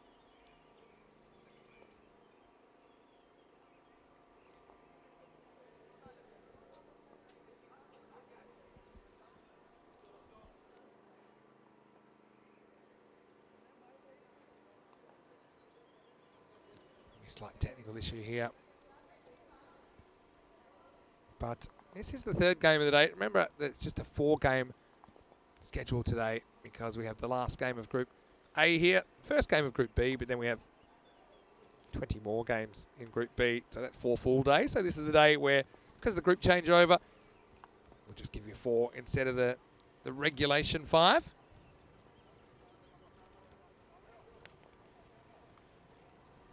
Bergamo CC, I think I mentioned earlier in the day they were playing Fresh Tropical. They played in the Golden Ball last year. So now that we've reached 50 games without a Golden Ball, why don't we play a little bit of Golden Ball roulette? Okay.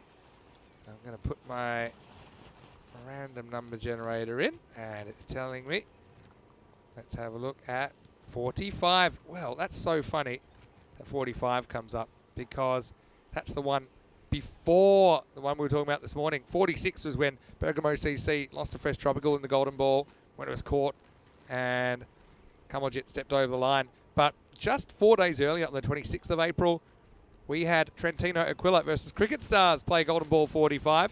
And this was on the back of 2 of the most epic collapses you'd ever hope to see. Trentino Aquila lost 8 for 13. They were 75 for 2. They were all out 88. That's the first innings. Second innings, Cricket Stars were 71 for 2 and cruising. They were all out for 88 as well. They lost 8 for 17. So all 20 wickets were lost in this game. And of course, with all 10 batters being out, or all 10 wickets being out, there's only one not out batter to face the Golden Ball. Couldn't get it out of the infield. So it was Trentino Aquila. Amazing. So just think about that. They've made 88 after being 75 for 2, but they've collapsed. They're all out 88. And the other team's 71 for 2, cruising. You get them to collapse, and they're all out 88. That was an insane Golden Ball. And it was the only time that we've had 20 wickets in a match that's led to a Golden Ball.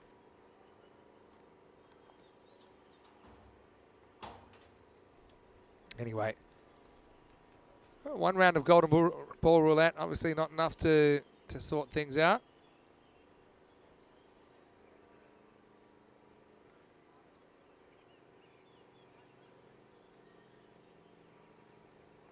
So if one round's not enough, let's roll the dice again. Golden Ball 22. Okay, this is going to be a fun little era. I'm going to say it's probably around the end of 2021. Golden Ball 22, 2nd of September 2021, Liège versus Qui Vive. Yeah, that's a good one. That's obscure. Liège actually a Belgian team. They were actually the first club from a different country to play in an ECS. So as in not in the host country. Liège from Belgium. We also saw them playing in the Belgian ECS in 2022. But yeah, that was when I was there with Corey Ruckers on the 2nd of September 2021 at the Capella Ground, just outside Rotterdam in the Netherlands.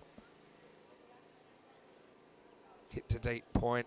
They got one, but it was a fairly easy run out back to the keeper. High standard of fielding there in the Netherlands as well, as you'd expect. Qui Vive couldn't quite get their first win. In fact, they would go winless through that preliminary stage.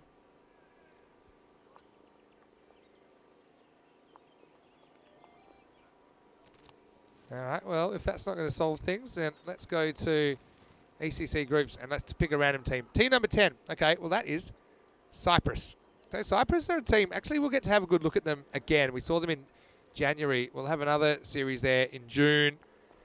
And one thing about Cyprus, they do seem to struggle to make the transition up a level. And I think the way they prepare for that, I know they've got some new ground, some new things happening in Cyprus at the moment. They will, I think, have some refreshed enthusiasm, especially with that new format, the second division being the Challenger division, that they can actually make an impact. Their goal would be to qualify out of Group 2 as one of the top 2 teams and then challenge for the trophy. I'm sure about that, and challenge for promotion. And, you know, a lot of cricket gets played in Cyprus. And I'm sure they're keen to do as well as possible. So, also with this delay, feel free to throw a few random questions in. I know that we've got Group B starting. In fact, I think we've just seen the teams come in for match number 29. So, yeah, 2 teams that are new to the competition, obviously. And, yeah, here we go, Friends 11. So, here's the thing.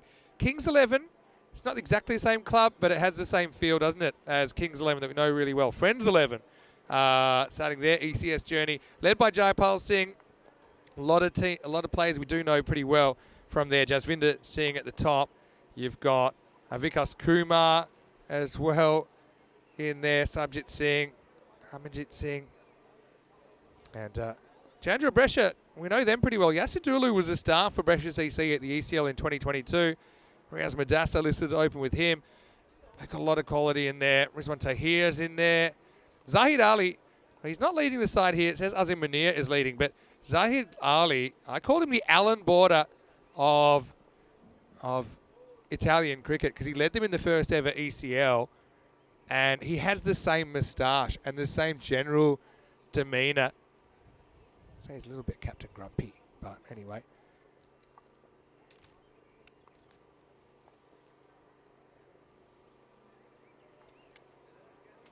I do think I'd be surprised if Zahid Ali wasn't leading the side.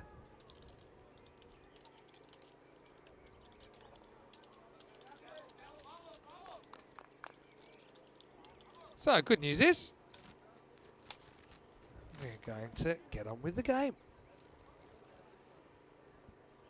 Terry, sounds like he's back from karaoke. That's his Saturday night go-to, isn't it?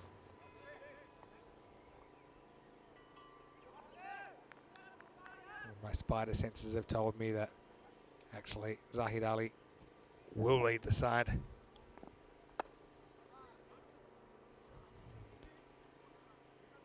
Daljit will get to continue his over.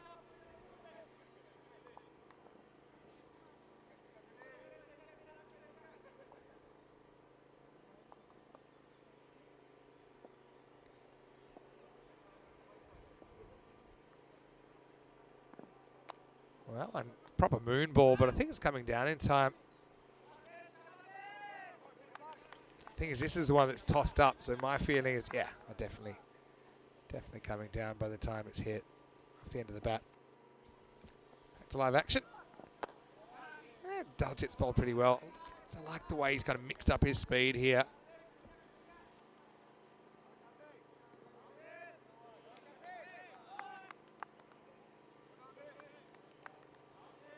Jaipal of Friends 11. As we get to the end of the fourth over here, it's 54 for 1.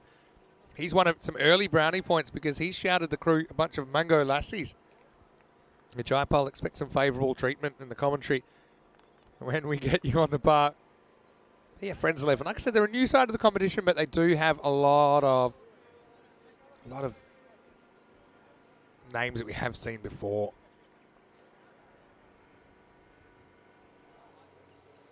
So, bonus point. Is it on here? Maybe. 41 or 3 overs to do that. Qureshi gets a bowl, gets the first one pretty well on that tram line, which is fine. Good start to him. It was just a slight connectivity issue at the ground, I think, that caused that delay, so apologies for that. It's also pretty good. He's going to hit that tram line. It's probably a good spot to get. Now, the thing is, you pretty much know the next one's going to be there. So I wonder if you're batting, do you anticipate it? Do you sneak across? I would. He does a little bit. Just thumps it back past the bowler.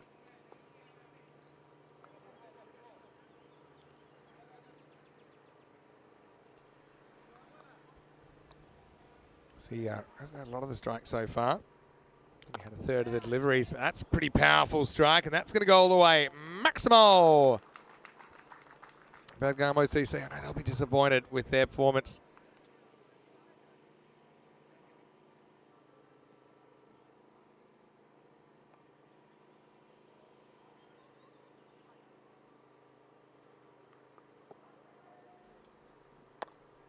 In the air, that's just away from point. Long chase for Raj. He will get there, well done. He'll come back for 2.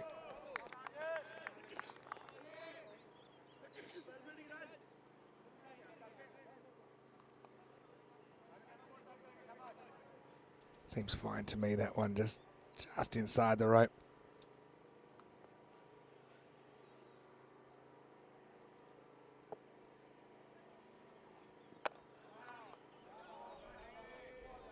See, plays this one back.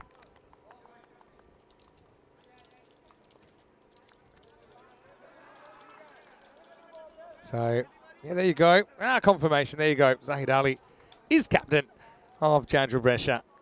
And, yeah, got a soft spot for him because, like I said, he captained Chandra Brescia in the first ever ECL. Two pretty well-known sides there coming your way. But, yeah, Dulu at the top. He is a guy. He put some very good bowling attacks to the sword. He's a great pickup for Chandra Brescia. That match is coming up, starting in around about 40 minutes' time. Anyway, back to the action here. And here's Daljit. Lifted up and straight to the fielder. That's going to be gone. And Fernando's going to have to go, as this is hit out towards deep backward and nicely taken. So, yeah, clean catch will cause the second wicket. So Fernando, he's done some good things today.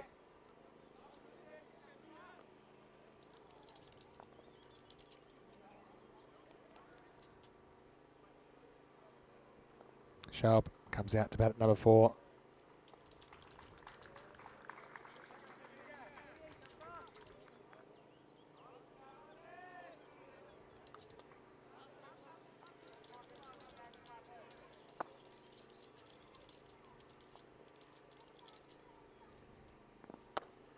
That's a quick one from Daljit. He does have something to show for his efforts.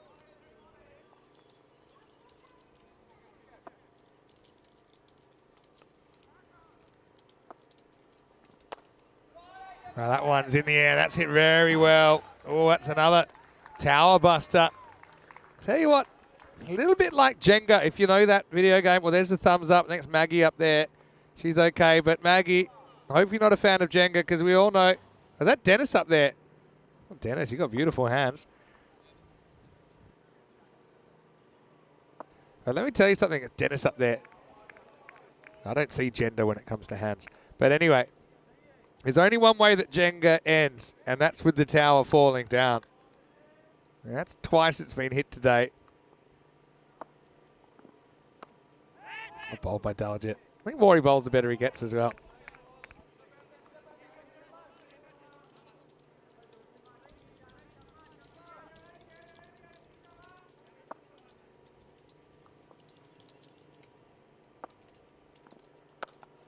A little bit short. That one is sent out of here. Maximo. 6 of the best for Fernacci. Going to finish the over at 76 for 2. What a magical over here. They could actually take all the points out of this game.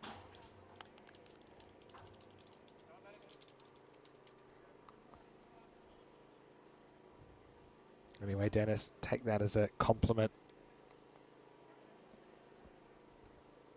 But, I think your hands look fantastic. Anyway, Terry, let us know what you did at karaoke tonight. He loves his Saturday night karaoke.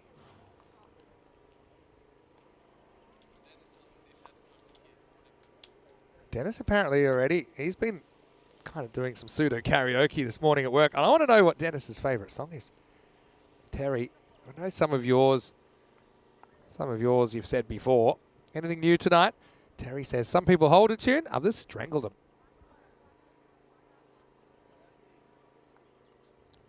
Fornacci. 76 for 2. Looks like Darashiko might be bowling the next over. So that, as long as he doesn't go magical, they should be able to save a point.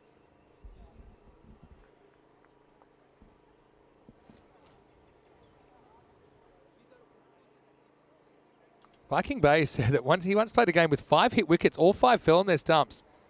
He said there'd been a lot of refreshments before the game has started. Well, I heard that a team in Spain actually had 4 hit wickets in one innings. And the funny thing is that their team, and I actually saw them on ECN once. This wasn't an ECN match, so there was nothing suspicious or anything like that. And they're called intellectuals. But how about that? Just talking of a match where an innings where there were 5 hit wickets, but before you think there's some sort of inquiry required, it was just a social game where perhaps they'd imbibed a few too many refreshments and swung themselves off their feet. Now that's some cricket I'd pay to watch. 5 hit wickets. If there was a keeper up to the stumps, I'd be in a little bit of trouble. are we here? Hey, let's have another round of golden ball roulette. All right, let's see what I've got this time. Spinner up. Number 27. Oh, this is a good one. It was our first ever ECL golden ball. 10th of February 22. Star CC of Luxembourg versus Helsinki Titans. And Star CC hadn't won a game. That meant they had to play the 5 versus 6 eliminator to stay in the competition. And Jatin Madan, he was incredibly good in the last couple of overs and ended up bowling the golden ball, forcing a tie. The golden butt was playing for Helsinki Titans, who also played for Talon Stallions. He hit a big 100. In fact, that Stallions innings in the last ECL saw 221 without loss and almost seeing 2 century makers because Ghulam Abbas and Faris Abbas batted the 10 overs. And Faris Abbas was on 96, had 3 chances to bring up the ton, missed them all. They also missed the record of 222 in the ECL set by the VOC team.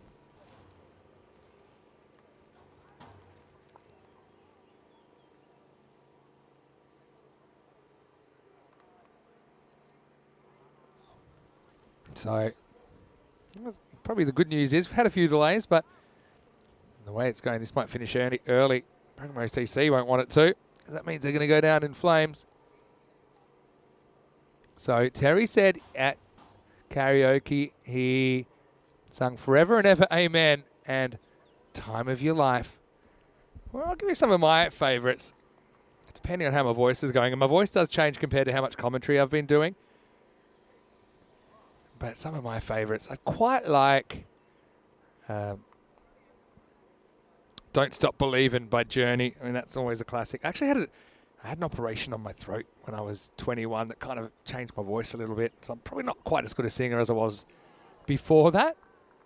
But that's a good one. I also like Mustang Sally. I think that's a pretty easy one to get everyone going. And if I'm feeling really kind of adventurous, then probably trying something like Don't Stop Me Now by Queen, or maybe even Bohemian Rhapsody. That's pretty challenging.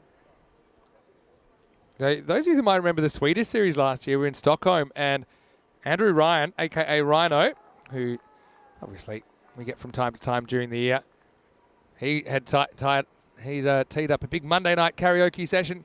We were all ready for it. We asked how many people will be there, and they said between 2 and 50.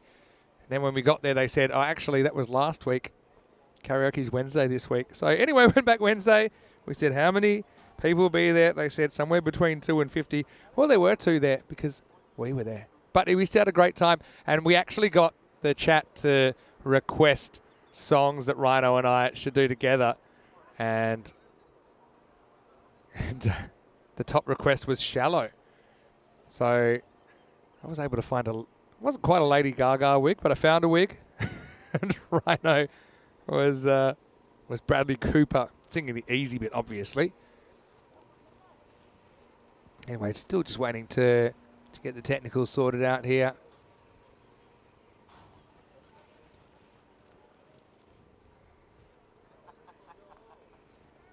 Looks like we're getting moving slowly. Now, also, we're on plane watch here because Danny Hudacek, he's meant to be arriving at Bergamo Airport in 7 minutes. And he'll be joining me for day 7 tomorrow. Before Danny will take you through days 8 and 9, the Group B action.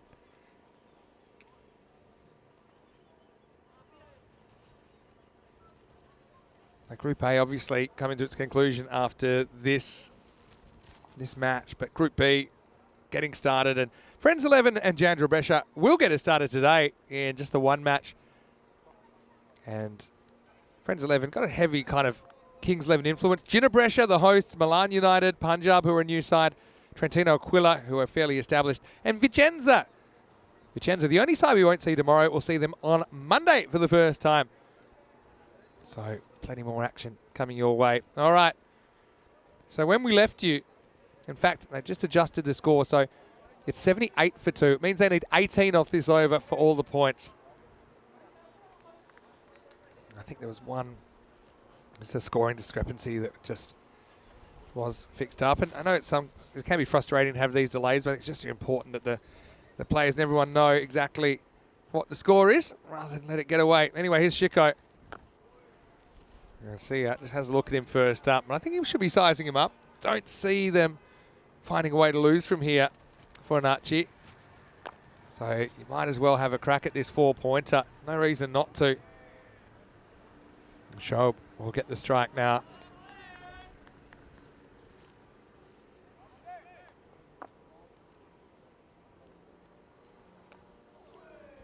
Little edge, and I don't think it's going for 4. Yeah, we'll get 2. So that makes it 15 off 3. So they're going to have to do something pretty special from here.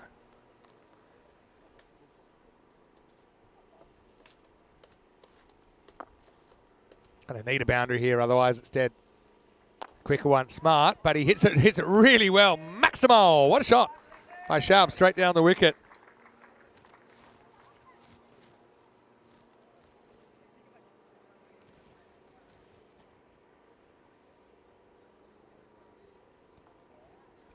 Nine off 2 then.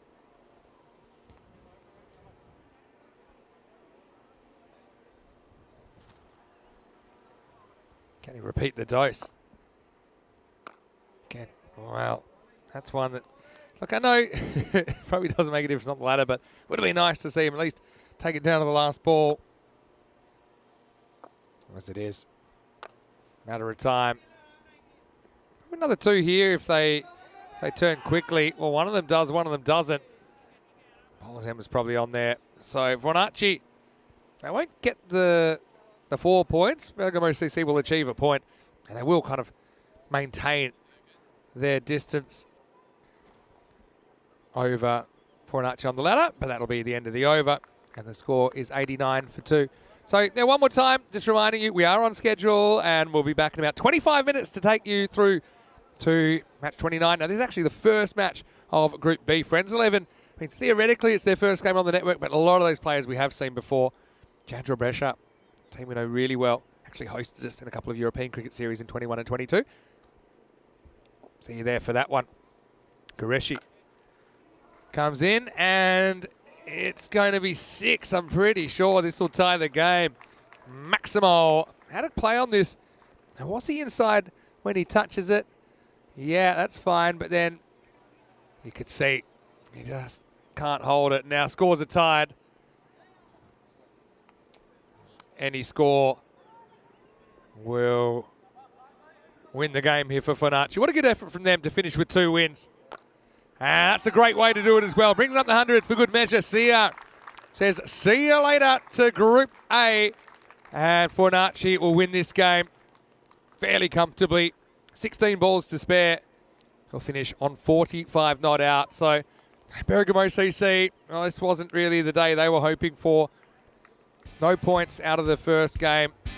Had to say goodbye to their quarterfinal aspirations. Just the 1 point here. Match number 29 isn't too far away. In 25 minutes, we're playing. And Friends 11 winning the toss, bowling first. So we'll get to have a look probably at Dulu opening up for Brescia. Let's have a look at the highlights of Muhammad Ali. Well, he came out of the corner swinging, didn't he? As he was very destructive early on, and they just found a good opening combination in the end, didn't they? Fornacci, no credit to them. Every single game, you could sense some improvement. It's a good lesson. Really good lesson to the teams out there. Learning along the way. Good mix of experience and younger players in their lineup as well. This was one towards the end. Couldn't quite keep it in the field of play. And a very stylish way to head out of Group A. And Bergamo CC, well, they will hold on to 5th spot. But they'll be pretty disappointed, I think. 6th spot, sorry, it'll be in the end, just above Fornacci in 7th. Muhammad Ali was 16 early, but Sia was the star of the innings, 45 off 16. I think he made such a big difference to the Fornacci side when he was able to get on the park. Xantha Fernando had a pretty good game there, 17 off 12. We'll take a break then, and we'll be back in around about 20 minutes to take you into match number 29 as Group B will get swinging. 8 teams arrive in Group A, only 4 survive. 7 teams in Group B. We'll have to see 3 fall by the wayside. We'll be back with a new group when we return for more Day 6 action here, live from the north of Italy. We're in Brescia and you're watching the European Cricket Series.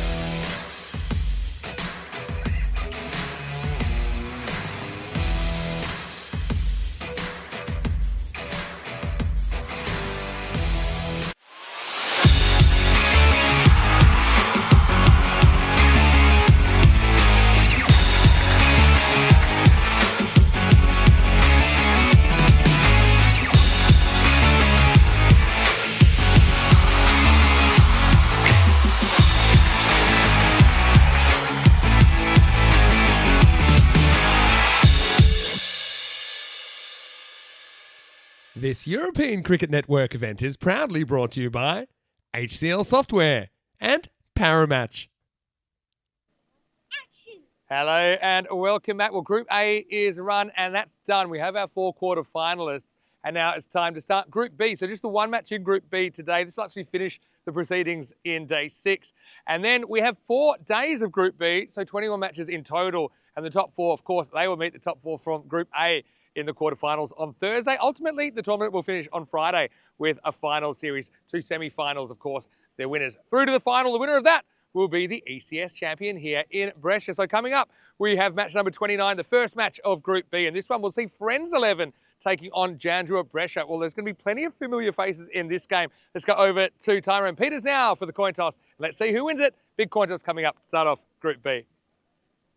Jandrua Brescia to call. Head. Head is the call.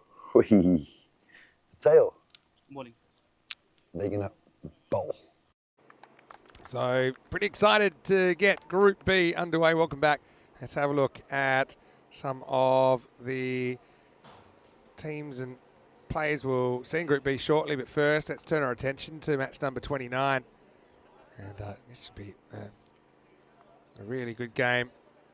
Hopefully you've enjoyed the action so far. And we're only just getting started. Any sound here, Mr. Maximo for ECN, getting ready for things to get underway. Obviously, we've got 7 teams here, so not quite as many games. You have 21 games here in Group B.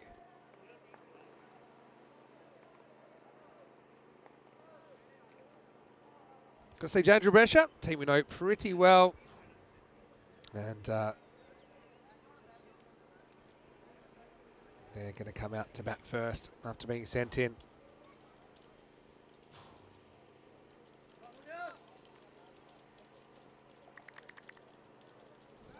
Kings 11, not part of the landscape now, but we do have Friends 11 on the park.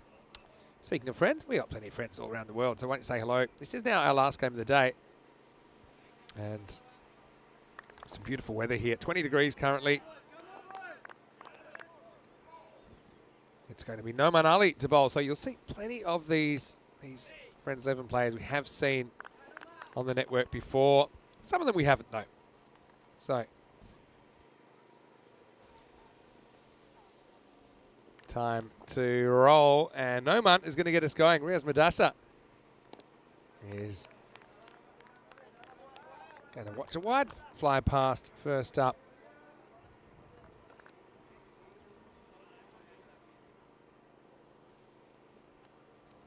Here's the last game of the day. Random questions are open.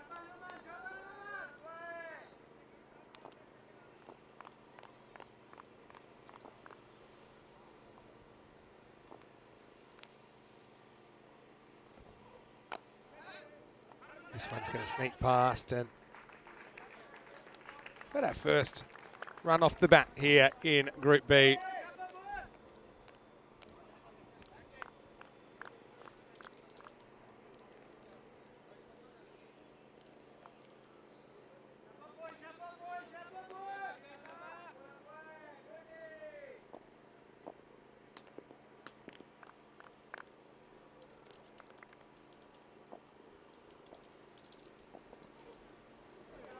So Yasidulu, he's a guy that we saw doing some amazing things for Brescia CC, funnily enough, at the ECL in 2022.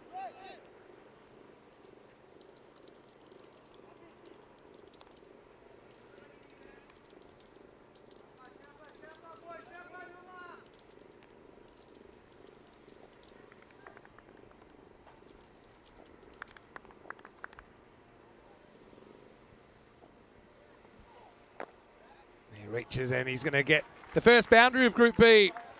Just steps away now. Edulu, he's a guy we've seen put some pretty good bowling attacks to the sword. No man goes kind of full, but not a lot of footwork. In fact, no footwork whatsoever. But just punched away through point for 4.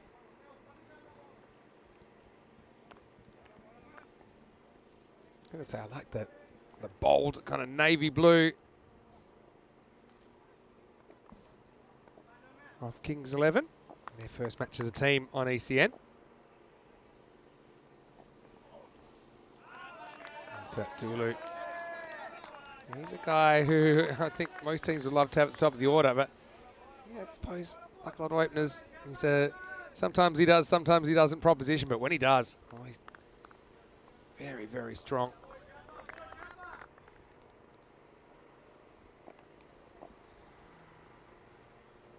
So, yeah, great poach from Brescia to get Yasser from Brescia CC. And he's going to get another 4 here. I mean, it's a powerful cut. Nicely worked.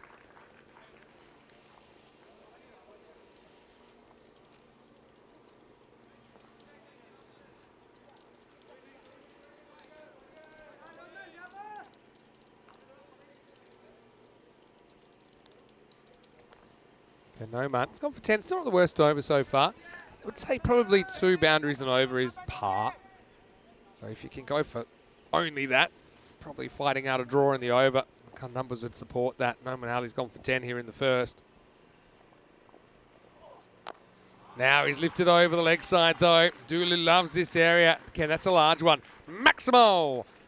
There's our first Maximo of Group B. And a decent start for Jandra. They're 16 without loss after 1. So I know a lot of people excited. Next weekend that we'll have ECI cricket back. Italy and Spain going head-to-head. Let us know who you're looking forward to seeing in those 2 teams. So obviously Zain Nakvi and Zain Ali we've seen a fair bit of in this group, or the previous group, Group A. See a fair few of those players in Group B as well. For Spain though, just looking at their team, no Ishan, so I wonder who they'll try behind. There's something. Oh, his Ahmed is in there potentially as an option.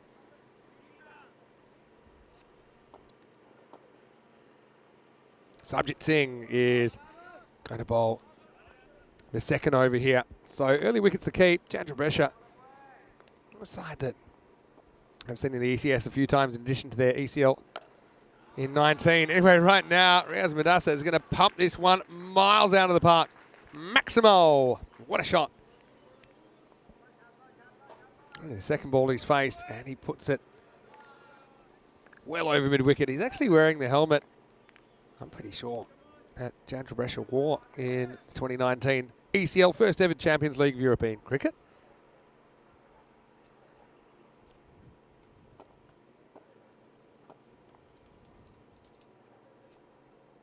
This next one will be called a wide. Remember, if you're just tuning in maybe for the first time, following Group B, those wide lines, they belong to the bowler now, so they won't move, even if the batter moves.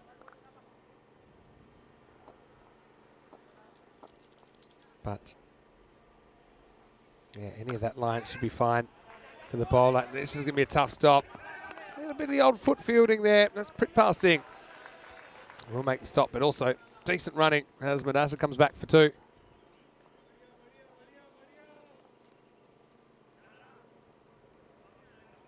Yeah, looking up and down these 2 teams. It's interesting, yeah. With Vikas Kumar and Jasvinder's in there. So, plenty of Sabjit as well. Plenty of Kings 11 players. Edged and God, he's dropped it. You got to be joking. He knocked it up, and that was a reasonably simple one on the second attempt. Check this out, thanks to Spring Media. Knocked up, then just spills it, and that's the captain, Jaipal Singh. Experienced campaigner. And that's a double drop.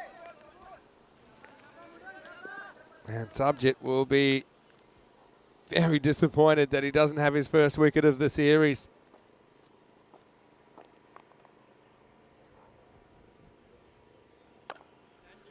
Now Madassa is going to snap this one through the mid-wicket region. Well held out there by Hardeep.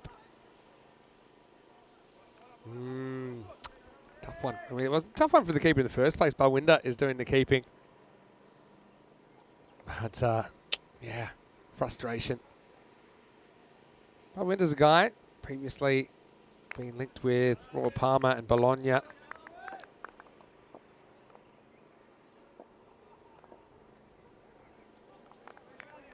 But yeah, first chance goes begging.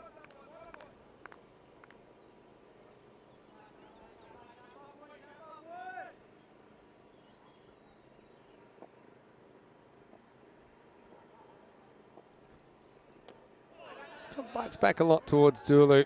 He just kind of jabs it inside out. Kings 11, they're also a side we've seen succeed in ECS before. Remember, they had an unbeaten 10-run streak through the first ever ECS they played back in 2021. That was in Bologna, the Pianoro ground. We've seen them make it to the Super Series as well. But there's that power. That bottom hand power of Dulu. He lives this one over the ropes. Maximo to finish the second. It's 32 without loss.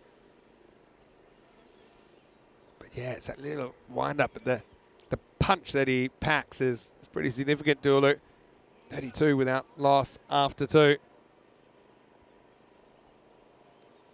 So probably, obviously, of the Kings 11 group, Simranjit is in the Punjab squad now, and Punjab will also see in this group.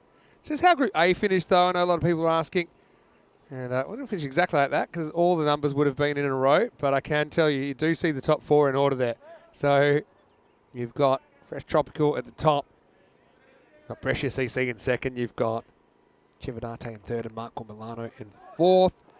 Of course, they'll play the top 4 of Group B, which we'll know at the end of Wednesday's play. Jasvinder is going to come on. He almost gets a wicket first up, but just creeping above the mid-off, and there's 4 runs. Nice shot by Madassa.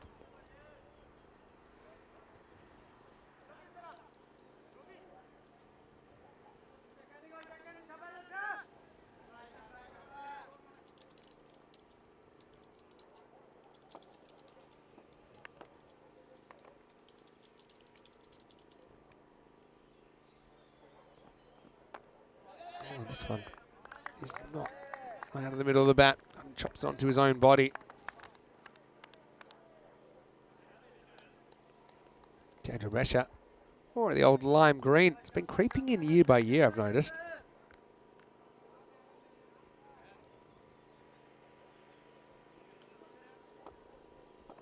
It suits them though. Very striking.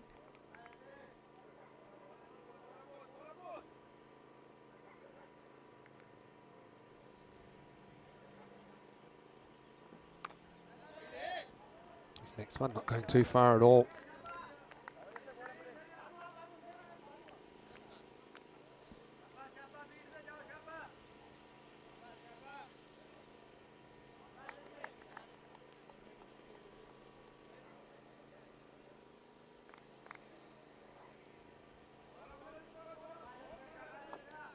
Pretty decent over so far, just that 4 off it and then a couple of dots.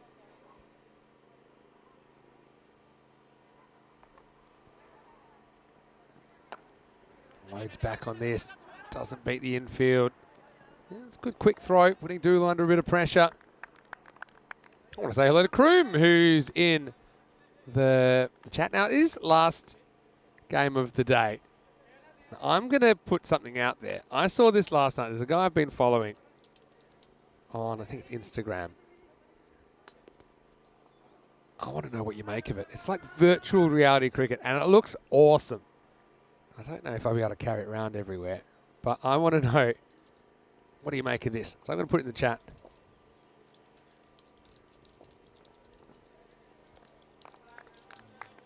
Got to admit, I've never really gotten into a lot of cricket games. Might even be a YouTube video I could pull up. That might be an easier one.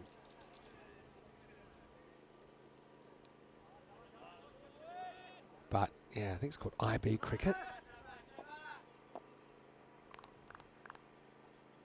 I want to get your thoughts.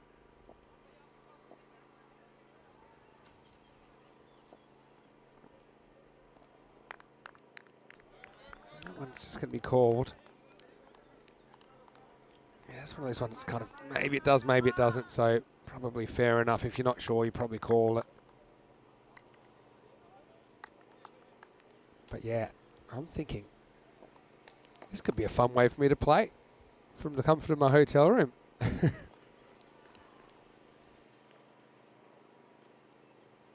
Dulu, 20 off 7. And he's going to go uppercut here. Fielder comes around and he drops the catch, and I think that's gone all the way. Maximo Harmanjit Singh in the hot spot. Let's have a look at it on the replay. I think he gets there.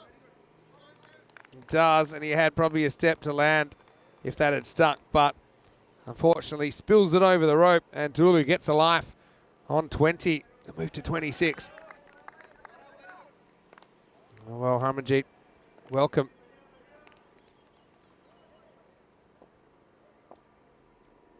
And, well, he's got the first memory of this series he won't want to remember, but he did play for Kings 11, 5 matches in 20 and 21. As this next one gets played out in that general direction, that'll just be a single, so Jandra Brescia. They give up a couple of chances, but they don't give up any wickets in the first 3 overs. The score is 46 without loss. Hello to Mr. Romance. I like that name. Hey, Vinny, how are you? I had a question. Would you ever like to visit Bangladesh and watch the El Clasico between Bangladesh and Zimbabwe? I've got to say, I've interacted with a lot of our Bangladeshi viewers. I would like to come one day. And I've had some colleagues who've worked in Bangladesh. They said it is magnificent. And also, I've followed the kind of rise of Bangladeshi cricket over the last generation. My favourite Bangladeshi cricketer, probably Mushfiqur Rahim. Got a bit of a soft spot for him. Muhammad Ashraful, not a bad one either. But yeah, I'll flip the script on our Bangladesh viewers. How do you think you're going to go in the T20 World Cup? But yeah, thank you, Mr. Romance. Thank you for the invitation. Who knows, maybe one day we'll do an ECS Dhaka. And then maybe we could pack the stands. What do you think? I know we do have a big following there in Bangladesh, but appreciating you, and of course all of our other viewers, no matter where you're watching from. Okay, Sarabjit is going to bowl out in the 4th. Good ball first up. Yasser just kind of thinking that he could get a wide with body language alone. And it is an imposing body, but umpire sees it exactly right. And that's perfectly bowled. And if you're Sarabjit, you're trying to bowl there. 6 in a row. See if you can out-frustrate Dulu, I think. And he does. That's 2 in a row. It's good bowling. Once again, Dulu a bit annoyed. But you can see he doesn't really move his feet. He's just hoping that he can catch up with it with his hands.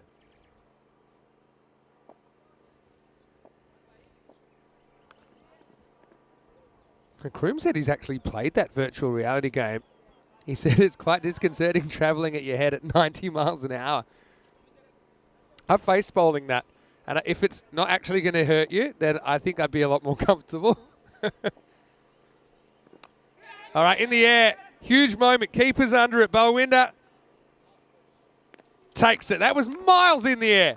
I have no idea. We're going to need a real-time replay of this because I'm going to have to get the stopwatch on this because that has gone so high.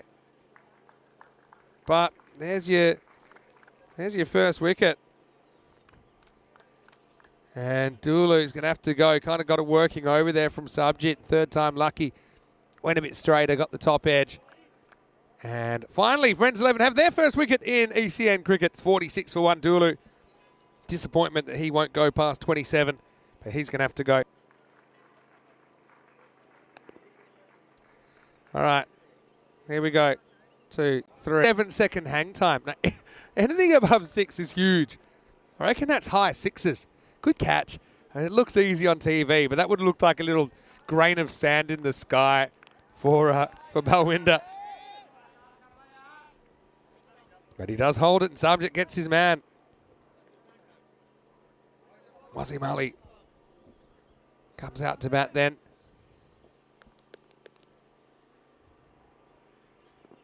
And he's going to start by smashing the 6. Well, careful what you wish for. Oh, watch out, youngsters. That might be Johan that does the fielding down there. Good arm. But yeah, that was hammered away. What a way to start your innings and start your series. That's what maybe Hamza Saad had come at 3. It was him. Played one game before, and that was back in Greece for Forge.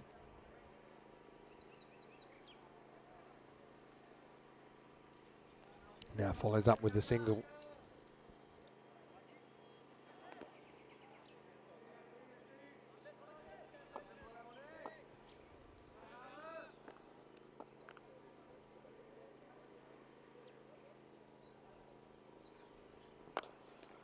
Well, knocked down. What ball fields the field rather than the other way around. That's cracked, and Subject probably wishing he hadn't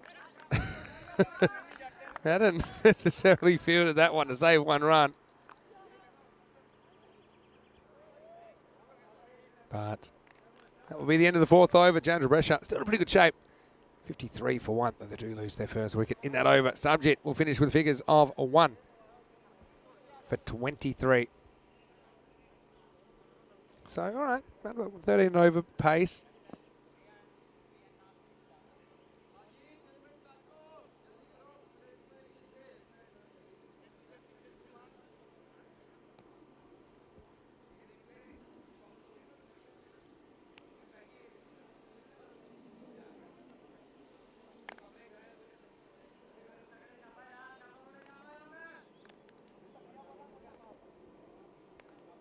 So,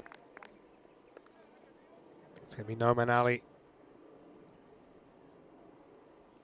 to bowl out. No full toss. Not a bad length there. Just get a single. Chandra, former Italian champions, of course, they'll want to put in a good effort.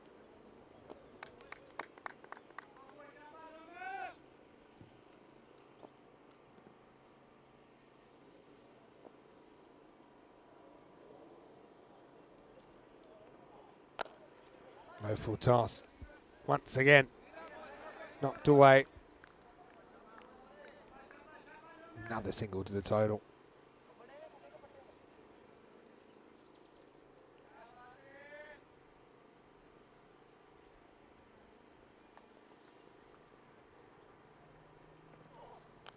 Edged, and that's going to run away for 4. So, yeah, a mixture of good shots and good luck so far, but it's working.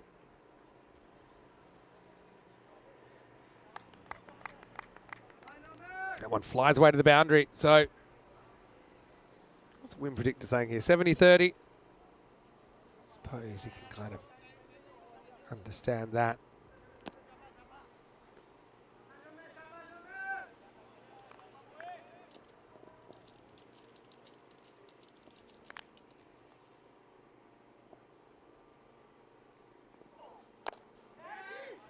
As this is going to disappear once again down the ground. That's going to be 4.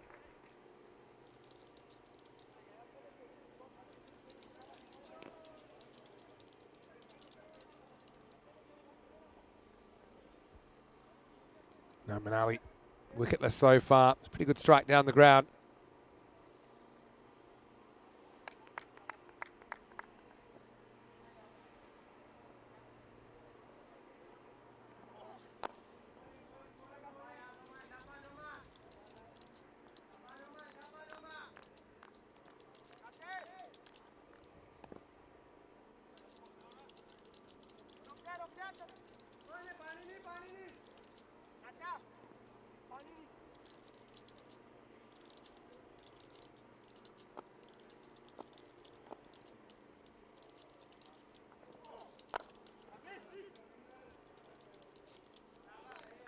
So now, Noman Ali will finish his spell.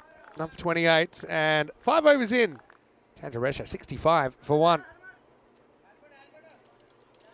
Have a look at what's coming up, including the ECIs next weekend, which are men's and women's ECIs, alternating games, women's and men's. So 5 matches a day there. That should be a sensational series. Medina Cup also coming up next weekend and features France, Wales, Malta and Belgium.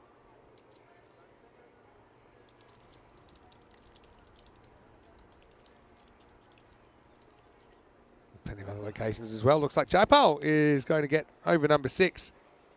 Kind of hanging in there at the moment, Friends 11.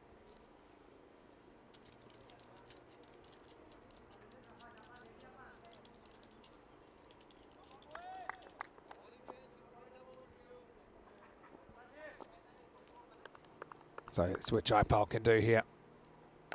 Well, first one is going to disappear. Manassa goes large, and that is a big 6. Really big 6.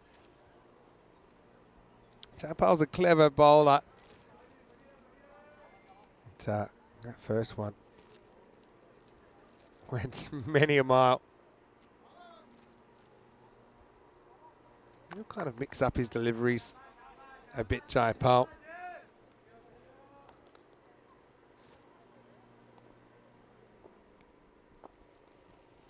Comeback ball. Good adjustment, but also a nice shot. Good fielding. I'd say this field's got a little bit easier to field on as it's dried out.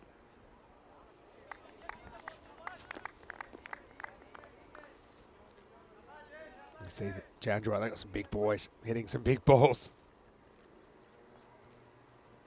Now that's lifted up and that's out of the ground as well. Maximo. Yeah, pays to pay attention on that part of the field, I think, at this time of the day.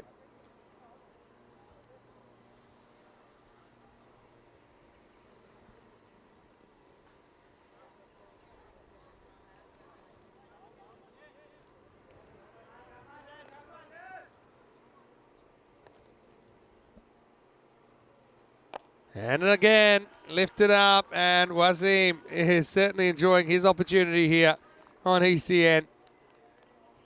Lifts that one away over the leg side. Yeah, like I say, he's listed for 4, just played the one game back in 2021.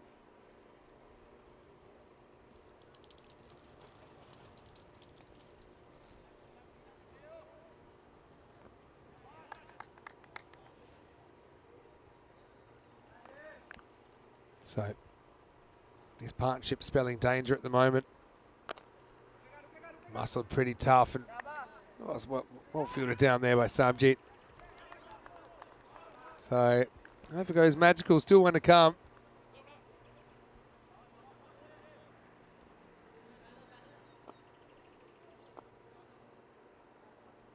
Last ball of the 6th over.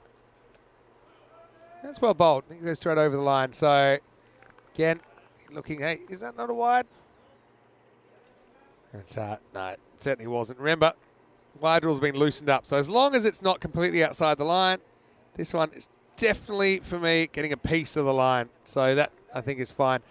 End of 6, and it's 85 for 1. So here's the scoop on Wasim Ali. He has played one game for Forge. He's listed as having played one game, but I think that game was abandoned without the ball being bowled. So that's why he's never actually been able to get in the park. This could be gone. It is. So Vikas Kumar comes in and has immediate success. He gets Wasim swinging across the line. Thick edge flies through. And Balawinda does the rest behind the stumps. So it'll be a wicket for Vikas Kumar. He's a pretty handy player. He's a pretty good keeper as well, Vikas Kumar, but I also like him with the ball. And the score now 85-2. Now it looks like Hamza Saad's coming out, but let me just tell you something. You get 60 seconds to face up, and he spent a lot of time kind of with the calisthenics. Now he's going to get a bit of a move on. It's just something to think about with some of these new players with this new time issue for batters. Got to say it was a nice hitting zone from Wasim. Showed us a bit of what he can do. 30 off. Not too many at all. 30 off 10, in fact. And it's 85-2. Hamza gets there just in time, so he's all right. He's going to start by hitting one up his sleeve, but cut off in the outfield. Yeah, so instead of just timed out, it's if you're not ready to face and actually ready to face in 60 seconds, you'll cop a 5-run penalty as a new bat. After 90 seconds, the fielding team can appeal for timed out. I've only ever seen that once, actually. But I think that makes sense because remember the fielding team, they're under some pretty strict time rules. Vikas gets this one through. And the fielding team get a 1-minute allowance for every wicket. So I think it's fair that the batter must be there within those 60 seconds.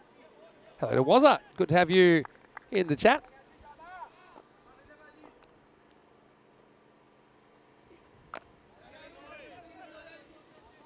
Madassa.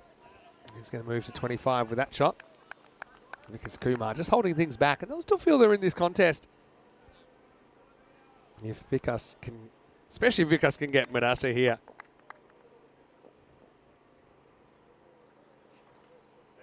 And he's spotting good areas at the moment, isn't he, Vikas Kumar?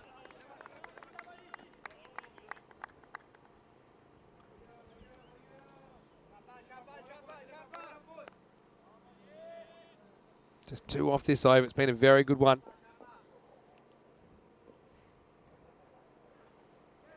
Very, very good one, in fact. So Vikas Kumar changes the narrative. He's also a very hard-hitting batter. I think we'll see him opening up, but time will tell. Into 7 overs, and the score is 87 for 2. Let's have a look at what's coming up tomorrow as Group B continues. 5 more matches. We'll see Brescia on the park for the first time. The hosts have 3 matches. So do Milan United. Punjab will hit the park, including former Kings 11 player Simranjit Singh and a few others.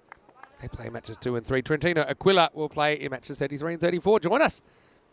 And Group B continues. Nice fielding here. Just kind of getting back in the mix, aren't they here? Friends 11. Jaipal comes back, backs himself to keep things quiet. It's a much better location, but it's a pretty good shot as well, and it's going to go for 4. I suppose, though, as a bowler, you don't mind that as much. It took a very good shot to beat the field there. I actually think it's pretty close to where he wanted it, but credit to the batter. Manassa's able to muscle it through that offside. Stick to the plan if I was Jaipal. He does, but this time turns out to be a full toss, and that's going to go in another way. Maximo! And Madassa moves into the 30s. It just shows you fine margins, hey? Just able to reach that on the full, turn into that full toss, and gets plenty of wood on it.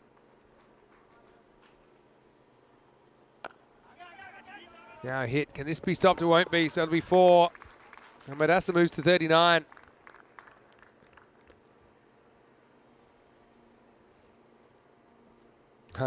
Just looking at the chat, scrolling back a bit, I see everyone's loving Tyrone's high coin tosses. Yeah, I'll tell him. Maybe he can challenge himself a bit more tomorrow.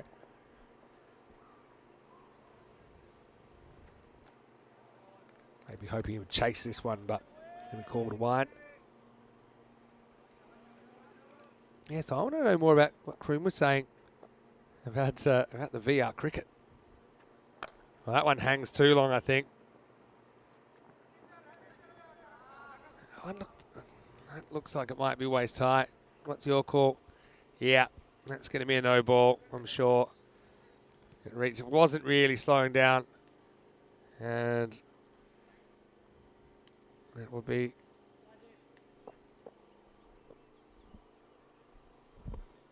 Well, I can't believe that hasn't been called a no ball. Oh, well. Tell you what, so Jaipal brought the mango lassies. To be fair to him, he brought 4 mango lassies for the crew. And I'm sure one of them must have found its way into the umpire's tent. Because that one knocked him in the belly button. But anyway. Tyrone must have got one of those mango lassies.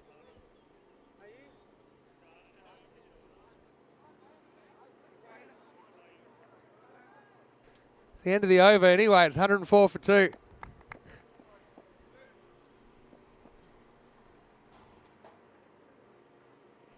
Ninth over, let's get going. Up in the air, dropped. Oh, well, that's just winded down the ground. It was pretty flat at him, but to be honest, almost looked like catching practice. Didn't quite get the elevation to get the Maximo.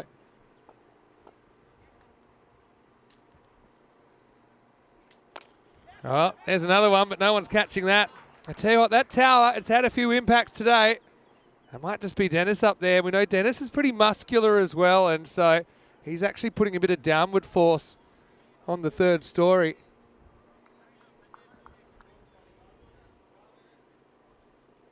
Anyway, Vikas not having it so easy in this 2nd over. Bought a really good first one. Brescia through Madassa fighting on. He's 46 now.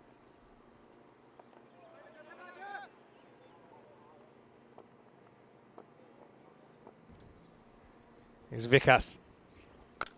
That'll be his 50. That's a great shot. What a way to bring it up as well.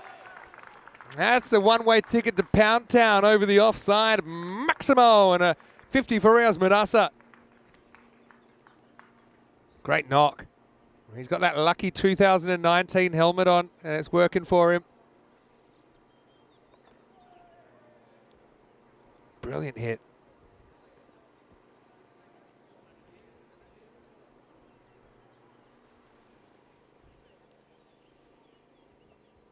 That's a fantastic bit of offside elevation. Next one's a good comeback. Vikas has gone the journey a couple of times. Look, can still fight back here. 8 balls to go.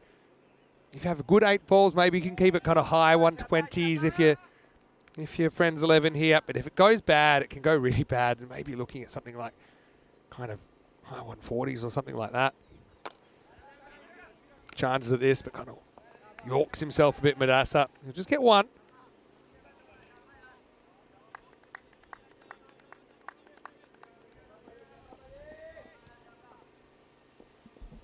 Last ball of the 9th over coming up. Kumar actually bowls a really good spell. 1 for 16 of his 2 overs against good opposition.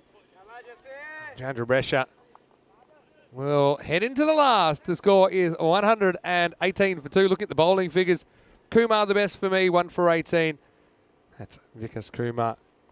Subjit Singh also bowled pretty well, 1 for 23. Looks like they will go back to Jasvinder. So they're sticking with just the 5 bowlers here.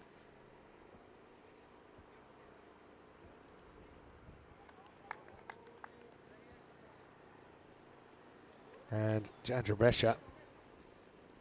Oh, like I said, they'd be hoping to get kind of 130s at a minimum here. Oh. Could go magical. They might be able to touch 140. I think Friends 11 be happy to just keep it to 120s. Last overtime, Madassa is the guy in form.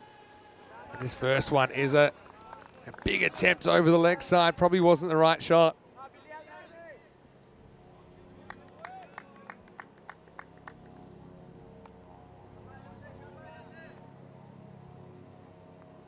Madassa taking like an off-stump guard there. You can see that. Very deep in his crease as well.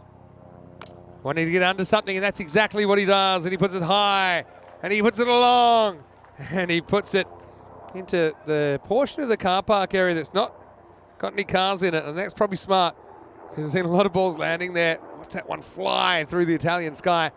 Maximo.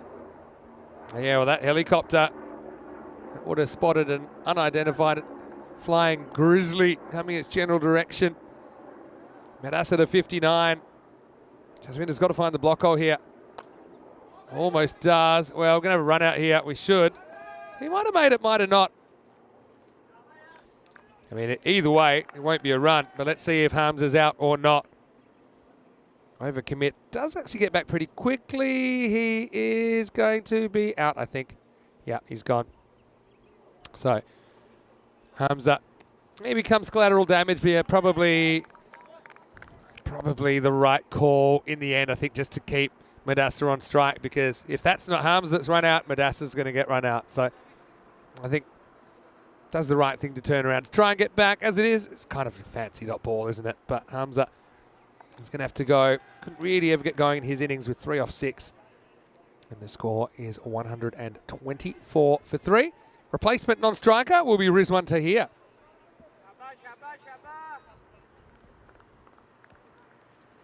He's a player we know pretty well on ECN as well.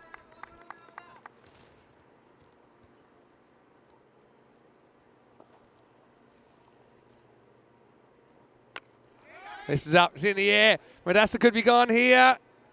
Oh no, it's going to go over the top. Maximo! And Shafiq Mohammed down there. He tried to climb the ladder, check it out, but then stuck in the quicksand. That one went over his head. So, Madassa decided to stay put at the strikers end, and that pays dividends straight away. 65 now. 2 to go. Where's that Yorker? Almost, but almost isn't really cutting it at the moment. That's going to crash into the fence. That's 4 more. Madassa 69, what a good innings it's been from him. That lucky ECL 19 helmet, probably giving him some extra powers.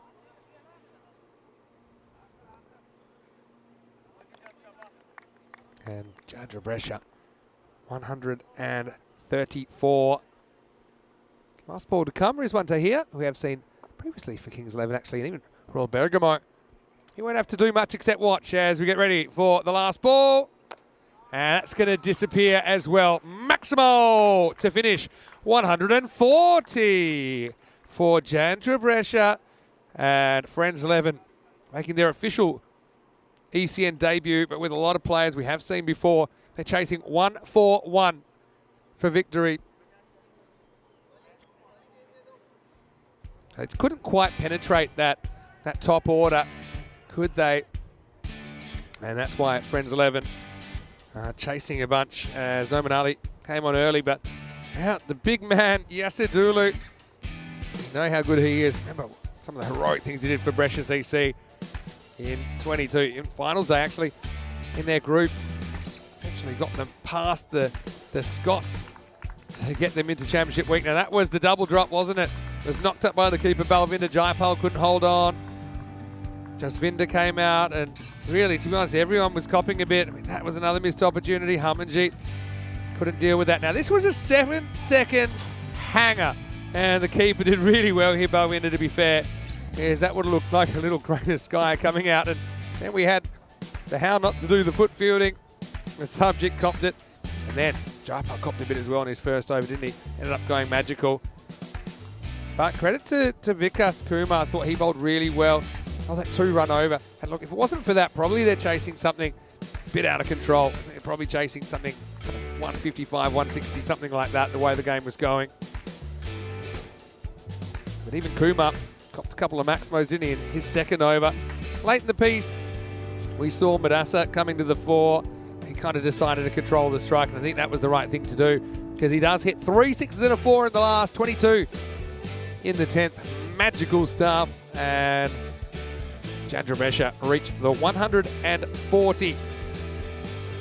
Very, very defendable. Friends 11, though. We've actually seen Kings 11, I suppose the nucleus of Friends 11. We've seen them pull off some big chases before. They'll have to pull something out that's pretty special here, I think, in their first appearance to get the W. 75 for Riaz Madassa at the top of the order. Thought he batted really well.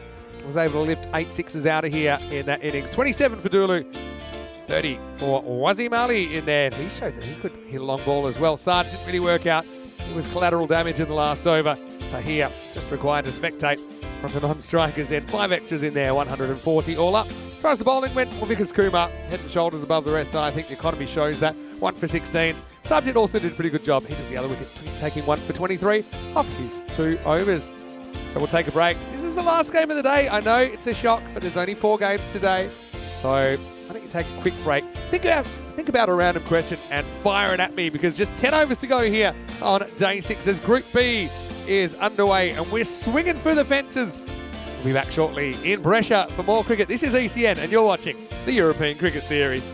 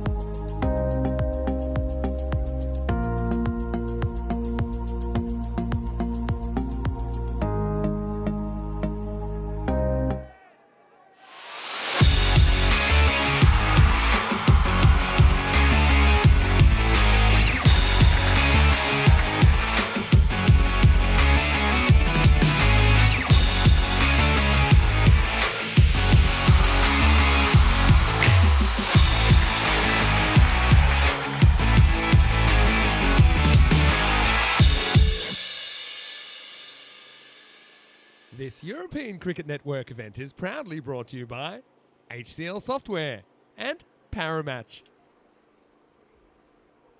Hello and welcome back. Blue skies greeting us here on day 6 of this European Cricket Series as we have a look at the bonus point equation. It is a chase on the case for the Friends 11 in their first ECN match as a team. 140 was put on the board by Jandra Brescia in the first half. So 141 is the victory target. Now, if Jandra could keep Friends 11 to 98 or less, they would take all the points. Vinny Sandu here, Mr. Maximo, taking through the action on day 6. And yeah, I will actually have some company tomorrow because Danny Hudacek is going to take us through the next 3 days. I'll be here with him tomorrow. I'll have a couple of days off to rest and refresh and get ready for the end of Group B. And then quarterfinals on Thursday, finals on Friday, and the internationals on Saturday and Sunday. Great to have your company as we get ready for the second innings to begin. I think we're ready to go. And it's going to be Wasim Mohammed to open up.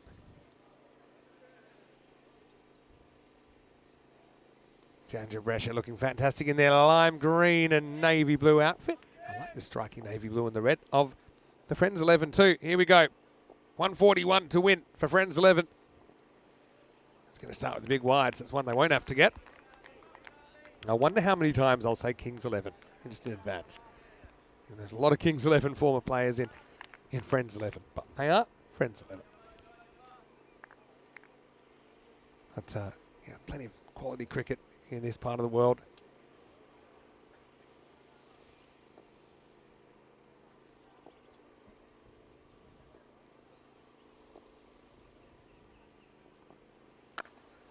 Full toss, punched away.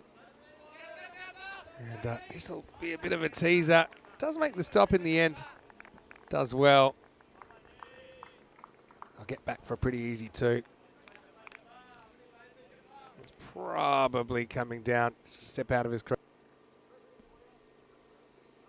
That's fine.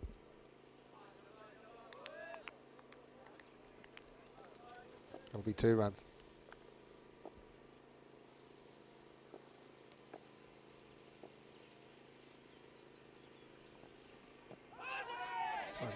Sneaking down the leg side. Again, they'll come back for 2. Jeez, keeper wasn't really in position there.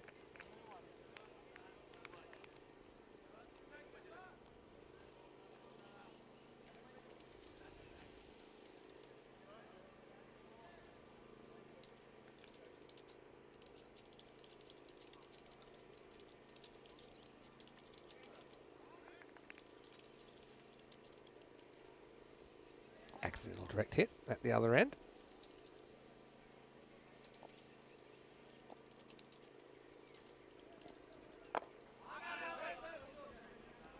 So a pretty tight opening here from Wasim Mohammed. Vikas Kumar though, when he gets cracking, he's very, very hard to stop. He's out there with Jaswinder Singh for Friends 11.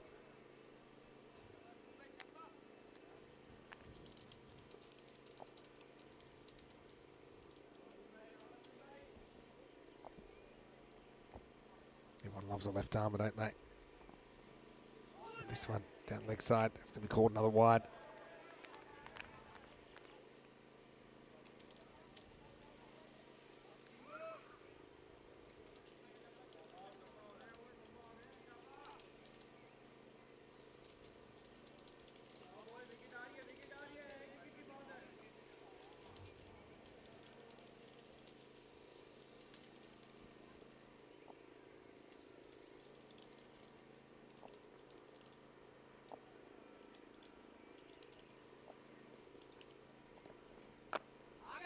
Again, going forward, decides to go on the hit. I'll get away with that. That's Zahid Ali, the Alan Border of Italian cricket. He's a great guy as well, Zahid. Good to see him again.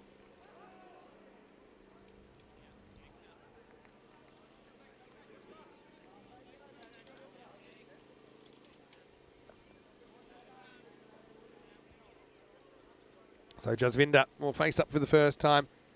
I suppose, 141 is a lot of runs to get, but you just got to break it up into smaller, manageable chunks, don't you? So just try and get that 14 and over. Probably 2 boundaries gets you there or close. hits this pretty hard. Friendly bounce for Riaz Madassa, who batted really well in that first innings, didn't he? Anyway, that'll be the end of the first over. And the score is 7 without loss. 51 matches since the Golden Ball. And it went past the 50 today. I'm still waiting for our first Golden Ball of this series. We had a couple last year, though. Danny Hudacek is a Golden Ball magnet, and he has arrived in Italy, I'm told. I think so. A bit high and heading down the leg side. But, and guess what? That's the real end of the first over. So it's still 7 without loss. This time it is after 1.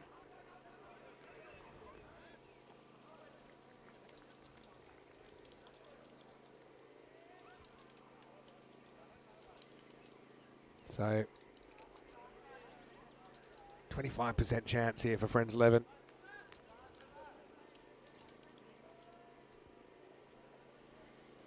I hope we get to see Zahid Ali bowling. He's a real wily spinner.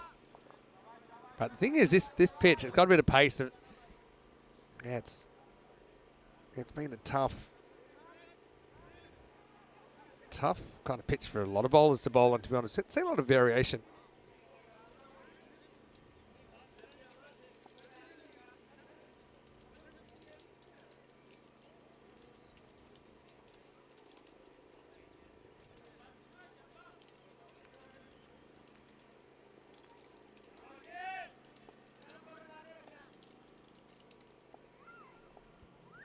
Here's Azim Munir. A little bit short, pulled away nicely, and that will be a boundary. So first boundary of the innings. They're going to need plenty more of those to be competitive in this game.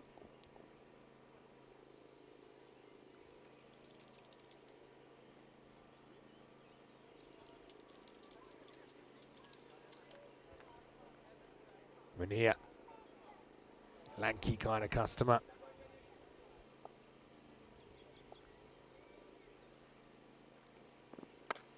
Now in the air, is it going to carry? It won't. I'll tell you who Munir reminds me of, and now we're going back, but he's got a bit of the Javagal Srinath about his action. He's kind of tall, kind of long legs, long arms, and even the kind of load up, just pre-delivery.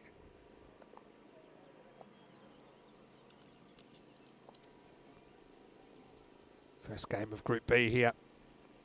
A little bit short. Does this get the gap? It does, and that's running away for 4. It's quite incredible how fast this outfield is, because 2 days ago it was underwater with that crazy thunderstorm we had. But you can see it's running beautifully because it's kind of sand-based. A lot of the water just kind of seeps down and down and down.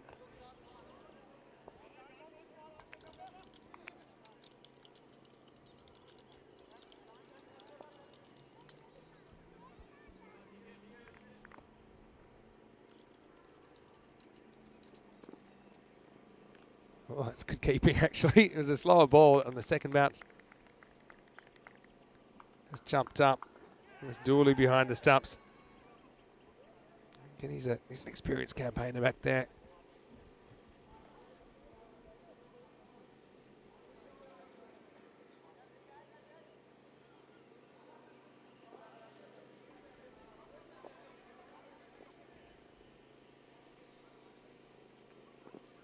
Fraction short, hasn't really worked the short stuff, has it? And that one is slightly ill-directed as well. That's going to be pulled away pretty easily behind square for 4. Nice shot.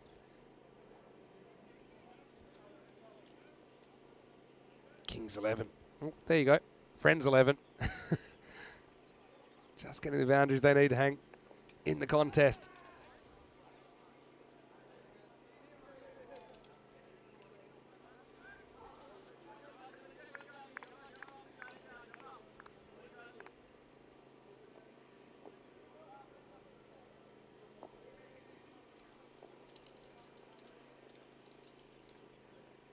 Well, that's an uncontrolled shot, but it's going to fly, and it's going to end up going all the way. Maximo! And classic Maximo.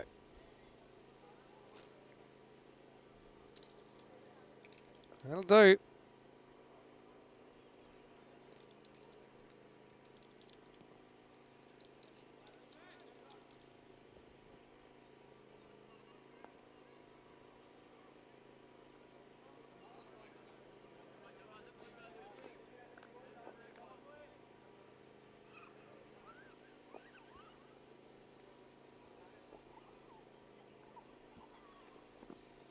Pitched up now. This gets the results in the air. Hanging. Oh, I've got to find it. He's going to catch it well.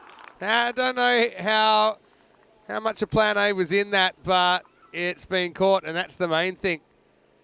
You can see that's big Wasim there. He just found himself zigging when he had to zag, and then he just changes his direction. And then he's even got like a little, like the tyres on the Formula One if you go off the track. But he's able to catch it on the second attempt. And so Vikas Kumar is going to have to go. First wicket to fall. He goes for 21. And after 2 overs, it's 26 for 1.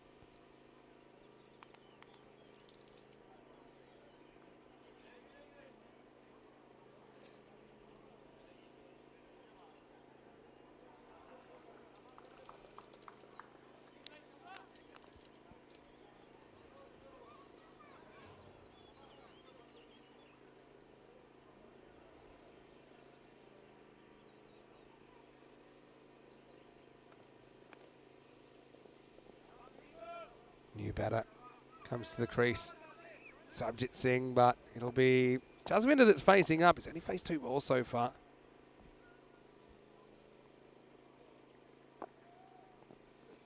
It's full toss first up, knocks it down the ground.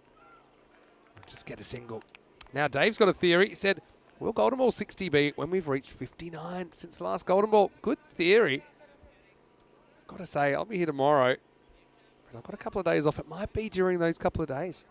And I told you, Danny is a golden ball magnet. He had 2 last year when he was here.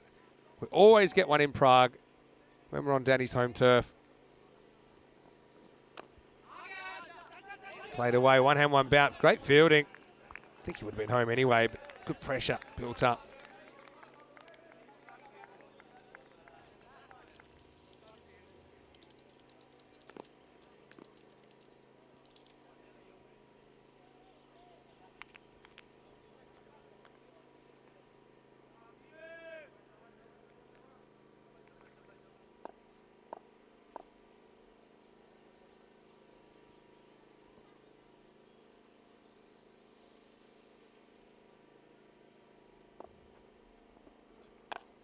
In the air and gone. That one straight into the hands. And it's Munir that takes the catch. So Jasvinder's going to have to go. Wasim has a hand in both of the first wickets. Takes the catch to get Kumar. Then he takes the wicket of Jasvinder Singh. Friends 11 have lost a second, 28 for 2.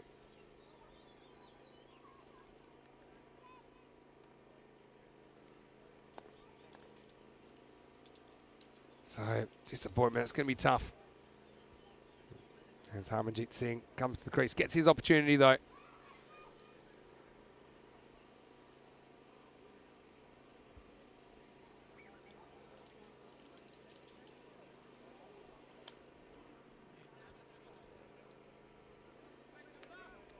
Chandra Brescia. It's kind of all under control at the moment. We know things can change quickly, though.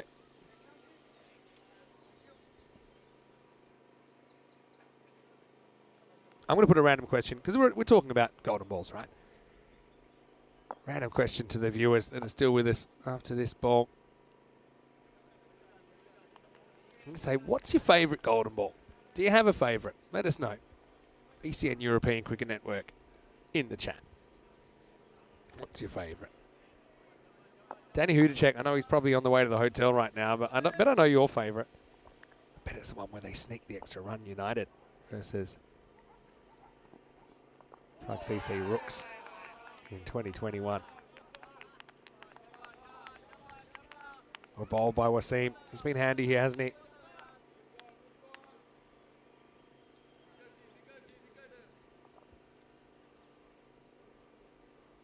Just a brisk left armour. Kind of built for pace bowling, isn't he?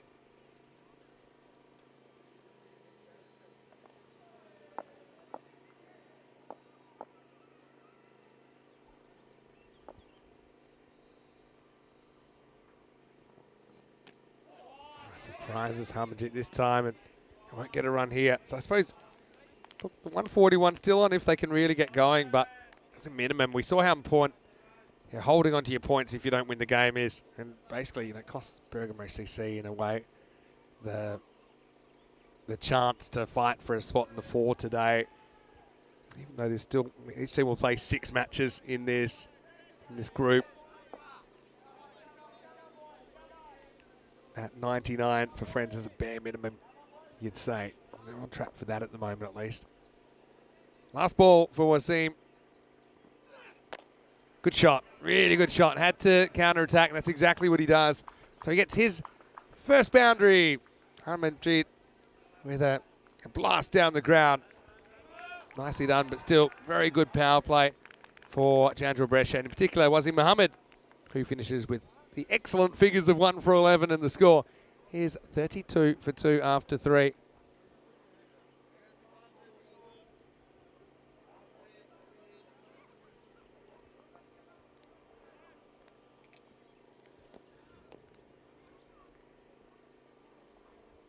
So you can see a couple of magical overs there. Reasonably steady scoring because Kumar was able to keep things quiet for a little while. Anyway, here's my one I'm looking forward to, as we've got Zahid Ali. Takes me right back to 2019, Chandra Brescia. Well, one of the first clubs I ever commentated. It's always special when I get to see them.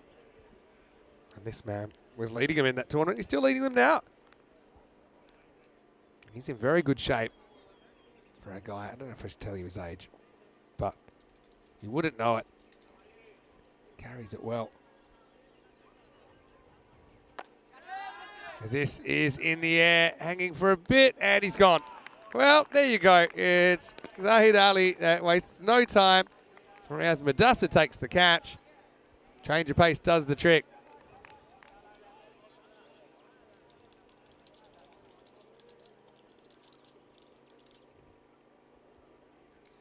And so Kings 11 just trying to force the pace.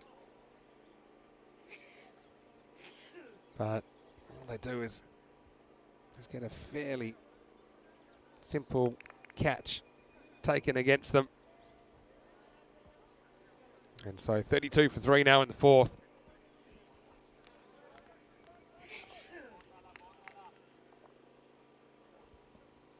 Jaipal Singh, so we're going to get some captain on captain action here.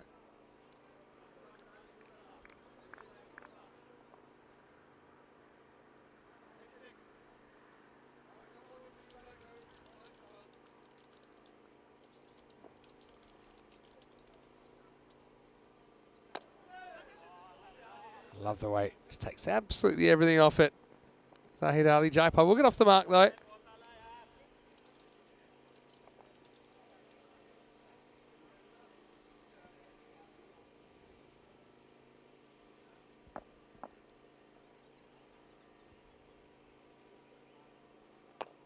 Now up in the air, could be another one. And it will be, well, Zahid Ali.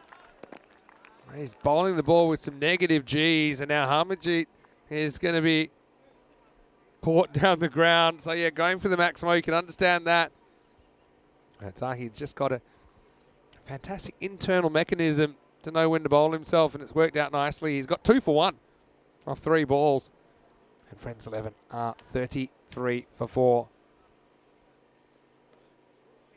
Hardeep Singh will come to the crease. But at the moment, looking a long way back.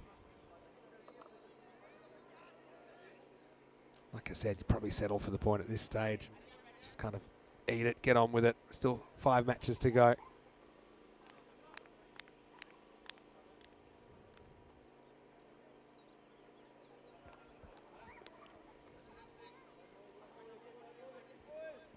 Hardeep, like Balwinder, the keeper from Friends 11.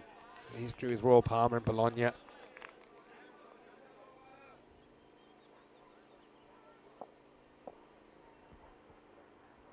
Saw him for Bologna in 2022. Once again, Zahid. He's just a wily customer, isn't he?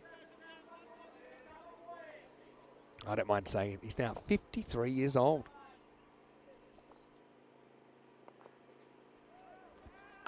And now he kind of senses the batter's charging, but he's got time to get back and put it over the fence. So Maximo, like I said, badly needed. Still on track for that point. Maybe if they can get some sort of huge partnership going, then He can still challenge the game, but it's a long way away. 17 and over required for that. 39 for 4 after 4. You can see what I'm talking about here. They're kind of on that blue line. The blue line's to get a point, the red line's to get the win. So it's at point pace at the moment, but Friends 11, I want more than that.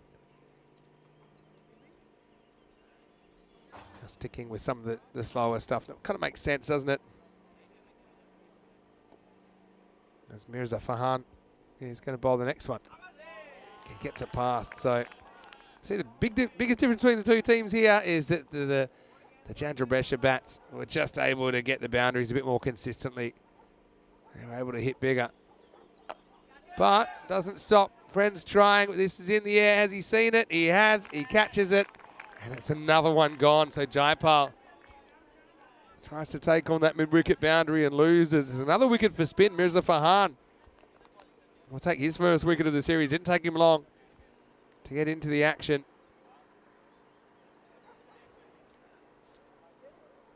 And Jaipal, unfortunately for him, it's a short stay at the crease. Mirza is a guy we saw playing a little bit for Chandra Brescia last year, actually. It's a nice bit of spin bowling. Just luring Jaipal into the shot, and Friends 11 lose their skipper. 39 for 5 now. So more or less on the pace for the point, but the problem is they've lost 5 wickets. We're only just into the 5th over.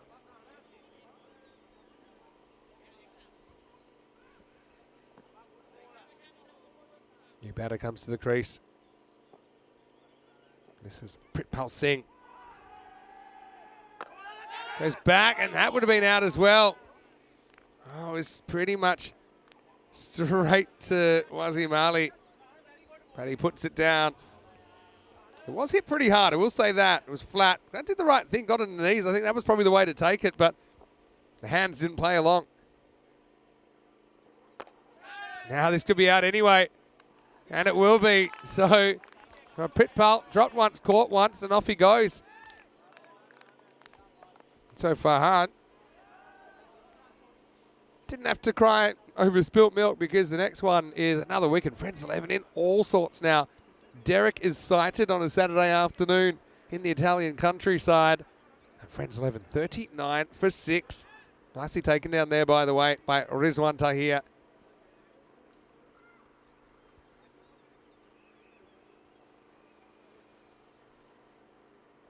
Now, Balawinder Singh, the keeper, comes out to bat.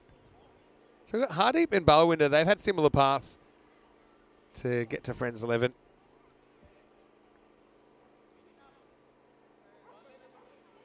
Previously seen them for Bologna.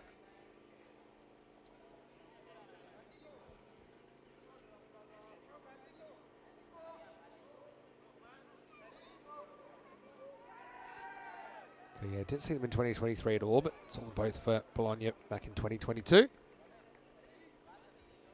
I think he might have just damaged his finger a little bit taking that catch to here.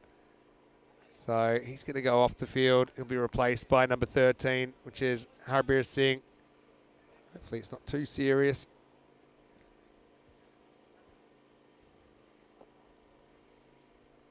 All right, still 2 to come. Farhan's on a double wicket maiden here.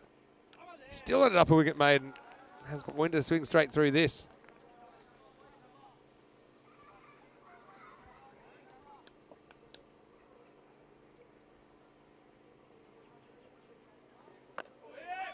Oh, and there you go. They don't get a run off that, so things have ground to a halt. A double wicket maiden in over number 5. And Friends 11 are 39 for 6.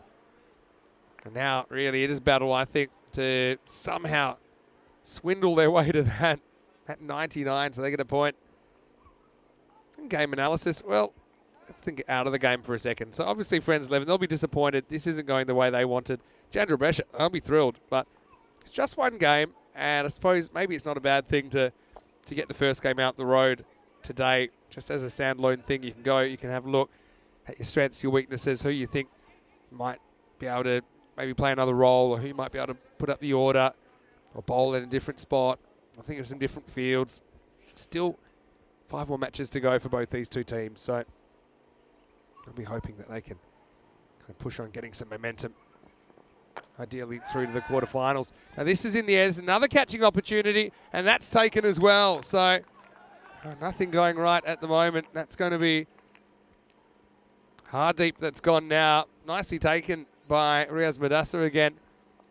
Moving around to his left, and things going from bad to worse to whatever's below that for Friends 11 right now. They're 39 for 7.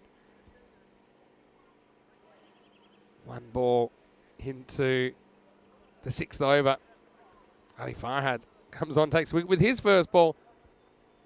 A little bit amazed that Zahid doesn't bring himself on.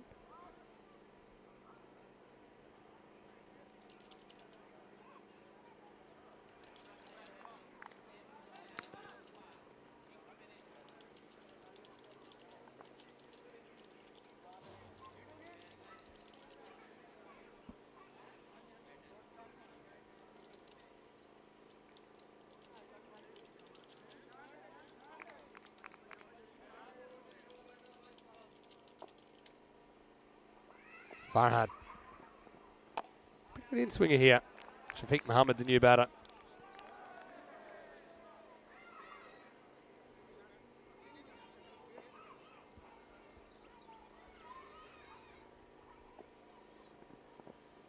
Full toss. Well, that almost carries as well. I don't think it quite does to Wasim Ali. But you can see the point equation here. Over 2 a ball required for that now.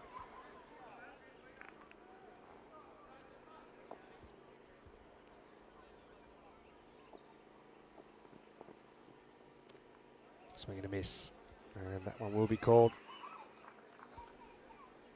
Maybe just missed the line. Remember, if it gets any bit of the line these days, it should be a legal delivery, but that line won't move, even if the batter moves.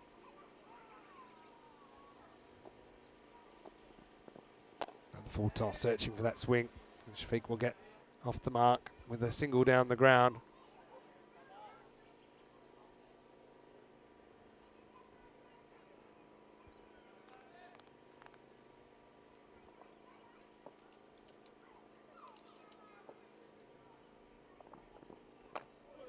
Chopped onto the body.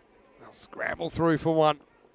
Having to work pretty hard for runs at the moment, though. That's the issue with the top order faltering. Vikas Kumar scored 21, but then just 1 for Jasvinder, 1 for Subject, 4 for Hamanjit, 1 for Shaipal, 6 for Hardeep, 0 for Pritpal. Yeah, the 7 wickets out so far. Clipped away.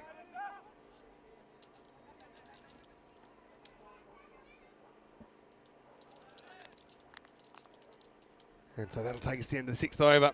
Hard going for Friends. 43 for 7.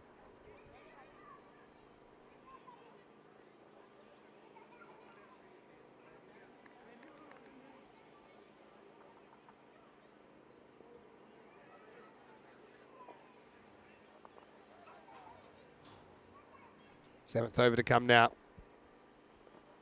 And now going back to Mirza Farhan. Caught a wide here. What's your call on this one? That's probably a harsh one. To me, it was straight over the line. I wasn't sure. So he calls it wide. Now this is hit straight, and that's out of the ground. Well, they need some more of that, don't they, Shafiq? Able to lift this one up and over the top. Maximo! And that's the thing. It's only the 3rd one of the innings. And we're into the 7th over. That point's still on. They just need a partnership. And both these two are pretty capable. There's Carnage above them in the order. A little adjustment. Now push and run. Good pick up and throw. Oh, great backing up. Well, backed up, but couldn't get up. So 1 will become 2. 50's up as well for Friends 11.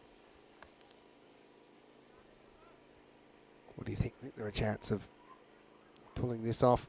I mean, the bowler did everything he could to save the overthrow. Funnily enough, he became just a rebound toy. Now in the air, and that's going to get away. Probably plug a bit. Just pulls up under its own steam. They're trying to get an extra. Oh, geez, that might have been out as well, you know.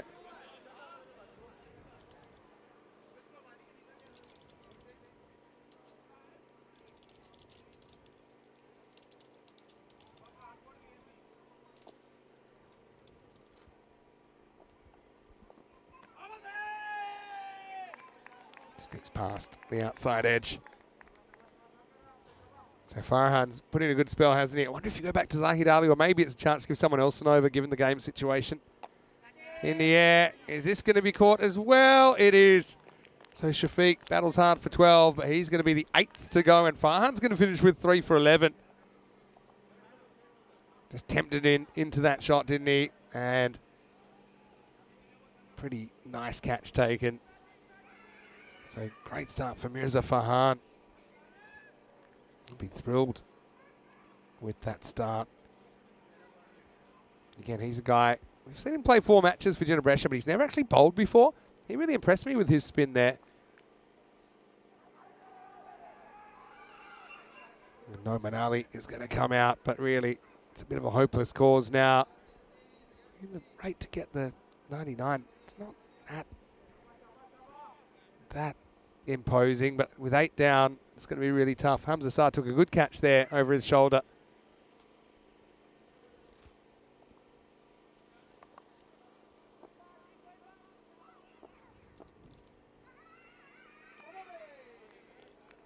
One gets up as well. So 3 for 11 is what it'll finish with there, Mirza Farhan. And at the end of 7, the score is 54 for 8. Hey, good news. I know that some people rest on a Sunday, but we're not one of them. We'll be back, and we've got more Group B action as Brescia hit the park. And how about their ACL campaign? That was absolutely off the charts. First time we'll see them since they were eliminated from the ECL finals day at the hand of Old Victorians. They'll play 3 matches. Milan United play 3 as well. Punjab and Trentino Aquila will make up the other teams on day 7. Join us, same time, same place, 7:15 AM GMT, which is 9:15 in Central Europe and 12:45 in India. Punjab, first time we'll see them as a team, but a bit like Friends 11, they're a team that have a lot of players that have played before, and some that we actually know quite well. Some have actually played for the Italian national team, so I think they're going to be very competitive. 8 down here. Farhad gets a second over. Nice shot. Takes it on this just open space down there, and that's going to be 4. Bhavinder Singh gets a little bit inventive here. Makes something out of nothing.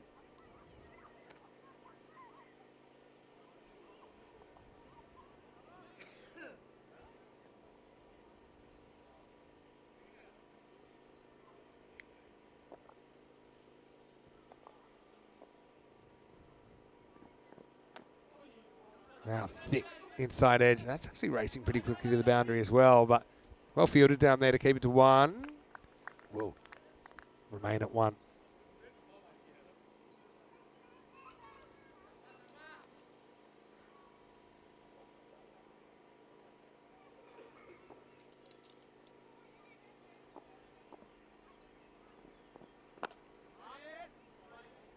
Pitched up and knocked down the ground. Just a single.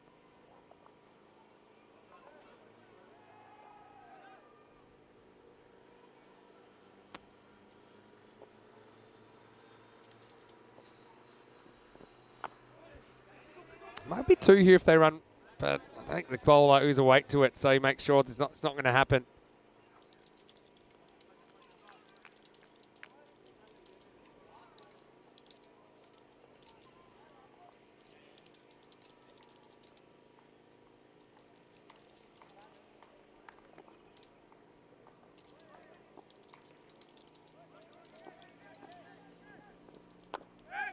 In the air, but it should be cut off. It is. 12th fielder down there. Habir Singh doing a good job. And by a good job, I mean he's going to give away another run. But, hey, just give away 2 runs. Now, there's nobody back at the stumps. Keeper doesn't know where to go to, Lou. So Bayazet does a good job. I mean, he turns 1 into 3. He does have the 1-3 on his back.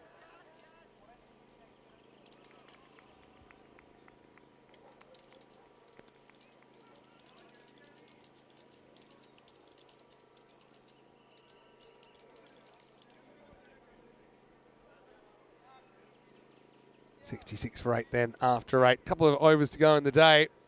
It does look like it's going to be a 4-pointer, doesn't it?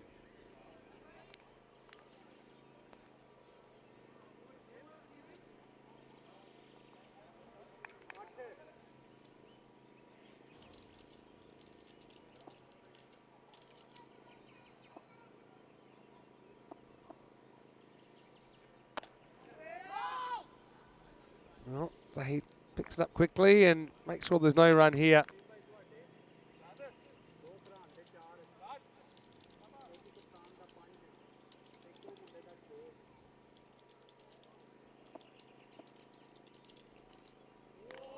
Really takes off, so here's Madassa getting a bowl and showing he can do a bit of that as well.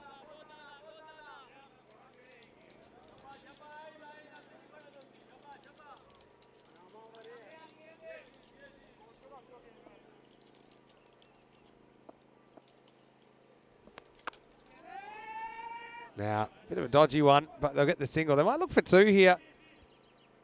No one's looking for it, but I think the bowlwinder is happy with just the single.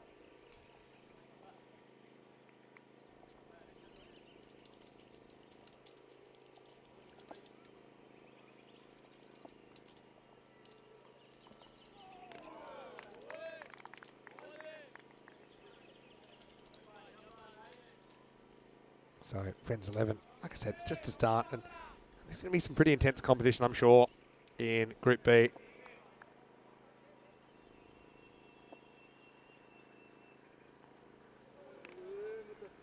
This one will be called.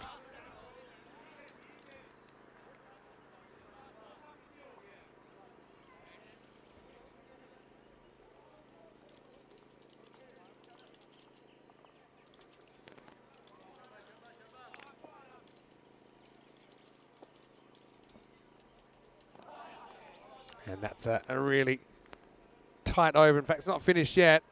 Just 2 runs off it at the moment. There's 1 off the bat and a wide.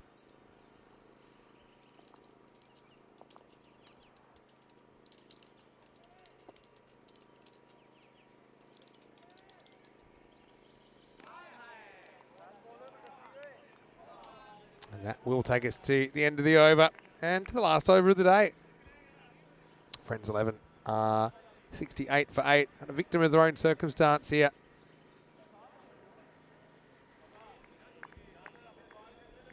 .31 off 6 will certainly get us fired up for a big Saturday night. What are you doing with your Saturday night? Let us know. ECN European Cricket Network. This one is almost done. As a Mania is going to bowl out, so last over of day 6. A little work away. Again, might look at 2 if there's a slight fumble, but it's good clean pickup. This is all probably to do with the fact that the top order just couldn't get going the way they would have liked. Friends 11, through all their Kings 11 players, they would probably recognise that it's really important to have those top order players firing. We've seen them pull off some epic chases before. One of the best, I think 68 in the last 17 balls in 2021 against Baracca Prato in the first match ever in that ECS Italy Bologna. They were so far behind. They pretty much, from memory, I think they were 70 or something like that after 7 overs.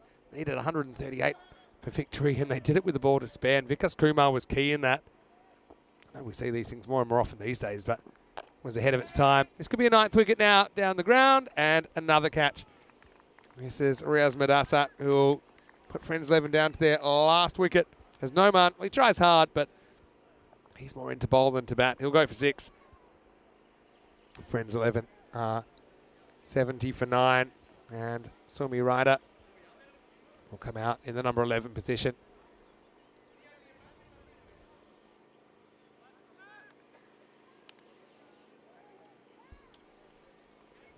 So, as we're winding down the day, I just want to say a big thank you once again to everyone who's tuned in, whether it's on Fancode in India or whether it's on our YouTube channel, ECN European Cricket Network. It's been great to have your company.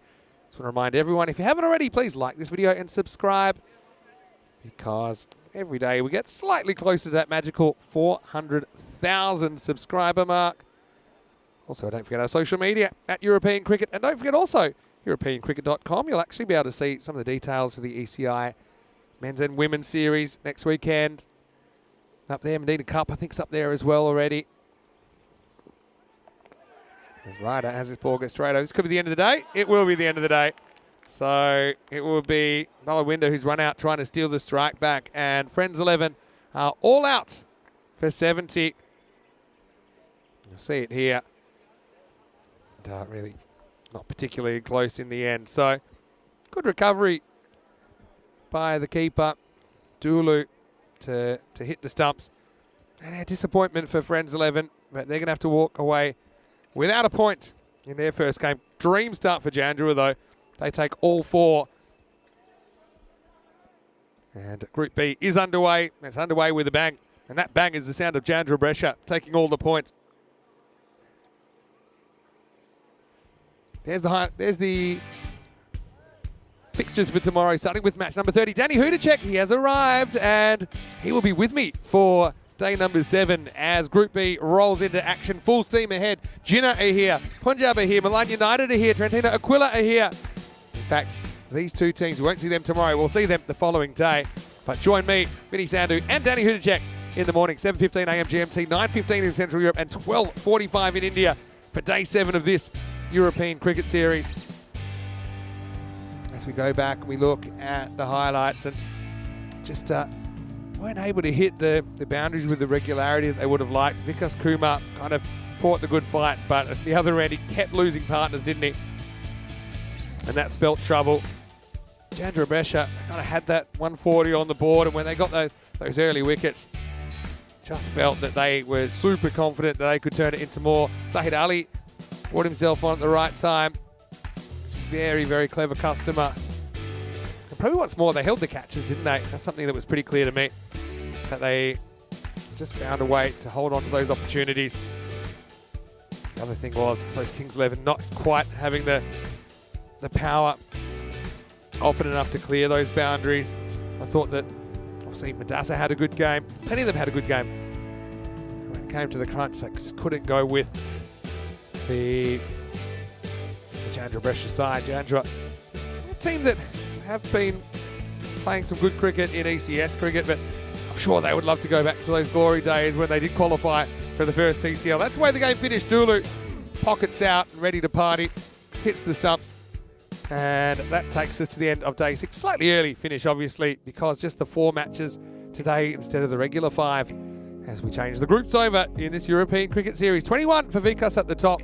It was left to the very end before they'd have another double-figure bat with Balwinder 10 run out off the last ball of the day, and Shafiq Mohammed with 12 in there, but not quite batting the 10 in this one. Friends 11 all out for 70 in their first game as an entity on ECN. Plenty of good bowlers, actually. 6 were used in the end by Zahid Ali. Mirza Farhan gets the figures 3 for 11, including at maiden. But 2 for Ali himself, and also Azim Munir thought bowled pretty well.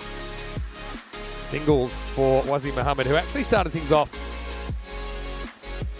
And at the end of the day, it was a pretty tough initiation for Friends 11. Like I said, they've got players that we have seen before, but it was a bit of a rough one. Positives, though, we'll say they still have 5 matches to make an impression. So in the end, they get exactly halfway there. 140 to 70 is your score in Group B, the first match number 29. So yeah, Wasim Mohammed getting 1 there. Farhad as well, 1 for 16. Probably deserves a mention. And Madassa, none for 2. Thought he also had a very good game. So we're going to leave with some of the highlights of day number 6. Again, thanks to everyone. Also, thanks to all the Group A teams for their efforts. Those 4 qualifiers will have to sit and wait because we're just starting the action in Group B, and we'll be back tomorrow. Enjoy the early night. There's plenty of action coming tomorrow. 5 more matches as we get into the swing of things. Vinny Sandhu here, Mr. Maximo for ECN, signing off. Saturday night's all right for fighting, but keep it clean. We'll see you tomorrow. Here's some of the best bits of day 6. For now, here's hasta mañana.